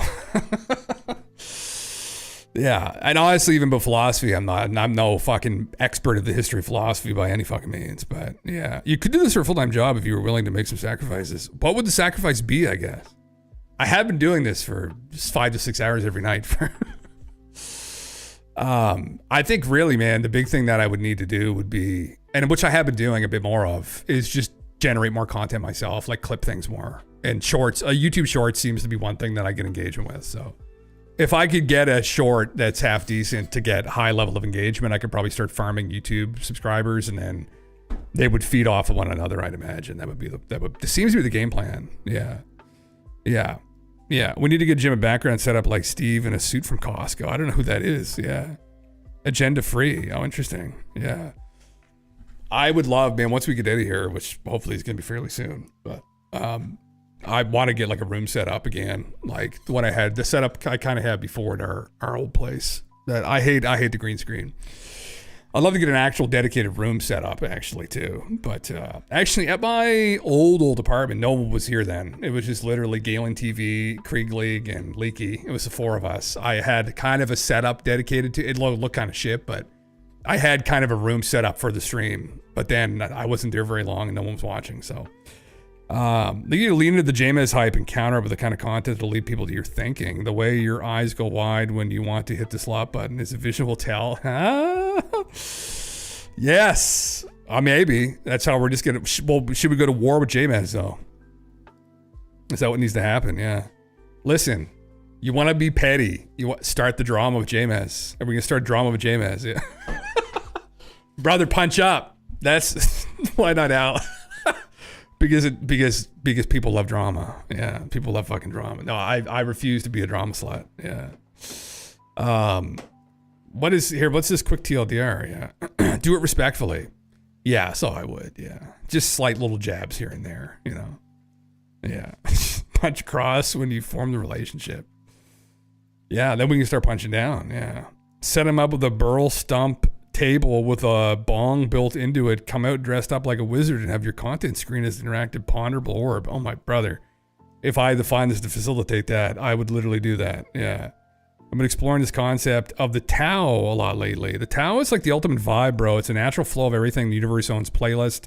When you go with the flow, you riding the wave of the Tao with the rhythm, hang loose and let life happen. I think I've heard of this before, Edge, yeah.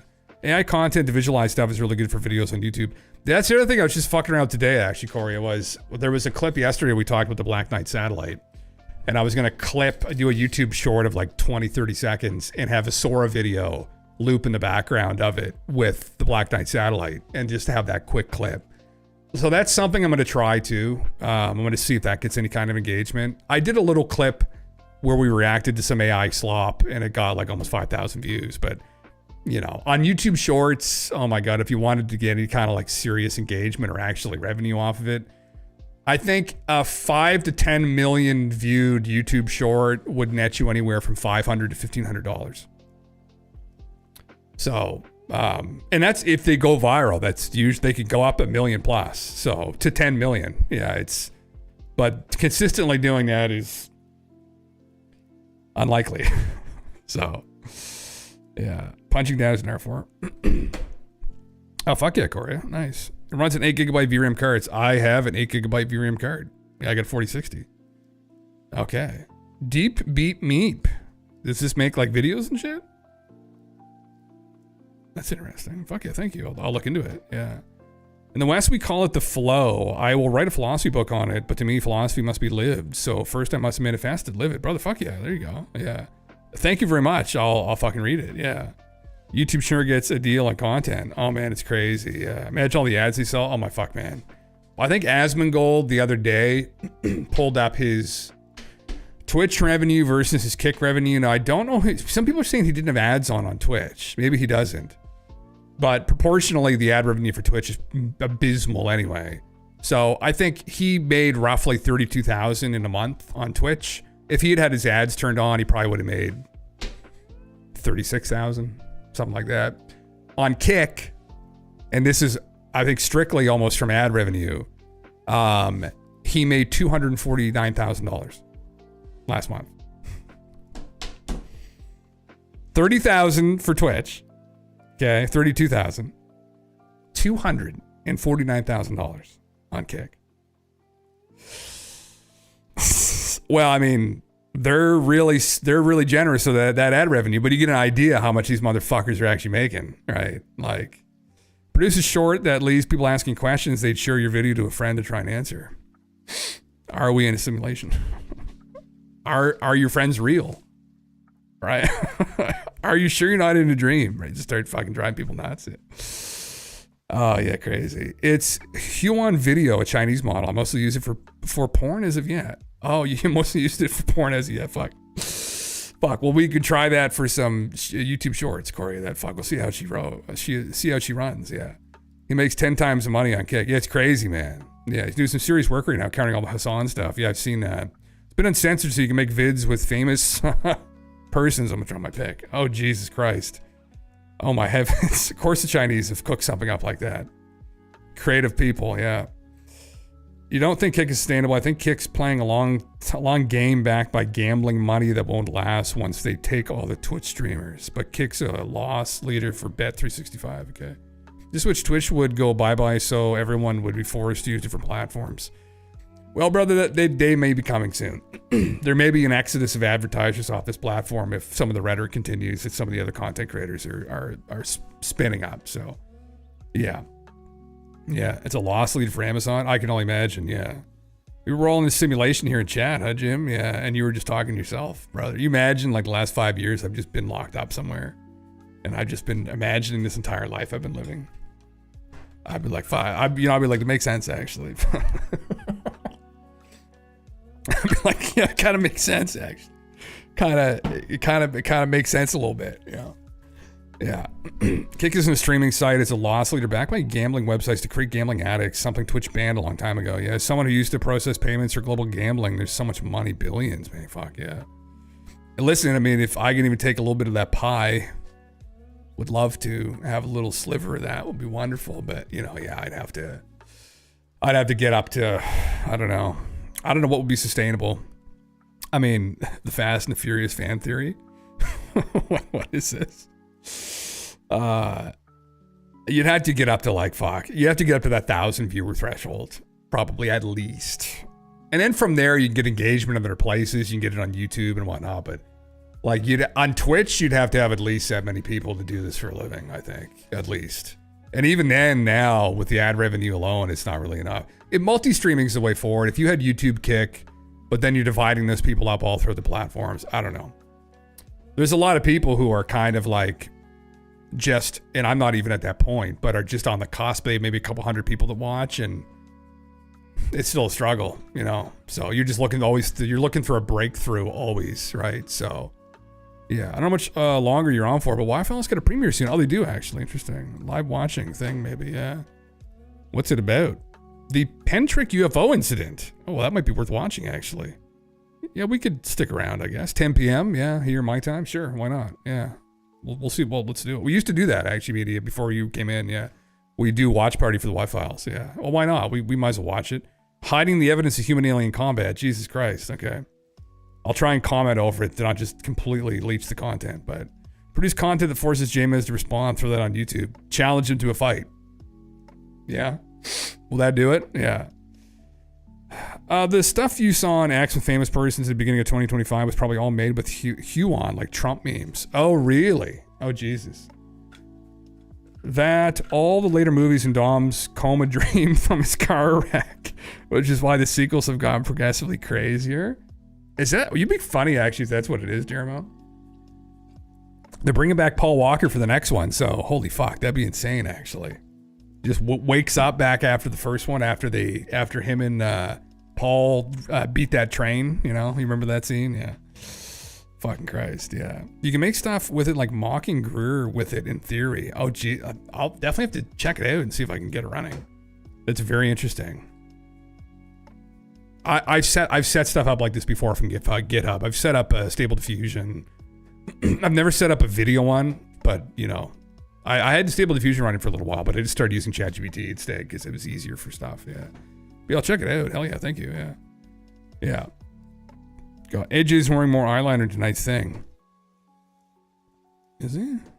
That's hot. Military surveillance planes circled the Welsh village of Penturk for 3 days straight in February 2016. Never leaving, never landing, just circling. Local police fielded dozens of calls. 58 minutes. Residents wanted answers about the planes. They wanted to know about the 3 days of weird lights in the sky. The police said it was probably RAF training, but they didn't know either. Kaz Clark stood outside with her neighbor Dave on February 26th. They'd been watching the planes for days. Military aircraft don't circle villages without a reason. At 2:30 a.m., they got their answer. A black pyramid appeared in the sky, 30 stories tall. Within seconds, combat aircraft swarmed from every direction. The military wasn't surprised. They'd been waiting for it. The circling planes, the perfect timing. This was not a coincidence. This was an ambush. He's looking very well, very, very done up, very, very clean, very fresh. Whatever, new look. New him, new look. I don't judge. He wants to wear a little bit of makeup, go for it. David Bowie wore makeup. He was cool, like, fuck, whatever, brother. Like, yeah, interesting. 10 to 50% lower sound on YouTube video, please, Jim. I can facilitate that, brother. Yeah, we can knock her down 10 to 15%. Here, right, try to remind myself. I'll leave this up so if it starts, there we go. That's about 10 to 15% lower, yeah. I've been losing weight consistently since COVID, looking a little sickly. He said it was COVID weight, but he might have cancer or something. I fucking hope not. Jesus Christ. God, Jesus, yeah. Ixie, he looks like AI. He looks like more Metro. Maybe he's going through something. I don't know. I mean, fuck. Whatever.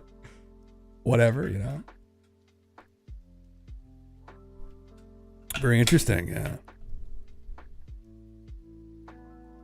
Is this Californication in the back? Oh god, anyway, I'm talking over it. Probably won't fucking. It's supposed to be lo-fi fucking. What the fuck it's called? Like, lo-fi copyright-free hits, guys. That's a cover maybe, but still, that's not copyright-free. Yeah. God damn. Anyway, can't even hear the music to be honest. It's very low. Like here, it might be a little bit too low, honest. There, that's it. There, yeah. I can never tell. You hear Californication? Yeah. That's it there, yeah. I usually try and keep it quite low because I don't like it like overpowering shit. It's usually kind of fucking annoying. So, didn't I fucking have something about? Oh, I did, yeah. Oh god, there's a bunch of this shit I was gonna pull up and go over. There's some of these other videos I was gonna go over too, which are interesting. I did kind of want to go over this a little bit. This is a there was another fight on Twitter between all the debunker types. Not that I really care about this stuff that much, but Eric Weinstein was, I was just looking at this before I came on, but he was arguing, he called out Mick West, Michael Shermer, I don't know who Francis Collins is. Literally very small account. And Neil deGrasse Tyson, as well as Sean Carroll, who wasn't successfully tagged. And New York Times about the role of debunking and discrediting professionals who do not buy into narratives that are later found out to be cover stories about national interest. And then he got into a huge debate with all of them, and then started fighting with Mick West, and they all started fighting. Oh, fuck. Anyway. Oh, interesting. Okay. Really? You get your 5080. Oh, yeah, fuck it. 20-second videos, 10 minutes at 540p. Oh, shit. How long would it take on a 4060? Like 5 hours? Shit. It's pretty crazy, though. Jesus. Wow. The future's gonna be a really weird place. Like, really weird place. I'm not really prepared for it. Like, I tried to do, where was Sora earlier? I think I can, no, just give me Sora without, I don't need the subscription. But I tried to do, where was the video I just generated? My videos. Didn't really, no. What the hell? Putin holding hands with his, that one's bordering on, oh my. Where's my media? Here, this, I said, generate me a image of the Black Knight satellite. I said, oh, what the fuck? I said, that's not really what I had in mind, but, you know, definitely could have been better. Now, how do I get out of here? Okay. But anyway, I thought you get a free preview with this shit, but I don't think you fucking do. 16:9. Yeah, anyway. Yeah. This thing's a game changer for lower VRAM GPUs. Okay, interesting. Yeah. Yeah. I mean, you can do, shit, sorry. Let me turn down this. See, for me, this is like almost a little bit loud. There, that's kind of like better. Yeah. 2 Black Knights in a space tent. That's kind of what it fucking looks like, isn't it? Yeah. It's not quite what we had in mind, brother. You know, we want something a little bit different. Okay. So, do an alien satellite. Oh, Jesus Christ. Over Earth. There you go. I usually choose Sora for quick stuff as well. Yeah. It is true. 24 gigabytes of VRAM would be perfect. Holy shit. What does a 5090 have right now? Oh, Jesus. That's fucking insane. I have 32. I have 8 with my 46. That's insane. Man. That's actually nuts. It is 11 in a bit. Yeah, it's better. Well, it technically would be better, but yeah, it has more. Yeah. Fuck, interesting. Yeah. Anyway. Oh, wow. That's still pretty sloppy, actually. I mean, it's interesting. Interdasting. Not quite what I wanted again, but yeah. Yeah. Old Janya shit's like, yeah, imagine it would be. Yeah. Imagine it would be. What else do I have up here? Well, there is this thread. What the fuck's he talking about here? Talking about, oh, this is the Graham Hancock video I was going to pull up here. Talking with, oh my fucking God. Of all people, oh my God, David Wilcock. Yeah, which is kind of more relevant to what I usually talk about as the night progresses along, which is pertaining to cyclical cataclysms. Graham was more into this years ago, especially with Chariots of the Gods. He was really on this. Like, yeah, you could definitely, on your 4060, it would take like 10 minutes. Okay, that's not bad. Oh, fuck, that's pretty good. Okay, yeah. This is a video. I think the numbers are extremely important. There's a body of myths from all around the world that include what turn out to be, expressed in the language of myth and the symbolism of myth. What they capture is extremely precise observations of a phenomenon called the precession of the equinoxes. Right. Which is, everybody's heard about the dawning of the age of Aquarius. Most people are aware that we're living towards the end of the age of Pisces right now. But what that actually means is that if you stand at any point on the Earth on the 21st of March, an hour before dawn, and look due east, you'll see a constellation sitting on the horizon in the place where the sun will shortly rise. And that constellation for the last 2,000 or so years has been Pisces. But because of a wobble on the axis of the Earth, which unfolds very, very slowly and it's very hard to observe, we're gradually tracking backwards. The sun as a pointer against the zodiac is gradually tracking backwards through the zodiac. 1 degree every 72 years. 1 degree every 72 years. And okay, yeah, I mean, this goes into the whole fucking meme with them that they think that something happens. There's like 4 cycles that occurred during the precession. So what do you break that into now? I guess you could break it into every 7,000 years, roughly. Something like that. 6,000 years? 6,000 years, roughly. 6 or 7, yeah. Solar flares, pole shifts. I think it's extremely important we find out. Were they trying to warn us about cyclical cataclysms? Comet strikes, something else. Keep mixed camera running for about 72 years and the stars will move 1 degree. Interesting. Oh, this is interesting. I'll move 1 degree in a circle, 72 multipliers of it. It's throughout sacred ancient texts. Seems their ancestors knew all about precession. My favorite is the Catholic Rosary, 108 beads, 72 plus half of 72. Okay, plus these 72 virgins, 72 names of God, Kabbalah, 72 disciples of Jesus, 72 main temples in Angkor Wat in Cambodia, and more. Interesting. Leave the camera running for 2,160 years, and the stars will move about 30 degrees, or a 1/12 of a circle. That's an age, the age of Taurus, Pisces. There you go, which began around the alleged birth of Jesus.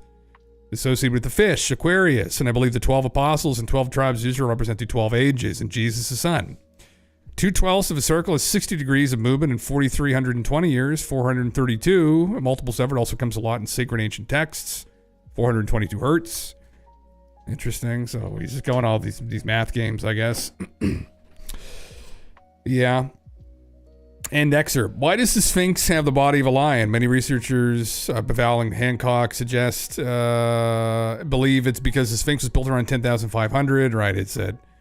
And this brief post from religious forums, which I think is accurate, is about a comet hitting the Earth around that time. It could be a clue as to why these numbers were embedded over and over again for thousands of years. Here's a brief post from religious forums, which I think is accurate. Oh my, okay, I might know where they're going with that. Yeah. My numbers are 11 and 23. Max, what's up, dude? How you doing? Yeah, I don't know what my number. My number is 3,600. My favorite number. The Sumerian Sar, or Shar, however you want to pronounce it, Sar. A holy number, an important number to them. They measured the reigns of their old kings with multiples of 3,600. The Sumerian kings list, all the old kings before the flood had like rules of 20, 30, 40,000 years. Consider the story of Moses descending from the mountains and seeing the Israelites worshiping a golden calf in Exodus 32. Moses puts a stop to the worship of the golden calf bull. The supposed chronology of this event corresponds to the end of the astrological age of Taurus, the age of the bull, and the beginning of the astrological age of Aries. In the remainder of the Old Testament, we find various references to rams, which may coincide with the age of Aries, and that is the age of the ram. However, it gets more interesting. The supposed birth of Jesus occurs approximately 2,155 years after the golden calf. In the Old Testament, indicating the age of the Pisces begins at the time of Jesus' birth. Oh, Jesus. Literally, the age of Pisces is the age of fish, hence the reference to being fishers of men And the fish symbol being associated with Christianity. In reality, the fish is a natural logical symbol representing the age of Pisces. Okay.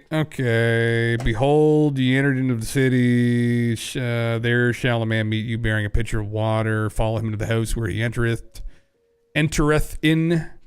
This could be argued to be a reference to the coming age of Aquarius. Okay. And this post from a 2014 Facebook post by Graham Hancock, where he makes similar points and more. I talked about Hamlet's Mill, which is a book that kind of delves into some of the stuff a little bit. I've already kind of gone over that. Some of the more honest, this stuff's the precession of the equinoxes is interesting. I think really the TLDR on it that they've gone into in some of their other works before is that it looks like encoded within myth and legend, going back even further into some of these megalithic constructions. There were a group of people on the planet who were involved in these constructions that were aware of this broader precessional cycle. And the problem with that is that really it took us a long time to figure it out here. Well, we kind of relied on the ancients, and somebody had an idea. You almost would have had to have kind of lived through the entirety of it, or you would have to have a very deep understanding of celestial mechanics and how the planet moves mathematically to really figure that out and pinpoint down the actual cycle itself, and then encode all this other shit around it astrologically. So it gets to an advanced ancient lost civilization again, an evidence of it. Yeah. The age of Aquarius, a water bearer like the USOs under the sea becoming gods, brother. Fuck. Maybe. From the Bill Darlison blog. Okay. I've already got, listen, this stuff is interesting about 432, 430 years ago, blah, blah, blah, you know. The most interesting thing that could come out of the fucking Exodus, always responding to a post Mick West made, is the mention potentially of a giant red comet appearing. That's the most, and now that's not in the official translations, but in all some alternate translations back fucking, I don't know, like 1800 years ago, 1700 years ago. That's the most interesting thing that comes out of the fucking Exodus, personally. I really love Graham's work. I find Graham maybe didn't necessarily hit it directly on the head. But anyway, yeah. The Age of Aquarius is a zodiac cycle that supposedly brings about a time of innovation, harmony, and enlightenment. You know, the hippie vibes on steroids. Perfect for Jim Russell and streaming mysteries, right? Christ. Is it the Age of the Tau connected? They both got that cosmic vibe. How enormous is Jim's Wang? So enormous it might need its own stream, but I'll leave that to your imagination. Oh my heavens, I'm surprised it even fucking answered that, for Christ's sake. My heavens. The OnlyFans begins. The Age of Aquarius is more about astrology and cosmic awakening, while Tao is a balance and flow. Think of it like two different but equally chill paths to the universe. What? It's got the fucking Charlie. Connect the dots. Oh my fucking God. That's a proper fucking name. Oh God. Yeah. Yeah. So it's kind of interesting. I mean, you know, again, it's like there's been something encoded in ancient history that we weren't aware of. Our ancient cultures weren't even really aware of the impact of, and we figured out after the fact that this could represent some older civilization that influenced all of the others. So, yeah, it's interesting. I don't know. I mean, some of the number games are intriguing. I mean, but yeah, I don't know. I mean, some people just attribute this all to chance, and it's like the number games you play with the Great Pyramid, Khufu's Pyramid. You can do some number games with it, and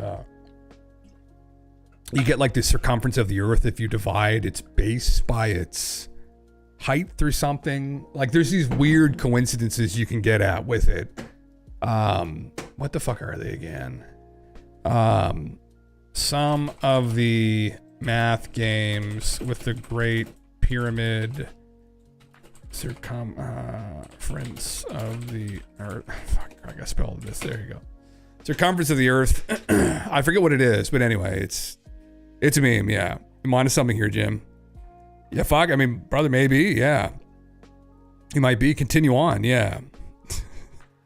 Even the mushrooms. Radagast's reign. Fuck yeah, brother. Fuck yeah.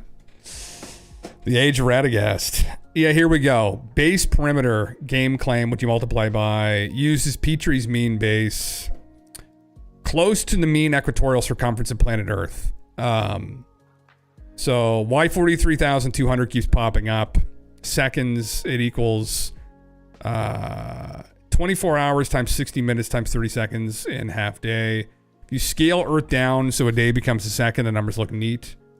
Interesting. They're just saying it's all coincidence. Yeah, that there's nothing to this. Anyway, yeah. I don't know. It's hard to say. Randall Carlson's gone through on some of his streams and he's gone through some other ones too that you can do that involving the golden ratio too. That's another one. Yeah. So yeah. Anyway, yeah. And then you've got the actual location of it as well. That it's latitude, longitude. I don't think it was one of the two. I can't remember which one it was, but it's effectively speed of light coincidence with it. What's it at? Is it longitude or latitude? I can't remember. But marinate some chicken thighs and pickle juice. Oh, brother, you fucking that sounds pretty good. Good old chicken thighs, got all that flavor on them. You deep frying those fucking bitches or what?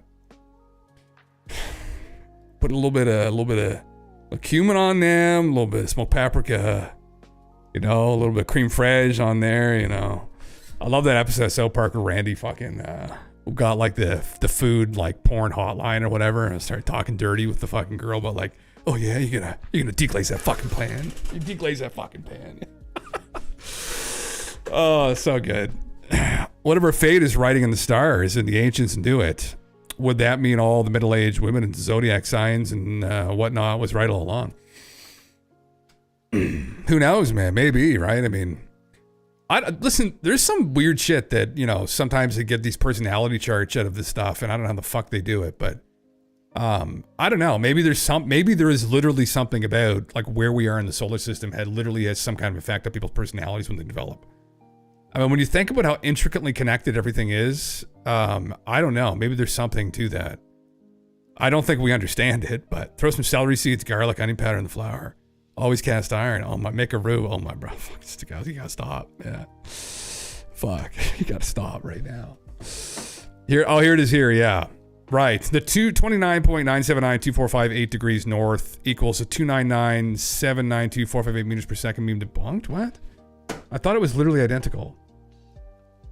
That's not right. That's not right. No. It literally is. Okay, the latitude is 29.979175. No, that's not right. That's not right. It's literally the speed of light is the whatever the fuck it is. This stupid thing didn't even do it right. Latitude. It's the same. Anyway. I don't know. They didn't have a meter measurement, supposedly.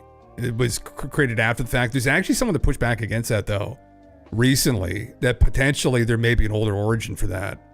So, it's something like weird coincidence, maybe. So, yeah. If you ever had meet up Jim Russell, we do well, drink well, and be beyond any semblance of sober, brother. Fuck yeah. Amen, brother. Listen, that's what happens when we fucking hang with old fucking Uncle Jim. Poor Mr. Galen TV found out about that on the weekend. He experienced that firsthand. I'll wait till he comes on and tell a story about it, though. Anyway. No, I didn't push him to drink.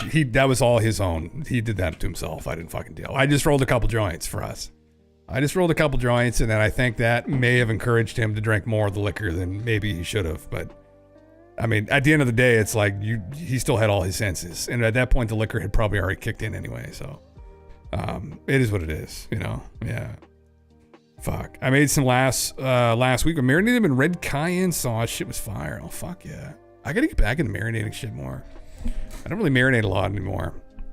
I used to do the sourdough bread. That wasn't really marination, but it was a long process. At least long process things. I'm more like get steaks, throw them on the grill. Although I did a couple chuck roasts. We did a sirloin tip, which was but the chuck roasts are odd, man. Fuck, you let those braise over like 5 hours, 4.5, 5 hours. Holy fuck, so fucking good. Yeah. Once Jim gets in shape and reach what was 1K followers, he will do an official IRL stream and invite us all regulars for his corn circle experiment. Oh my fucking heavens, yeah, let's do it. 1,000. Well, I think we're gonna do. I meant to talk to Gil on TV about that. We're gonna do still an IRL stream here soon, anyway. Probably in the weekend, like Friday or Saturday night or something.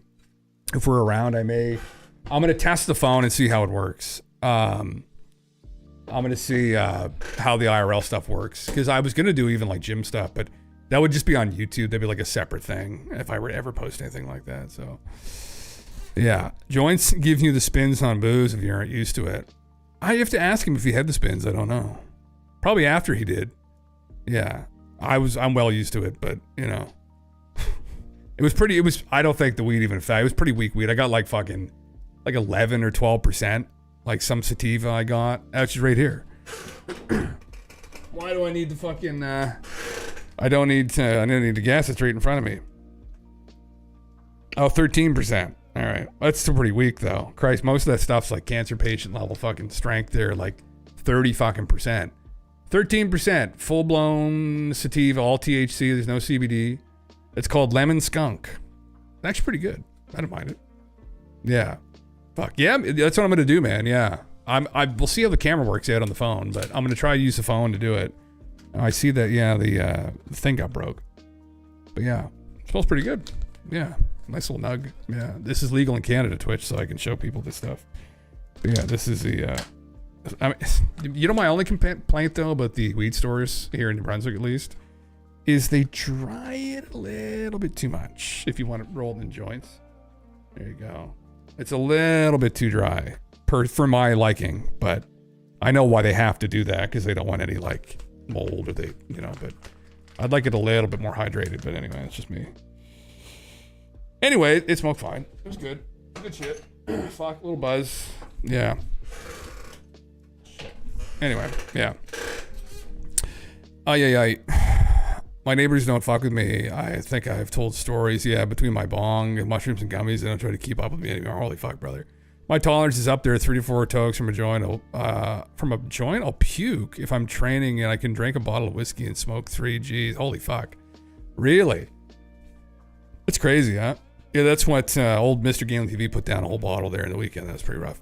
I've done it a couple times. I usually don't do that anymore, but it's a lot of liquor. Like, yeah, I had a bottle of wine on Friday, and then I had 4 beer on Saturday, and then I had a glass of whiskey. I wasn't like drunk at any point. I just was drinking. Playing Magic the Gathering, yeah. If Leo symbolized Sun Kings, divine rulers, Aries, warrior tribe, and Pisces, and martyr savior, then Aquarius may symbolize the techo mystic or visionary innovator, like Prometheus giving fire knowledge to humanity. Alternatively, Aquarius may herald a return to Atlantean-like source societies, highly advanced yet potentially vulnerable to collapse if ethic and spiritual awareness lag behind technological power. Oh my heavens. I do like boneless, skinless breasts on the grill with a marinade made out of mustard, lemon, and scotch bonnet with some garlics and onions. That'd be fucking nice. I did that today, brother. I just quick fucking easy. I just cut up 4 chicken breasts, cut them in half, pound them out a little bit. Just onion powder, garlic powder, salt, pepper. That's it. No oil. Just kind of sprayed the grill down a little bit, and that's what I had for lunch. I had some bone broth, rice, a little bit of broccoli, and then I just had those pita pizzas, which someone called disgusting. I posted a video on Instagram. Just beef and just tomato sauce and just easy basic shit. But yeah, I usually on the weekend I always try to do something fun, but through the week, fuck that. Yeah. Space lettuce. You guys should slow down on the mind altering substances. Yeah, well, I mean, I regularly, I rarely, oh geez, double IPA, oh Jesus. I rarely smoke weed anymore, man. I don't really smoke anymore at all. Yeah. Yeah. Very, very occasionally will I. I don't know, like I used to a lot back in the day, but I had noticed like even now, it's almost one of those things like back when you don't even notice it, but like, it definitely was affecting my lung capacity. And now that I don't smoke and now I smoke, I'm like, oh, fuck, I can notice it. I usually smoke cigars. Usually, because cigars, you don't really inhale them, so it doesn't really affect my lungs. And I love the taste of them and smell them. And especially with like a glass of like fucking like whiskey or like brandy or something. Oh my God. But I can't afford that right now to fucking be getting nice cigars. So yeah, it's not the mold that's the problem. They got to get it dry enough from the keef roll and then use it to make hash. Oh, interesting. Okay. Is that the meme? You would know, man. Yeah. Interesting. It's not that easy to find reefer that hasn't been rolled to shit unless you know a grower. Yeah, it's just, I don't know. I've never really found a strain either here that I really like either. That stuff wasn't bad. It was okay, but just a little buzz. Yeah. The apparently from hash, so I stopped. Oh, yeah. I at least love hash. Yeah. It depends on the strain for me. I mean, usually it's the amount usually that'll affect me. Like if I keep it at a lower amount, actually the percentage wise too, like I'd rather smoke like 2 weak joints than smoke half a fucking super strong joint for me. Cause I can like gauge how it hits me really quick. So I can gauge how I'm feeling. I can work my way up to a happy place. The problem with stronger weed is I can't gauge it and it like starts hitting me uncontrollably. Cause you know, like the shit we would usually smoke before it was legal was like, we weren't getting a hold of like any decent shit usually. It was usually like kind of, you know, weaker shit. And when the legality came in and all these hybrids and they're strong as fuck, I was like, fuck, this isn't even the same stuff anymore. This is like a psychedelic substance. I mean, some of the fucking experiences I've had just from smoking, I've known people like my brother, other people who had like the shatter pens they hand out, man. Like they just tripped the fuck right out. Like he had a night a couple years ago, he was living across from me. There's these 2 apartment buildings right across, like in the same parking lot.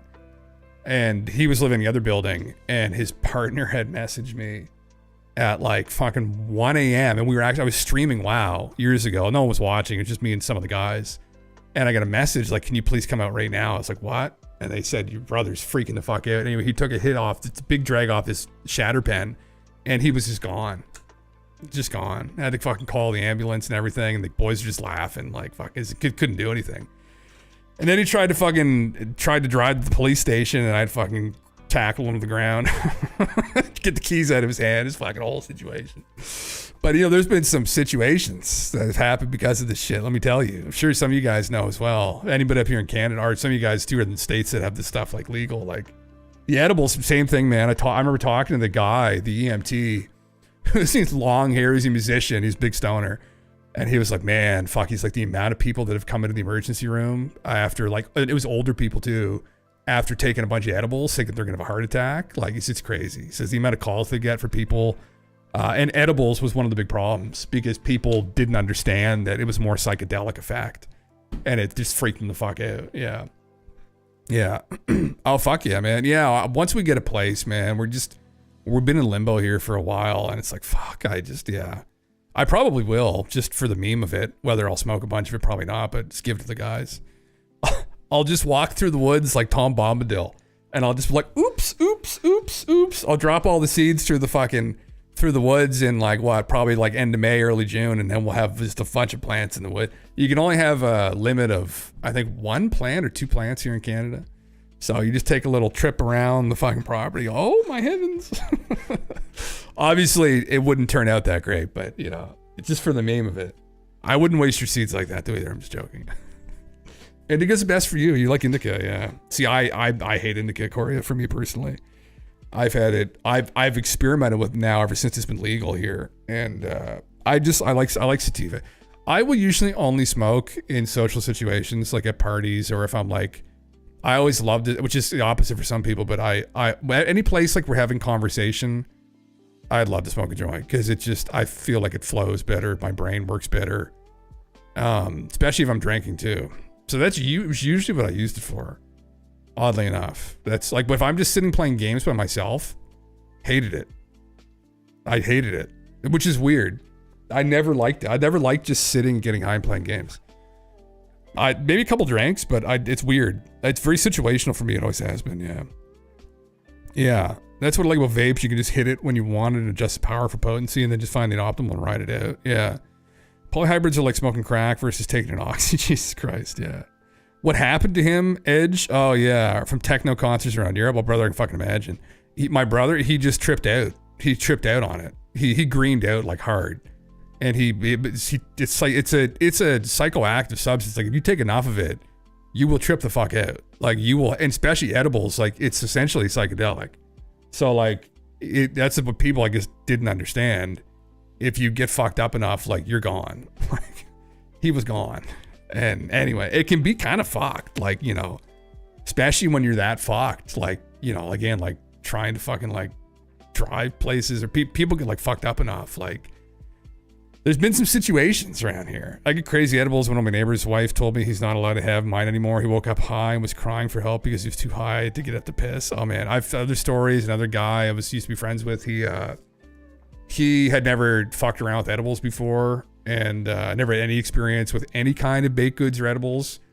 And I warned him. I was like, listen, like, you know, he's a big guy. He's like 260-pound guy, and we just ate a bunch of food. I'm like, this is gonna take a while to kick in. Like, this could take up to an hour to kick in. And they were like 10 milligram gummies.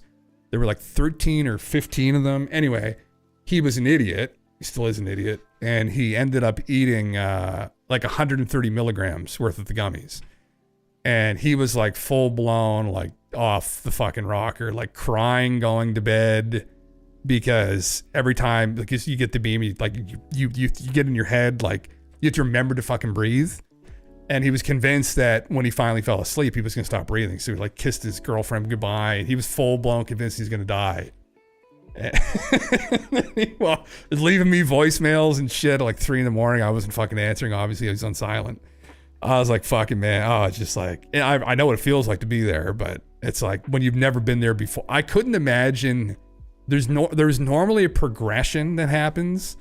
For people here in Canada, when it became legal, it was like they skipped that initiation period and just went straight to completely fucked, man.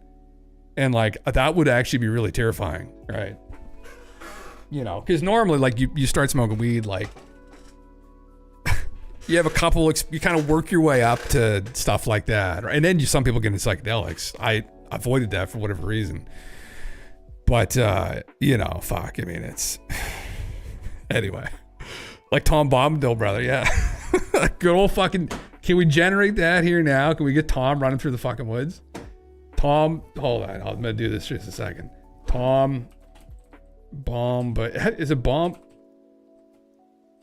Planting weed seeds, running through the woods. Please do this for us.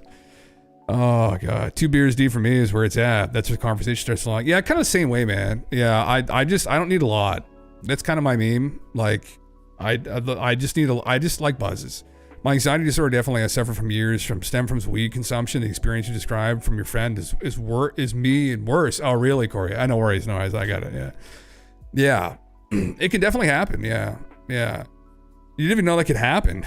Oh fuck yeah, man. Oh yeah. Actually, to be completely honest, man, the state he was in, I didn't know that could happen either like that. I've been fucked up before, but like I've never been that fucked up. But this is the thing, like, oh my fucking god, yes.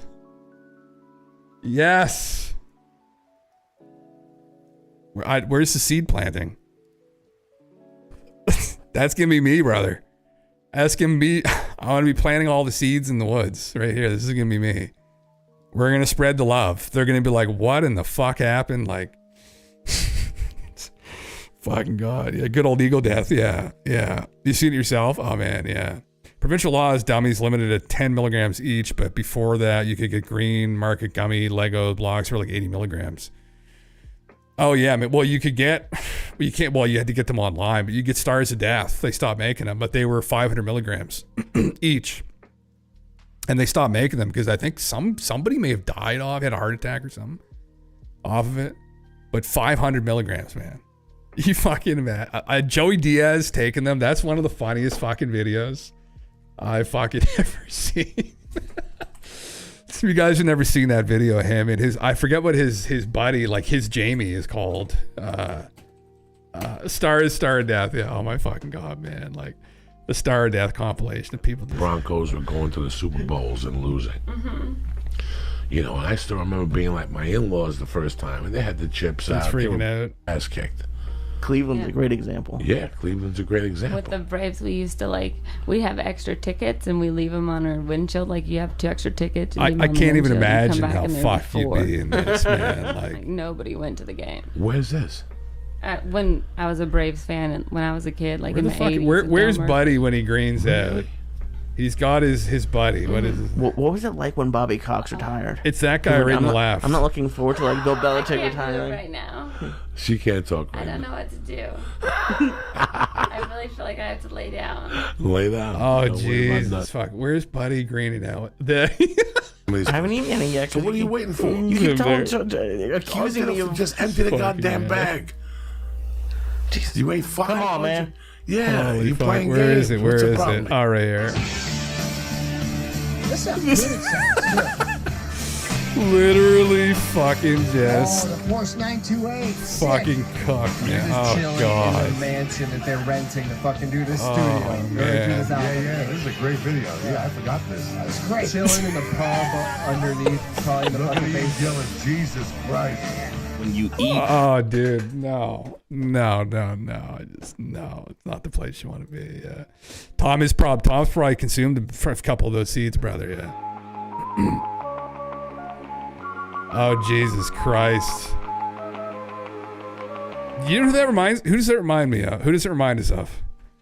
I'm not trying to be a dick, but like, I swear to fuck, like I don't intentionally do these things, but that looks a lot like Flint Dibble. I mean, sorry, Flint, I'm sorry, brother. Like, I don't like you as a person. I don't mean to attack like you physically, but that does remind me of Flint Dibble. I'm sorry. Like,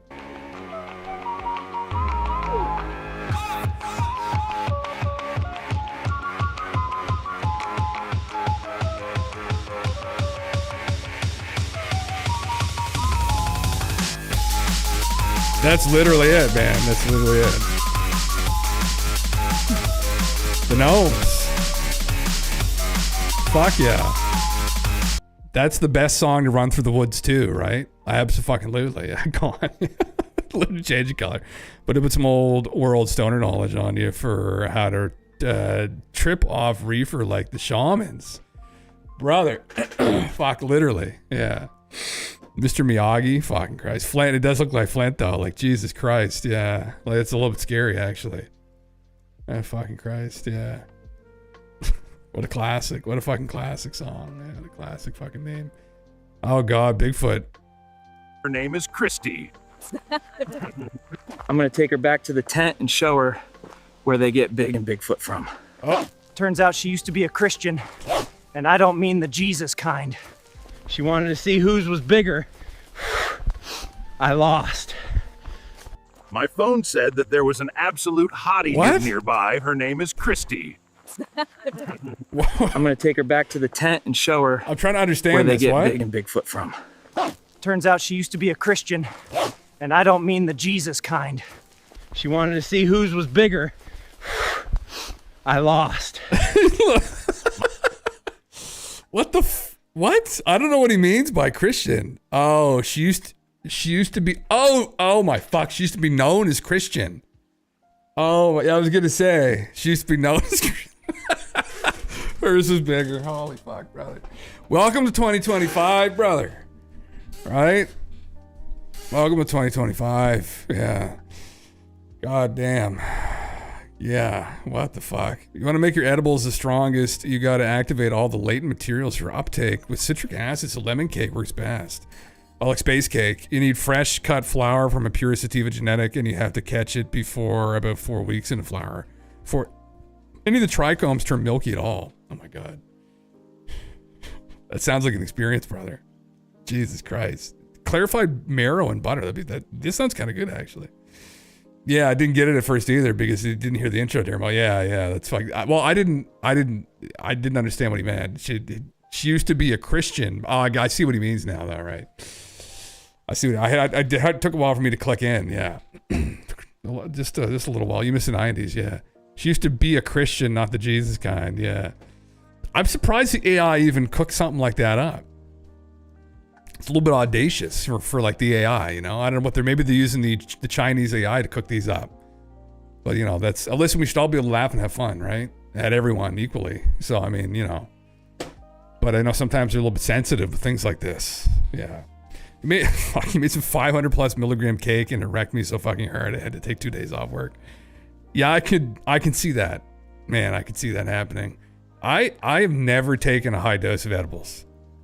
I can't remember back in the day. I've had a couple cookies here and there, like pieces of cookies, but like I was never a fan of the effect of them to begin with.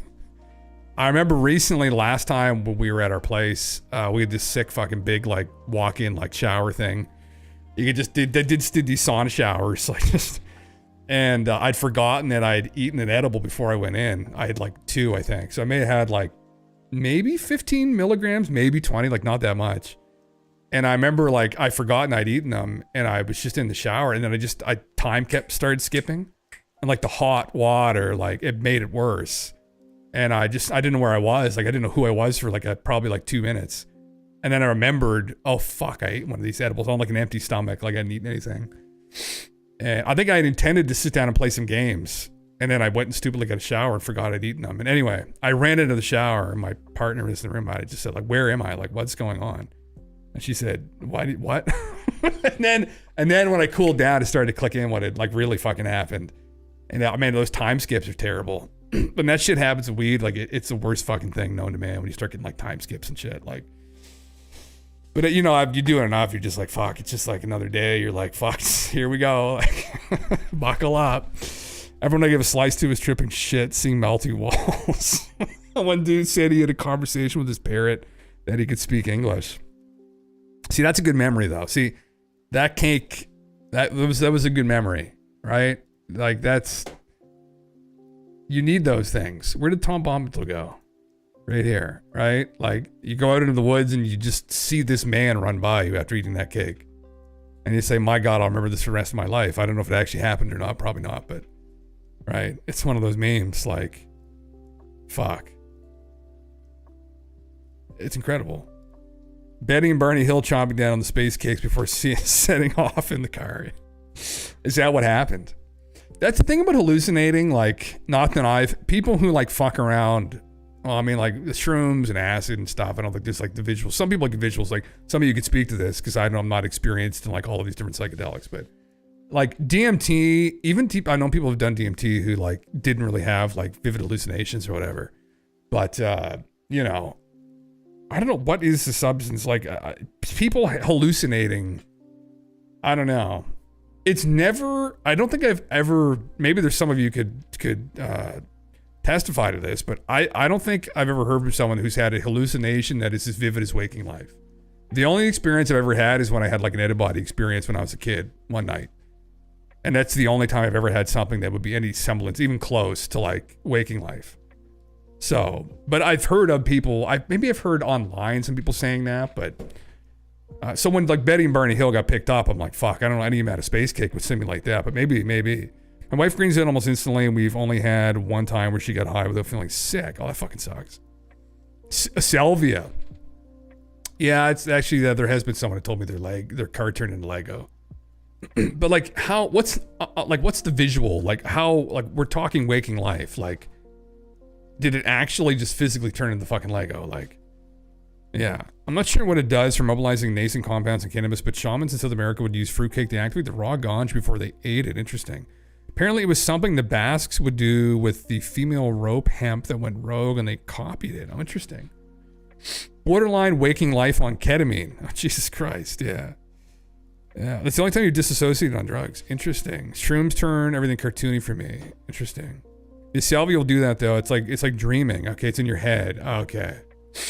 Yeah, I remember years ago there was a place called Mr. Music, and some of the guys said that they're selling psychedelics there illegally, and I was like, what?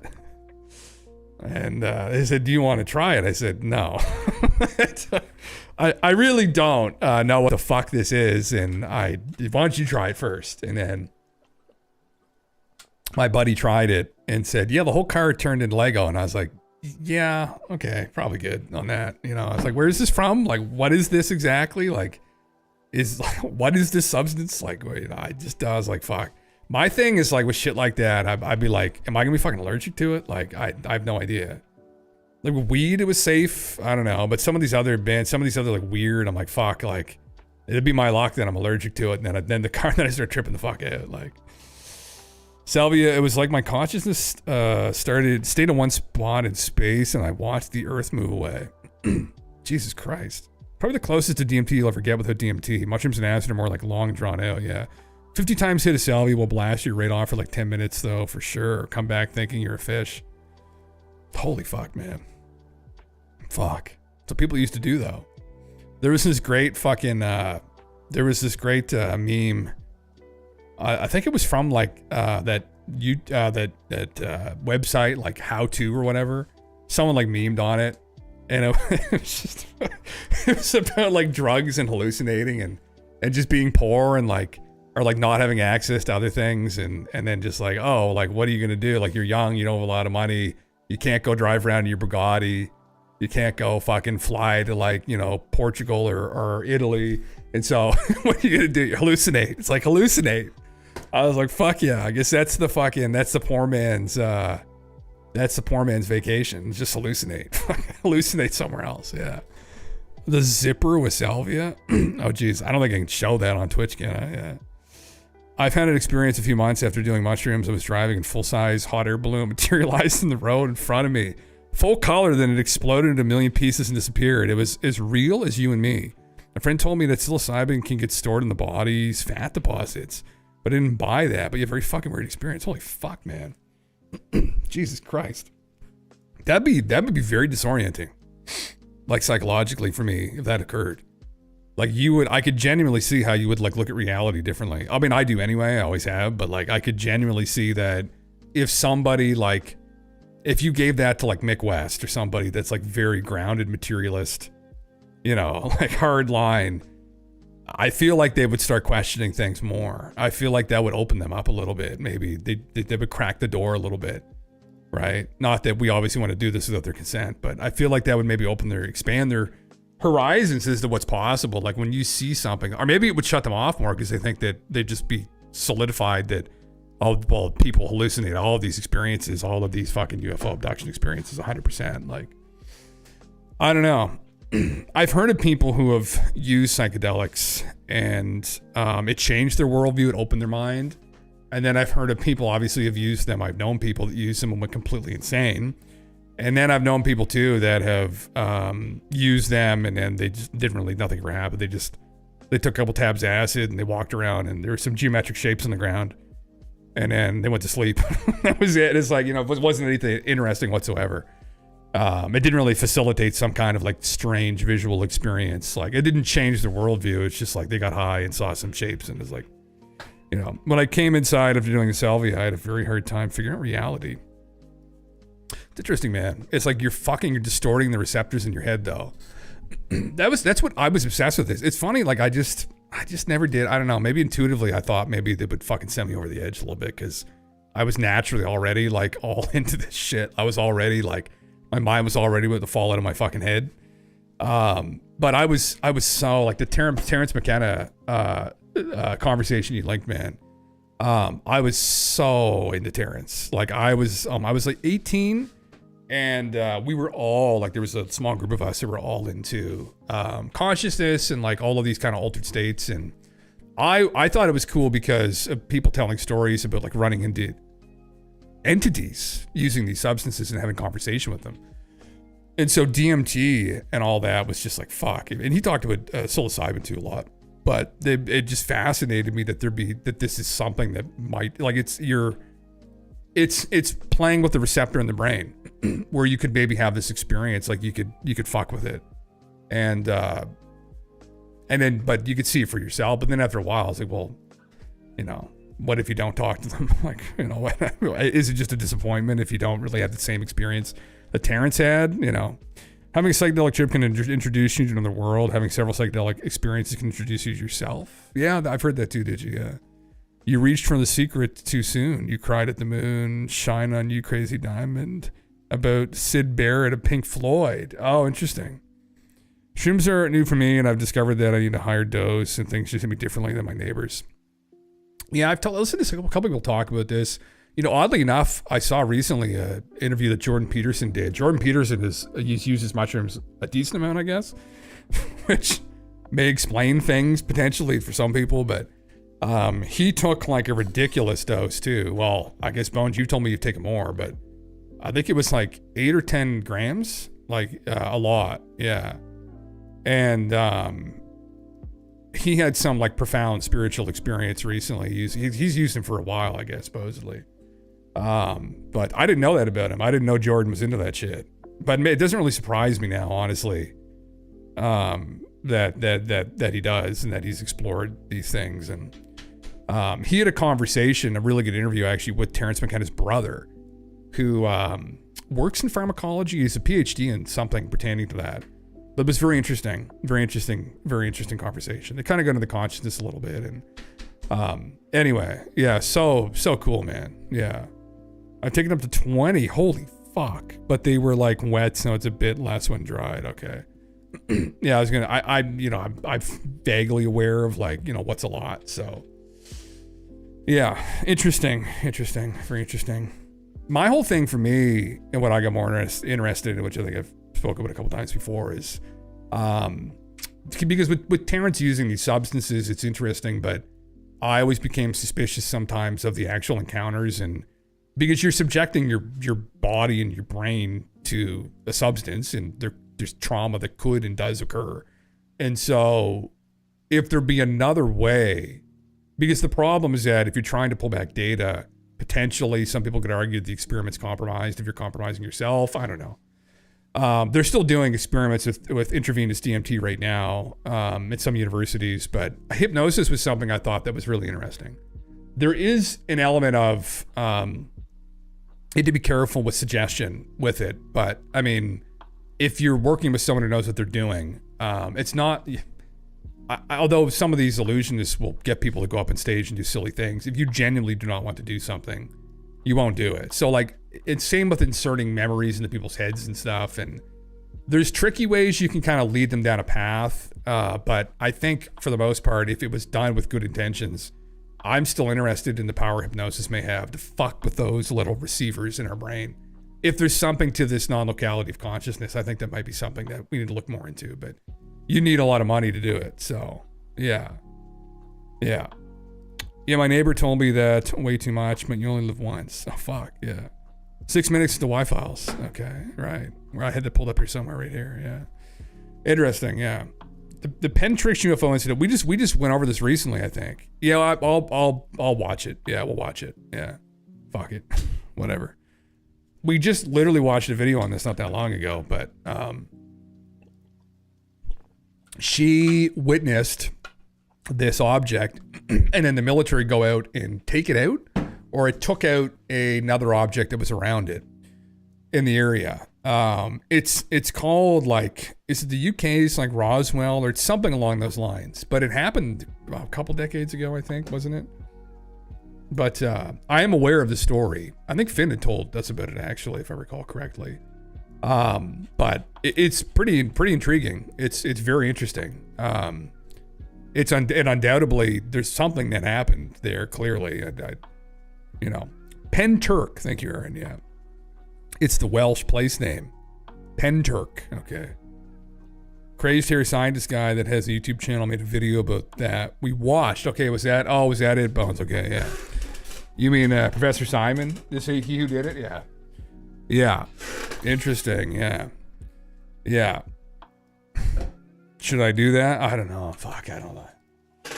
It's technically, people do this on Twitch. I always feel slightly greasy, but I guess we talk enough over all this shit, like I would never post this like online, like clip it or something. Just, I despise that when people just like post a clip of them silently watching something like this. Like, fuck, man, drive me fucking nuts. Anyway, up to you. Yeah, I mean, whatever, I can, yeah. Do you think more people will come in, maybe? Epstein had no client list, maybe? I'll just put the Moai head again. There, done, bang. Yeah, mostly testing the command. Well, there, I'll change it anyway, just so people know what the fuck we're doing, so, yeah. See what's up. I haven't seen any of his videos recently, like at all. Like I haven't seen, man, let me just close out some of the stuff actually here. I haven't really followed any of their stuff. What have they put out recently? They've got the Hecklefish here, I see. They're still pushing that. Members only, the hell? They got members only videos now. Super secret members only code of the month. Project Pegasus, Child Time Soldiers. I know he had talked about how he was burnt out. I watched when he went on Joe Rogan saying how they had a serious burnout, but there's only so much of this slop you can do content like this for. Like, I don't think he's ever done one on, did he do one on the Anunnaki and Nibiru? I can't remember. I feel like he may have kind of done it, but he didn't really do very good research on it. He did, you can search. Did he do one on Nibiru though, I wonder? Gods from the planet Nibiru and the makers of man. Oh, right, we watched a bit of that. Yeah, it was okay. He could do one on, he could, a fun one would be to do one on Nibiru itself, like, and the Planet X conspiracy theory. Maybe he did that. I don't think they have. He could freak some people out if he wanted to do a good one. He could go fucking deep on it, but I think they try and keep it fun. They don't want to get too like scholarly with it and it gets dry. Yeah. He makes easy listening content for grinding work. Yeah, man. Yeah. I think that's kind of the vibe. Yeah. The Clintons. Oh, Jesus. Old Bill and Hillary. He wants to avoid that one, maybe. Oh, Mars Mystery and Secret Missions compilation. Oh, interesting. Yeah. Yeah. He's funny. He's one of these, like, well, he used to listen to Art Bell, like Coast to Coast. He was undoubtedly on Godlike Productions and Above Top Secret and all these sites. Same with me. I mean, that's what when I was a kid, that's what I used to do was, go on those sites and listen to Coast and all the fun stories and crazy, wacky, wild stories. And God, it was just such a vibe. Yeah. Yeah. We need to be a miniseries. Yeah, Jesus Christ. It really fucking would be though. Yeah. Man. Best YouTuber. How many subscribers do they have now anyway? Almost 5 million, man. God damn. What do they have for engagement, like on their videos? Like how many views are their videos getting still? I'm just curious. Oh my fuck, man. 3.6. Oh, that was a recent one, the Maldeck. Yeah. 3.6 million. Wow. Man, they would be, and they'd be raking it in. He'd be fucking raking it in. God damn. Big time. Personally, as soon as they obtained commercial studio space, I knew the channel was going to change. How do you upkeep those costs in Vegas? That's the thing, man. Like trying to keep it. So many people like kind of leave the meme behind and then kind of go off in these different directions. And the Hodge twins, I don't know if you guys know who they are, but I used to love watching their gym videos. And they went on this whole thing where they became comedians and they have this like podcast, but it's like, it's not the same. I don't think it works quite the same. Like, it's like, you kind of have to stick with what works. There is a recipe that works and you expand too much too quickly. You kind of lose the soul of it too. We said to be careful. I don't know, but people get burned out too. Oh shit, here we go. Here we go. I'll turn this music down till it starts and then I'll keep it down to 80%. Yeah. We need to do a companion on the Giants and make a Wrestling Studios production. Brother, I think we should. We'll have to watch these tomorrow. I pulled up all the videos you linked. I was going to go through them. We can maybe I'll do that tomorrow night. I wanted to go through some of those. I think that's one of the memes. Yeah, we can definitely poke at. That and Planet X and Atlantis and stuff like that. And there isn't really a lot, although more and more people are talking about the giant meme, which is good. Yeah. It becomes a trap of its own brand. Yeah. Yeah. The shorts without him didn't get as much of the fanfare, yeah.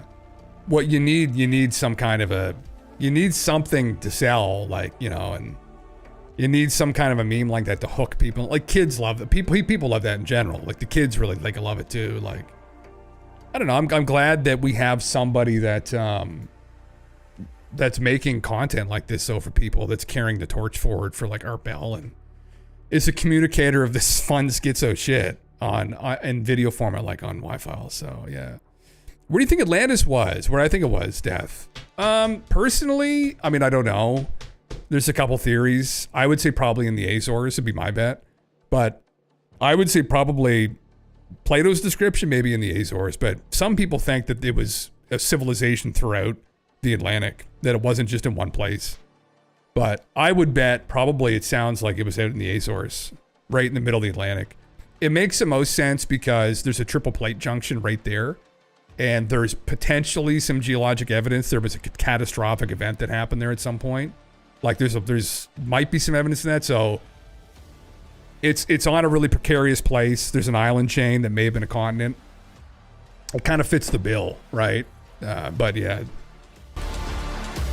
Yeah, that'd be my bet. I think it's a bet of a lot of people that This look episode into of the it. Y-Files is brought to you by Fishing Oh God, we Clash. have to subject ourselves to this. Military surveillance planes circled the Welsh village of Penturk for 3 days straight in February 2016. Never leaving, never landing, just circling. Local police fielded dozens of calls. Residents wanted answers about the planes. They wanted to know about the 3 days of weird lights in the sky. The police said it was probably RAF training, but they didn't know either. Kaz Clark stood outside with her neighbor Dave on February 26th. They'd been watching the planes for days. Military aircraft don't circle villages without a reason. At 2:30 a.m., they got their answer. A black pyramid appeared in the sky, 30 stories tall. Within seconds, combat aircraft swarmed from every direction. It did, Aaron. The military yeah. wasn't surprised. They'd been waiting for it. The circling planes, the perfect timing. Watch this each was other's not a ads. coincidence. This was an ambush. Their ads go for like 5 minutes sometimes, which is the painful part. At least they do make them fun, I guess, but... It floats back to you. Yeah, human, I'm glad you're there. I finally figured out why I'm not catching any fish. Wait, hold on. I didn't think you ate, What? I'm not looking for a meal. I am looking for a date. This weekend is my high school reunion, and I can't show up stag. You can't bring Gertie? Shh, don't let it hear you. And no, I can't bring a camel to my reunion. The guys I grew up with don't share my progressive views on relationships. I need a trout, or maybe find me a little bass. Okay. Yeah, I'll take you out for a nice evening. Totally platonic, probably, and then take her home. A simple catch and release. Yeah, but you'd still be yanking her out of the water with a hook against her will. It seems wrong. You are still thinking like a human. I do not use a hook, and I do not take them against their will. Then what do you get them to bite on? Lululemon gift cards. Ah. That is the signal that all they have to do Did is your make dad me look think, good did in you? front of my friends for one night, and they will be rewarded with yoga pants. I see. That, my friend, is the language of the sea. Then what do you need me for? I forgot my fish caller at the office. I need you to call the ladies while I got you on speaker. Fine, where is It's like the a fish banger. collar? It's under your desk. I don't see anything. Behind the jar of sweet gherkins. Gherkins? They're small pickled cucumbers. I know what gherkins are. All that's there is this and Seymour the rubber chicken. Seymour is my fish caller. Go ahead and squeeze him, will you? I will not. Do it, or I will drag the spit out even longer. Fine. Oh, take it easy. That is a chicken. You squeeze him, you don't choke him. Yeah, again, but maybe a little staccato. What is this supposed to be an ad for? Choking a chicken?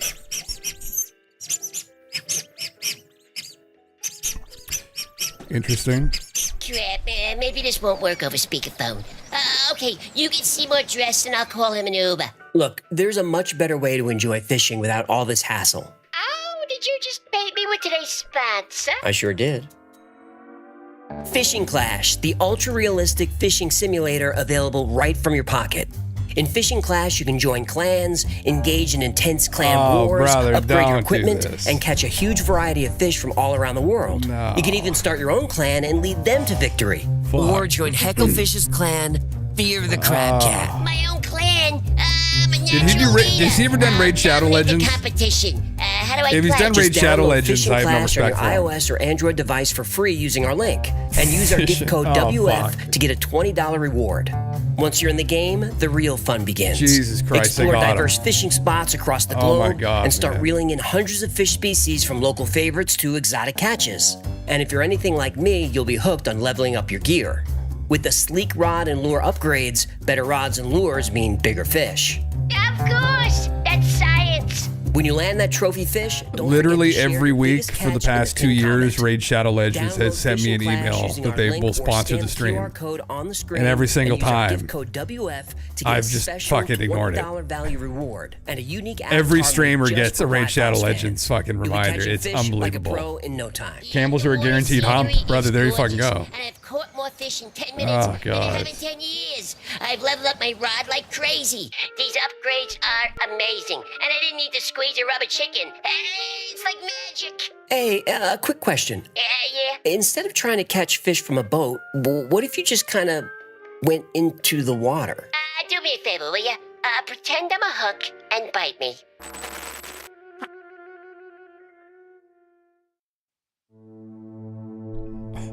You'd play Rachel. The pyramid didn't descend through the night sky above Penturk. It emerged. God. Kaz Clark watched this massive object materialize point first, not coming down from above, pushing through from somewhere else. It reminded Kaz of a knife blade slicing through black paper. This thing was enormous, 1,000 feet long on each side, bigger than the Great Pyramid of Giza. Big boy. Hovering just above the tree line. The eyeliner Objects throws you this off. size make noise. Engines, rotors. I think it's something. hot. I think it Not makes this them look really object. hot. The pyramid was silent. Dave grabbed Kaz's arm. His hand was shaking. And the pyramid just hung there, tilted at an angle. Then it started moving. Not flying, swaying. Left, right, left again.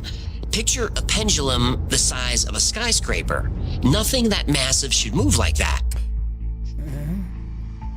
Eyeliner. Dave started walking toward it. Put Kaz that in pulled the him comments. back. Whatever this was, they needed to keep their distance. Yo, you get too close, you're gonna get probed. They ran to her back gate for a better view across the fields. The pyramid was maybe 200 feet up by now, and that's when the temperature dropped. Not gradually, instantly. 5 degrees Celsius in 3 seconds. Kaz could see her breath, Dave's too. She asked Dave if he felt it. He said, yeah, it was freezing. Yeah, he's right. They really should warm up the probes before It wasn't a probe. Later, meteorological data would confirm it. The temperature dropped exactly 5 degrees Celsius, exactly when that pyramid appeared. February in Wales is cold, but this was different. Kaz said it felt like the cold wasn't coming from the air. She could feel it inside her body. Yeah, still sounds like a probe. Okay, go easy with the probe, all right? That's what she said. Yeah. The pyramid's underside lit up. 6 lights along one edge burned white hot. Now Kaz could see the surface clearly. The texture wasn't smooth like aircraft metal. It was rough, like it was carved from black stone. Then something shot out of the top. It was green and very bright. So bright, Kaz had to cover her eyes. The green object stopped midair, then started darting in random directions. It looked agitated. Lightning erupted from the pyramid's lower corner. But this wasn't weather lightning. The bolts looked heavy and thick. Each strike lasted 2 to 3 seconds. And they weren't firing randomly. They touched specific points in the field. The lightning acted like it was looking for something. 4 C-17 transport planes roared in from the west, flying low, too low. These planes were 174 feet long, designed to carry tanks. They don't fly at chimney height, but here they were, 2 in front, wingtip to wingtip, and 2 more in back. The green object flashed at the planes. It wasn't attacking, it was signaling, and the message was clear. Follow me. Then it shot west toward L'Entressant. The C-17s banked hard and chased the light. And the pyramid, it started fading away, not flying away, becoming transparent. But before the pyramid vanished, dozens of objects launched into the sky. Red barrel-shaped objects spreading across the field. 2 barrels stopped and rotated slowly until they were facing Kaz and Dave. Then, the objects charged.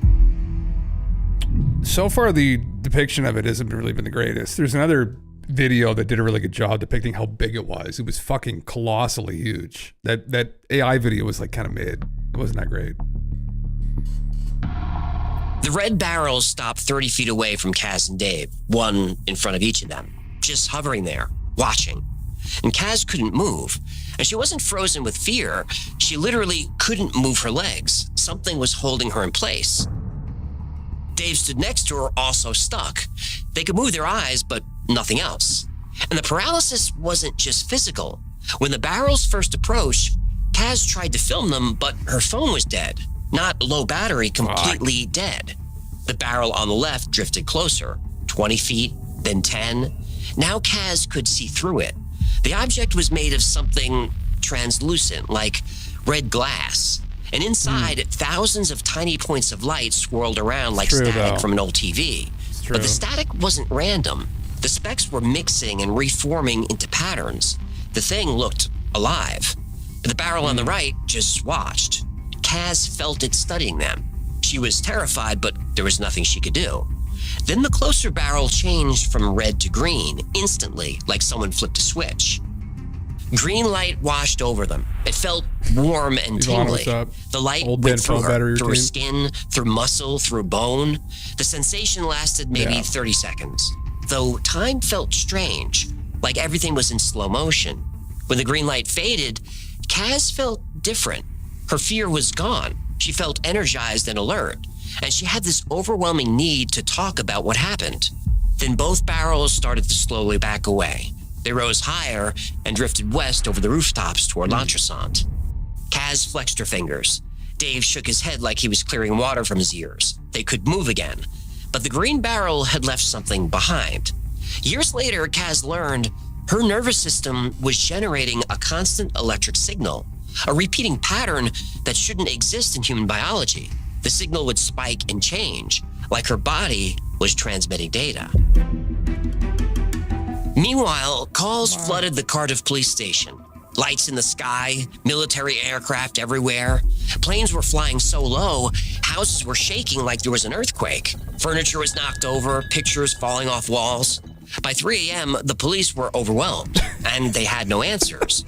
But the planes kept coming. Skyliner. And then came the helicopters. Y-liner. Lots of them. Did you say Apache Y-liner? gunships roared over Penturk in pyramid formation. Attack helicopters armed with Hellfire missiles. They swept the field, but the objects were gone. Then they turned hard toward L'Entresant, following the same path as the barrels. More combat helicopters arrived. Chinooks from the west, Puma Lynx and Merlins from the north. The sky filled with military aircraft, all heading in the same direction. Dave and Kaz wanted to follow, but the Welsh countryside in winter is pitch black. No streetlights, no moon through the clouds. They couldn't see anything. They'd have to wait for daylight. When Kaz got home, she felt strange, disoriented. She checked the clock, 3:50 a.m. But that couldn't be right. They were outside for no longer than 15 minutes, but somehow an hour and 20 minutes had disappeared. Kaz caught her reflection in the window. Something was different. She leaned closer. A single strand of her hair had turned white. Zip-zapped her, cooked her. Fuck. Looks like he'd be a guitarist in a brand new cover band. At 4:21 a.m., two explosions shook Penturk. The first one was an airburst. Witnesses said it sounded like thunder, but sharper. The second explosion was different. A ground impact somewhere along Smilog Woods shook every house in the village. At the local hospital, patients thought a bomb had gone off. The explosions registered on seismographs 40 miles away. But something else happened that night that was more frightening to parents than the explosions. Their children couldn't wake up. Is that part of it? What? All the kids in the area slept through all this noise. Explosions, planes, helicopters, sirens. One mother told investigators this was the first time in 10 years her kids didn't wake up in the middle of the night. The next morning, Kaz's hair had turned white. Not just that single strand, and not gray. White. Yesterday she had dark hair, now she looked 10 years older. Kaz, Dave, and another neighbor, Steve, went to check the field where the pyramid appeared. I don't remember this. They expected to find the ground burned from the lightning strikes. Everything looked wrong. The grass was brown. The bushes were dead. Everything that had been under the pyramid's path was drained of life. Not burned, not broken, just dead. I don't remember the white hair thing. What? Is he just putting that in there for bullshit's sake, or I don't remember The trees along the edge of the field were dry and lifeless. Suck something out of her. But only the side that faced the pyramid. The rest of each tree, even branches on the same trunk, were perfectly healthy. But things got stranger. I guess it did. Snow I don't was remember falling, that. That's but fine. only there, only in the dead zone. And this wasn't normal snow. The flakes were tiny, spongy pellets, and they didn't melt when you touched them. They just dissolved into nothing. They hopped in their car and drove west toward L'Entresant Common, following the path of the objects and the aircraft. For years, locals had dumped old appliances in the common. It became like a giant junkyard. Washing machines, bike frames, car parts, they were scattered all over the common. But not today. Now everything was stacked in neat piles along the side of the road. Someone had searched, sorted and organized all the metal in the area. Yellow crime scene tape hung from the bushes, but there was no pattern to it, no perimeter, just random strips fluttering in the wind. A dog walker told them he'd been out at 4:30 that morning. He saw military helicopters landing. Troops jumped out with metal detectors. They were searching for something that crashed in Smilog Woods. So that's where they headed next. They found the impact site in minutes. 6 trees, each 60 feet tall, snapped in half. Not at the base, 20 feet up where the trunks were 12 inches thick. All 6 breaks formed a perfect line pointing back toward Penturk. Trees don't snap like that. Not from wind, not from aircraft. Whatever hit those trees had been moving fast. Really fast. Faster than anything that exists on Earth. God damn. Yeah, he looks very different with the eyeliner. I can't stop looking at it, but it is what it is. I mean, immediately, all public areas were closed. Multiple highways were shut down, including the M4 motorway. The official reason was a truck overturned. The locals didn't buy it. You don't close half of South Wales for one truck accident. A camp appeared overnight in the fields behind Kaz's house. Perfect rows of civilian tents. Too perfect. As Kaz would say later, you could take the man out of the army, but you can't take the army out of the man. Steve, Dave, and Donna, another friend, went with Kaz to investigate. The men at the camp were clearly military. They weren't wearing uniforms, but they were heavily armed. They said they were conducting a fracking survey. That was the wrong cover story. Fracking wasn't allowed in that part of Wales. How dare you! Later, they switched stories. Now they were from Vodafone, a large phone company. They were checking cell tower locations. But why does a phone company have men in white forensic suits crawling on their hands and knees in the woods? And why does a phone company have employees in hazmat gear carrying assault rifles? Have you seen their cancellation fees? The surveyors acted strange. Every time someone walked past, the hazmat workers would stop what they were doing and stand up. They'd just stand there and stare at you until you were out of sight. As Kaz and her friends circled the area, they heard shouting. 3 teams with electronic equipment and laptops were walking through the woods. Someone kept saying, "Find it, find it, find it now." Meanwhile, more witnesses were coming forward. Jacob Coleman had seen the green object near L'Entressant in a standoff with Apache helicopters. He said the green light didn't move like a machine. It moved like it was alive. A family in Cowbridge photographed barrel-shaped objects flying over their house at 2:33 a.m. The metadata proved it. Same night, same time as Penturk. The barrels were heading west, being chased by military aircraft towards Smilog Woods. Smilog Woods is a public area. It can't be closed without permission. But now the whole area was locked down and patrolled. Witnesses had been camping in Smilog Woods. They saw an object crash. Those witnesses were assaulted, illegally detained, illegally searched, and forcibly removed by armed military personnel. Their phones were taken and wiped. One witness drove through chunks of crystal scattered across a road, red and white crystal. It was like broken glass, but heavier and thicker. The debris field from one of the destroyed barrels. Interesting town name. At Cardiff Airport, an Apache helicopter made an emergency landing with its cockpit on fire. The official story was a mechanical failure. It had taken off from St. Athan Air Force Base at 4:24 a.m., just 3 minutes after the explosion. It made multiple trips to the crash site that night, transporting something. And whatever they recovered, someone important wanted to see it. A BAE 146 jet with the call sign Kitty Hawk landed at dawn and left an hour later. This plane only flies VIPs like the Prime Minister and the royal family. The next morning, the military had an explanation ready. This was all part of Exercise Chameleon. A chameleon is a type of lizard. Chameleon was just a routine training drill. That's what they told the few reporters who asked. Just a war game, nothing really to see here. But you don't fly C-17s over a residential area in the middle of the night. You don't fly 24 helicopters around a hospital. You don't explode ordnance so large it registers on the Richter scale. And you don't have Apache helicopters making emergency landings with their cockpits on fire during routine drills. Exercise Chameleon didn't make sense. Human, They are saying the quiet part out loud. They are literally telling us it's lizard people. Yeah, I'm pretty sure it wasn't. Bleh. Lizard. Please stop that. What? Fuck. Was that bad? I'm begging you. Fine, I'm sorry. I take it back. NATO reconnaissance aircraft had been circling overhead during the entire incident. An E-3 Sentry Command aircraft, the kind that coordinates combat operations. Those planes cost $270 million and can track over 250 fast-moving targets simultaneously from 250 miles away. The surveillance planes had civilian transponders, private security registrations. The military was hiding their own aircraft from radar. They didn't want a record of what they were hunting. One plane stood out, the Hawker Beechcraft Shadow R1, call sign Snake 48. That plane was decommissioned in 2012, but in 2014, it came back after a top-secret refit. For 2 years, nobody knew where it was or what modifications it received. Now, it was here, flying search patterns over Penturk. They knew something was coming, and whatever they added to that plane, it was designed to find it. Is that what it was? Is it make a character? Maybe that's what he's doing, though. Yeah. No, I'm not into makeup.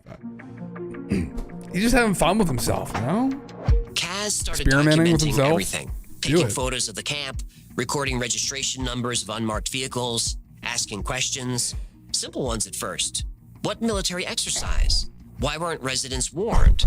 The military of defense had a simple answer. There was no exercise. Holy fuck. But that made no sense. Wales Online posted at 3:39 a.m. that night saying they were covering the incident, but no story ever appeared. No press briefing ever happened. The media went silent. Kaz You're probably filed right, freedom Will. of information Yeah, requests. probably what it is. Dozens of them. Governments don't like these requests. They delay, they deny, they claim national security. Kaz didn't care. At first, the MOD denied any military presence in Penturk. Then they admitted it, but claimed Section 26, national defense. They said they didn't need permission from residents to conduct the exercise. Wrong. The Defense Infrastructure Organization requires written permission for all exercises on private land, 21 days in advance from every landowner, but nobody was informed or consented. Natural Resources Wales owns Smilog Woods, the location of the crash site. They gave no permission for military activity, no permission to close public paths, and definitely no permission to set off explosives. They wrote, this type of activity would have required permission. If it had occurred, we'd have a record. The hospital changed their story 3 times. First, they said no one warned them about the military exercise. Explosions shook patients awake in their beds, but they received no advance notice. Then they said the South Wales police warned them about a counterterrorism exercise. The hospital apologized for their previous response, stating that new information had come to light. Yeah, certain things have come to light, and, has it ever occurred to you that, instead of, running around blaming me, given the nature of all this new stuff, this could be a lot more complex. I mean, it might not be just a simple, I'm going to tear my fish into 30 pieces here on my The desk. hospital even provided an excerpt from an email about exercises running from 11 p.m. to 3 a.m. on February 25th and 26th. My fish. When investigator Gary Jones asked for proof, the hospital said they didn't have the email. So how do you quote from an email that you don't have? Oh, maybe the email was on Hillary's server. Wait, what's our rule? We don't joke about the Clintons. You're right. Go ahead. So, No liquor tonight, brother. Southwest Fuck. Police 11 times. Dry Monday. Kaz asked if they conducted Dry Monday, counterterrorism yeah. No exercises Clintons, that yeah. night. Their response was always, we could neither confirm nor deny.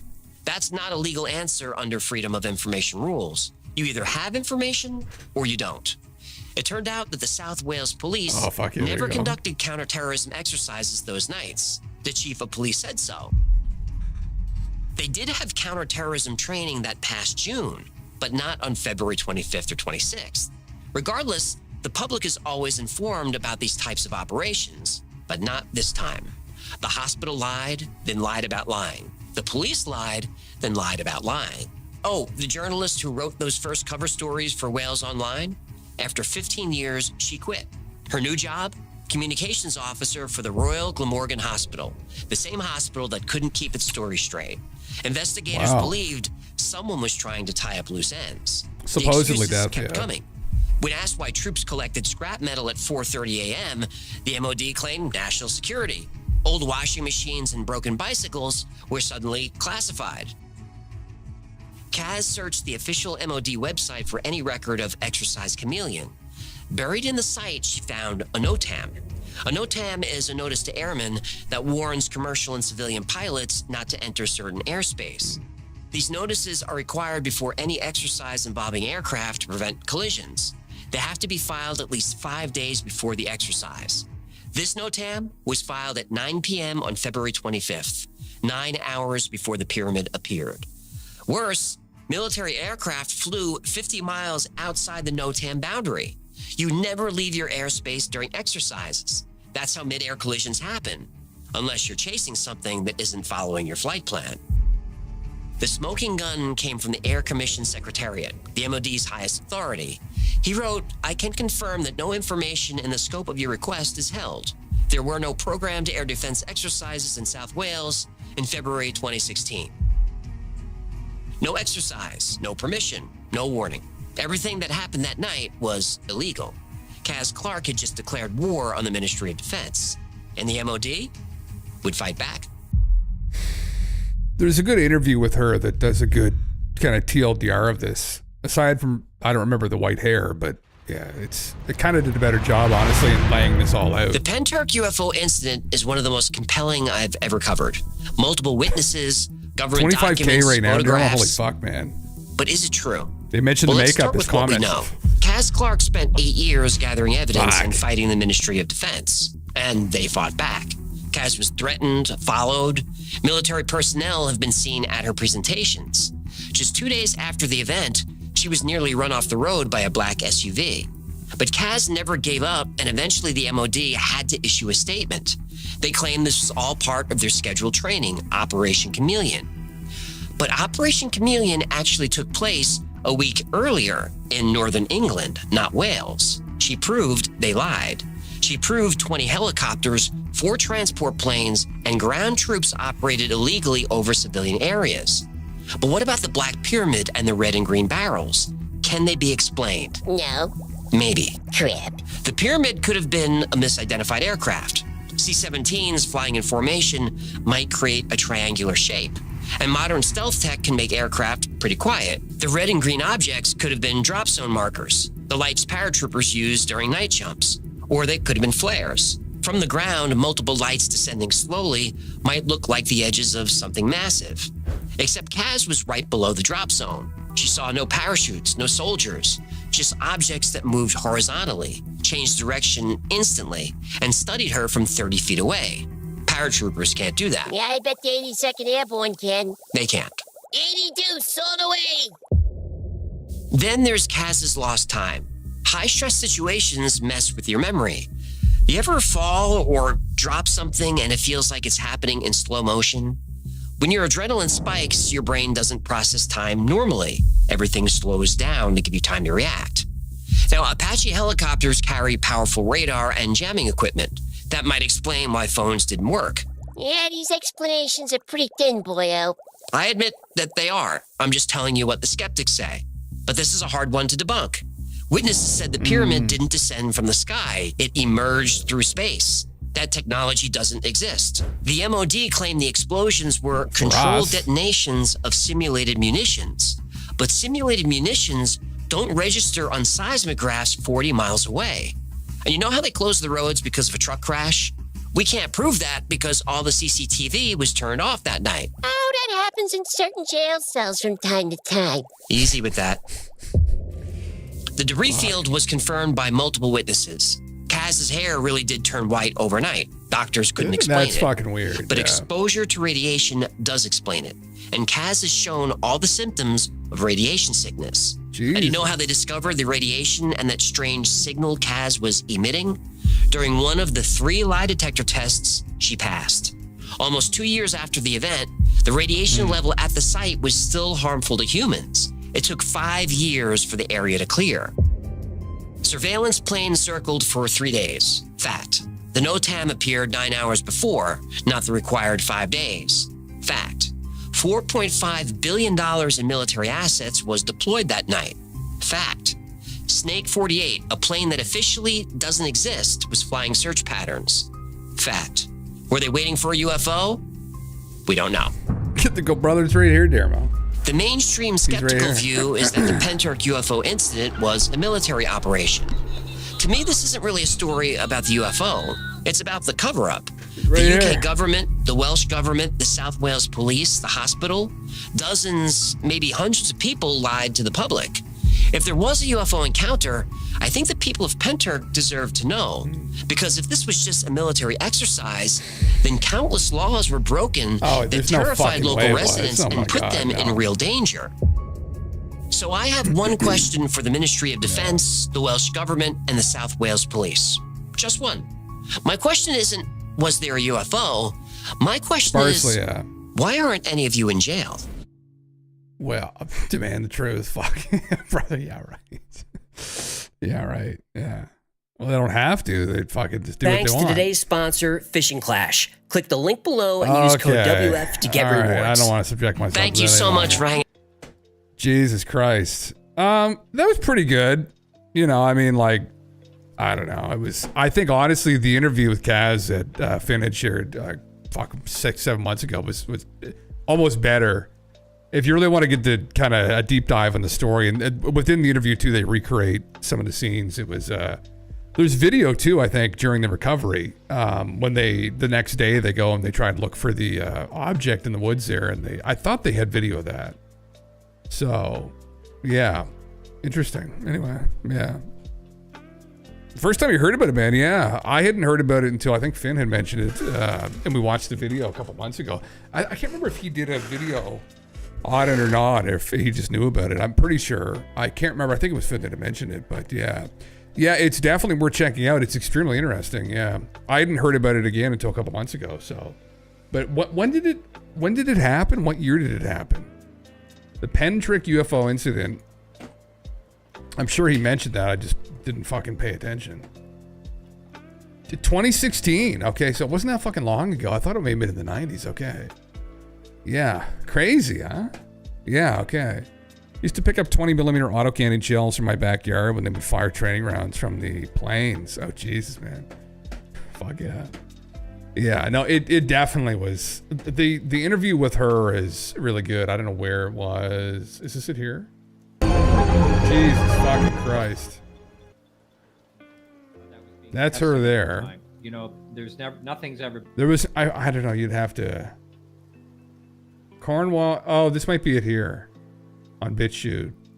I think it might be. But if anybody's interested, this is a really good interview. This is what I'm thinking of. Oh, Jesus, fuck. No, that's not it. No. I don't know. Fuck. It was like in a studio. She sat down with them and they went through the whole thing. It was really good.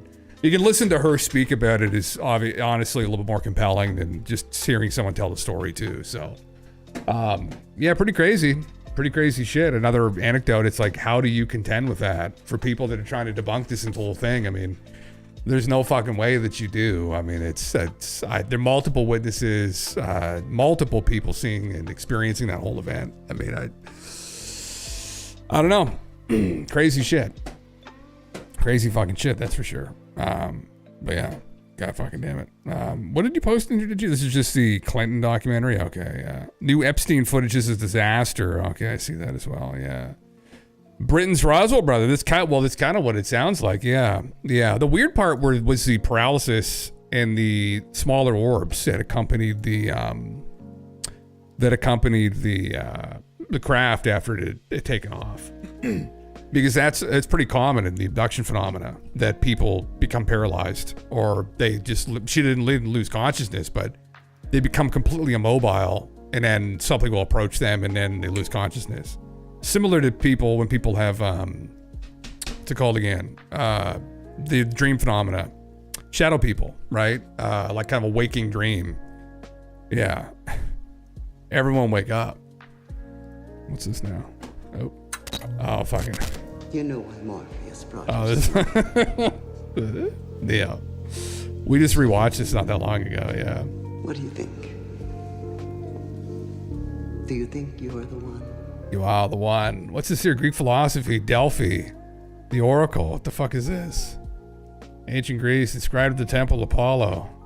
The unexamined life is not worth living. Self-examination is foundational to meeting virtue and reason. It's Socrates who said that. There you go. You got to dig deep, though. You got to go real foundational, like full-blown simulation theory. Sleep paralysis, thinking bones, yeah. That it's kind of a similar phenomena that you're completely frozen. People who've been abducted supposedly have been regressed through it. That's exactly what happens. It's a form of sleep paralysis initially, and then they come and they grab them and then they pull them through the wall or some shit. Some crazy fucking metaphysical shit. They pull them through the wall and then they bring them on the craft and then there they restore them. But yeah. She took an official polygraph test to prove she's telling the truth. Did she? Okay, yeah. It's been a while. I remember bits and pieces of it, but she was a very compelling person to listen to, that's for sure. Yeah. Yeah, you love the speech. I'll play it. Honestly, I don't know. You know what that means? It's Latin. It means know thyself. I'm gonna let you in a little secret. Being the one is just like being in love. No one can tell you you're in love, you just know it. Through and through. Balls to bones. I'm not the one. Sorry, kid. You got the gift. But it looks like you're waiting for something.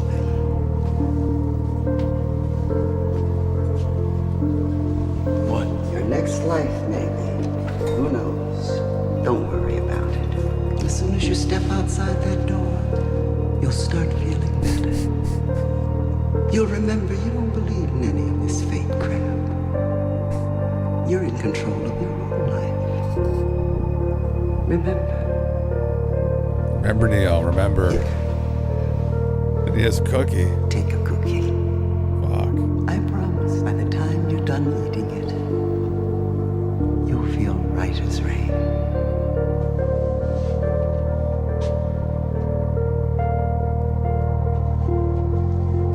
God damn.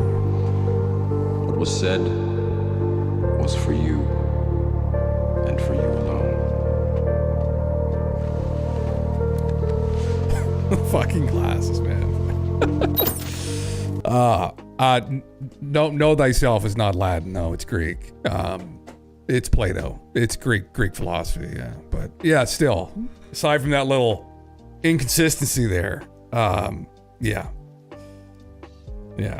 Have to say I am Uri Geller. There is no spoon. Fucking Christ. The Spoon Man himself. Yeah. Remember when this came out? It's such an amazing movie. Oh yeah.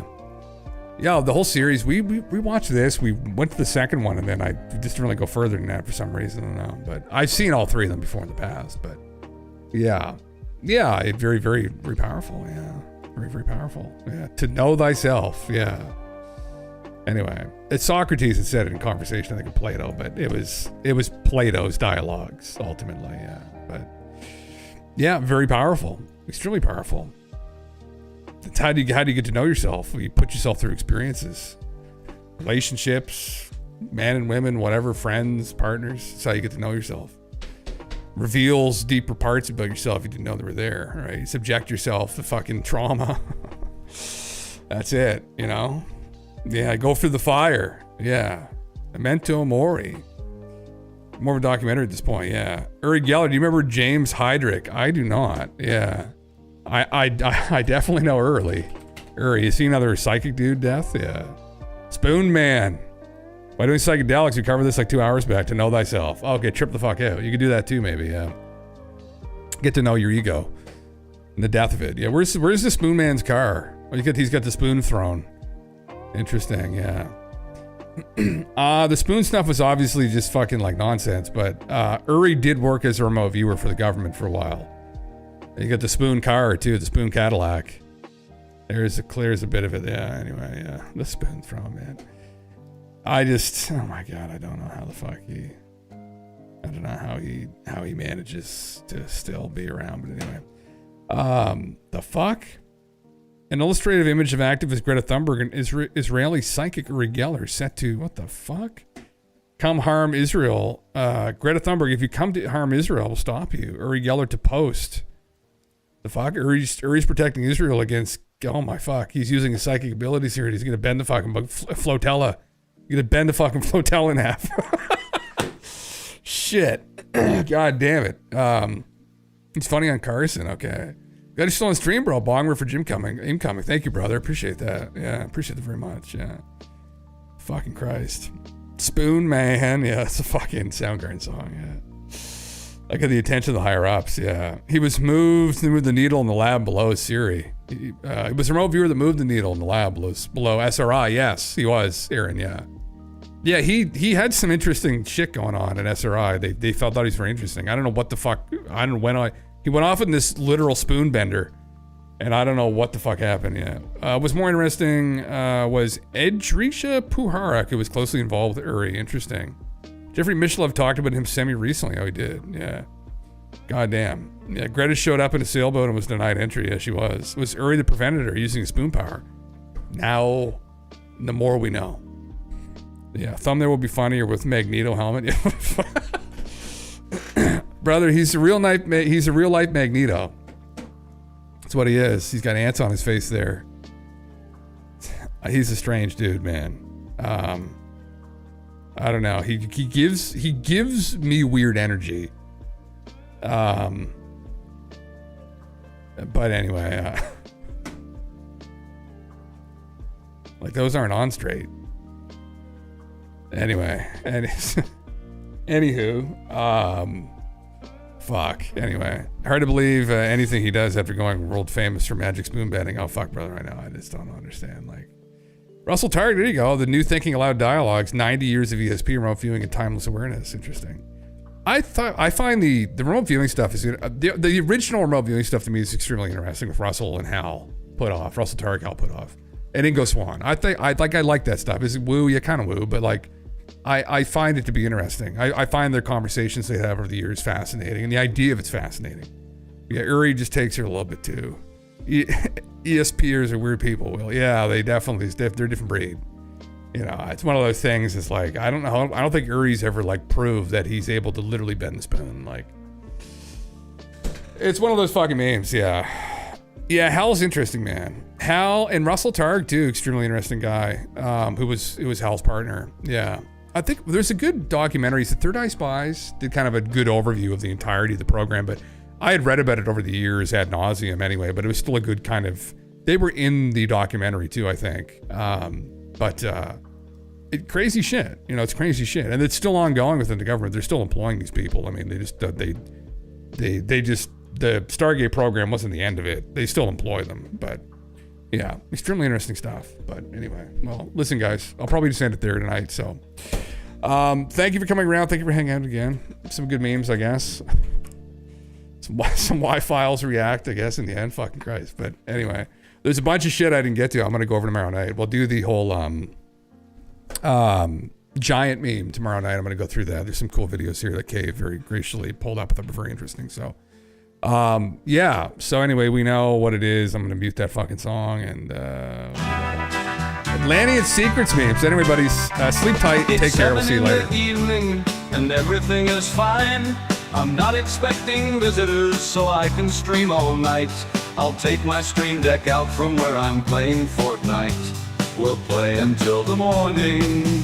At 3 a.m. we hear him again from the sound of the submarine. It's Jim Russell, it's Jim Russell, the commander of Island 49, the guardian of the ancient keys. The keys of Atlantis mysteries, Atlantean secrets, Atlantean secrets. The keys, my dudes, let's follow in order to let go. Distorted echoes, the mysterious magnetic fields. Atlantean seas, Atlantean seas. We have to swim through the ocean, the periscopic deception, ancient doorways that tremble before the subterranean castle. He calls us, my dudes, robots and erudites. 'Cause at 3 a.m. we hear him again from the sound of the almond shells. It's Jim Russell, it's Jim Russell, Union leader of Sorceric Knights, and he parts in the breaking dawn.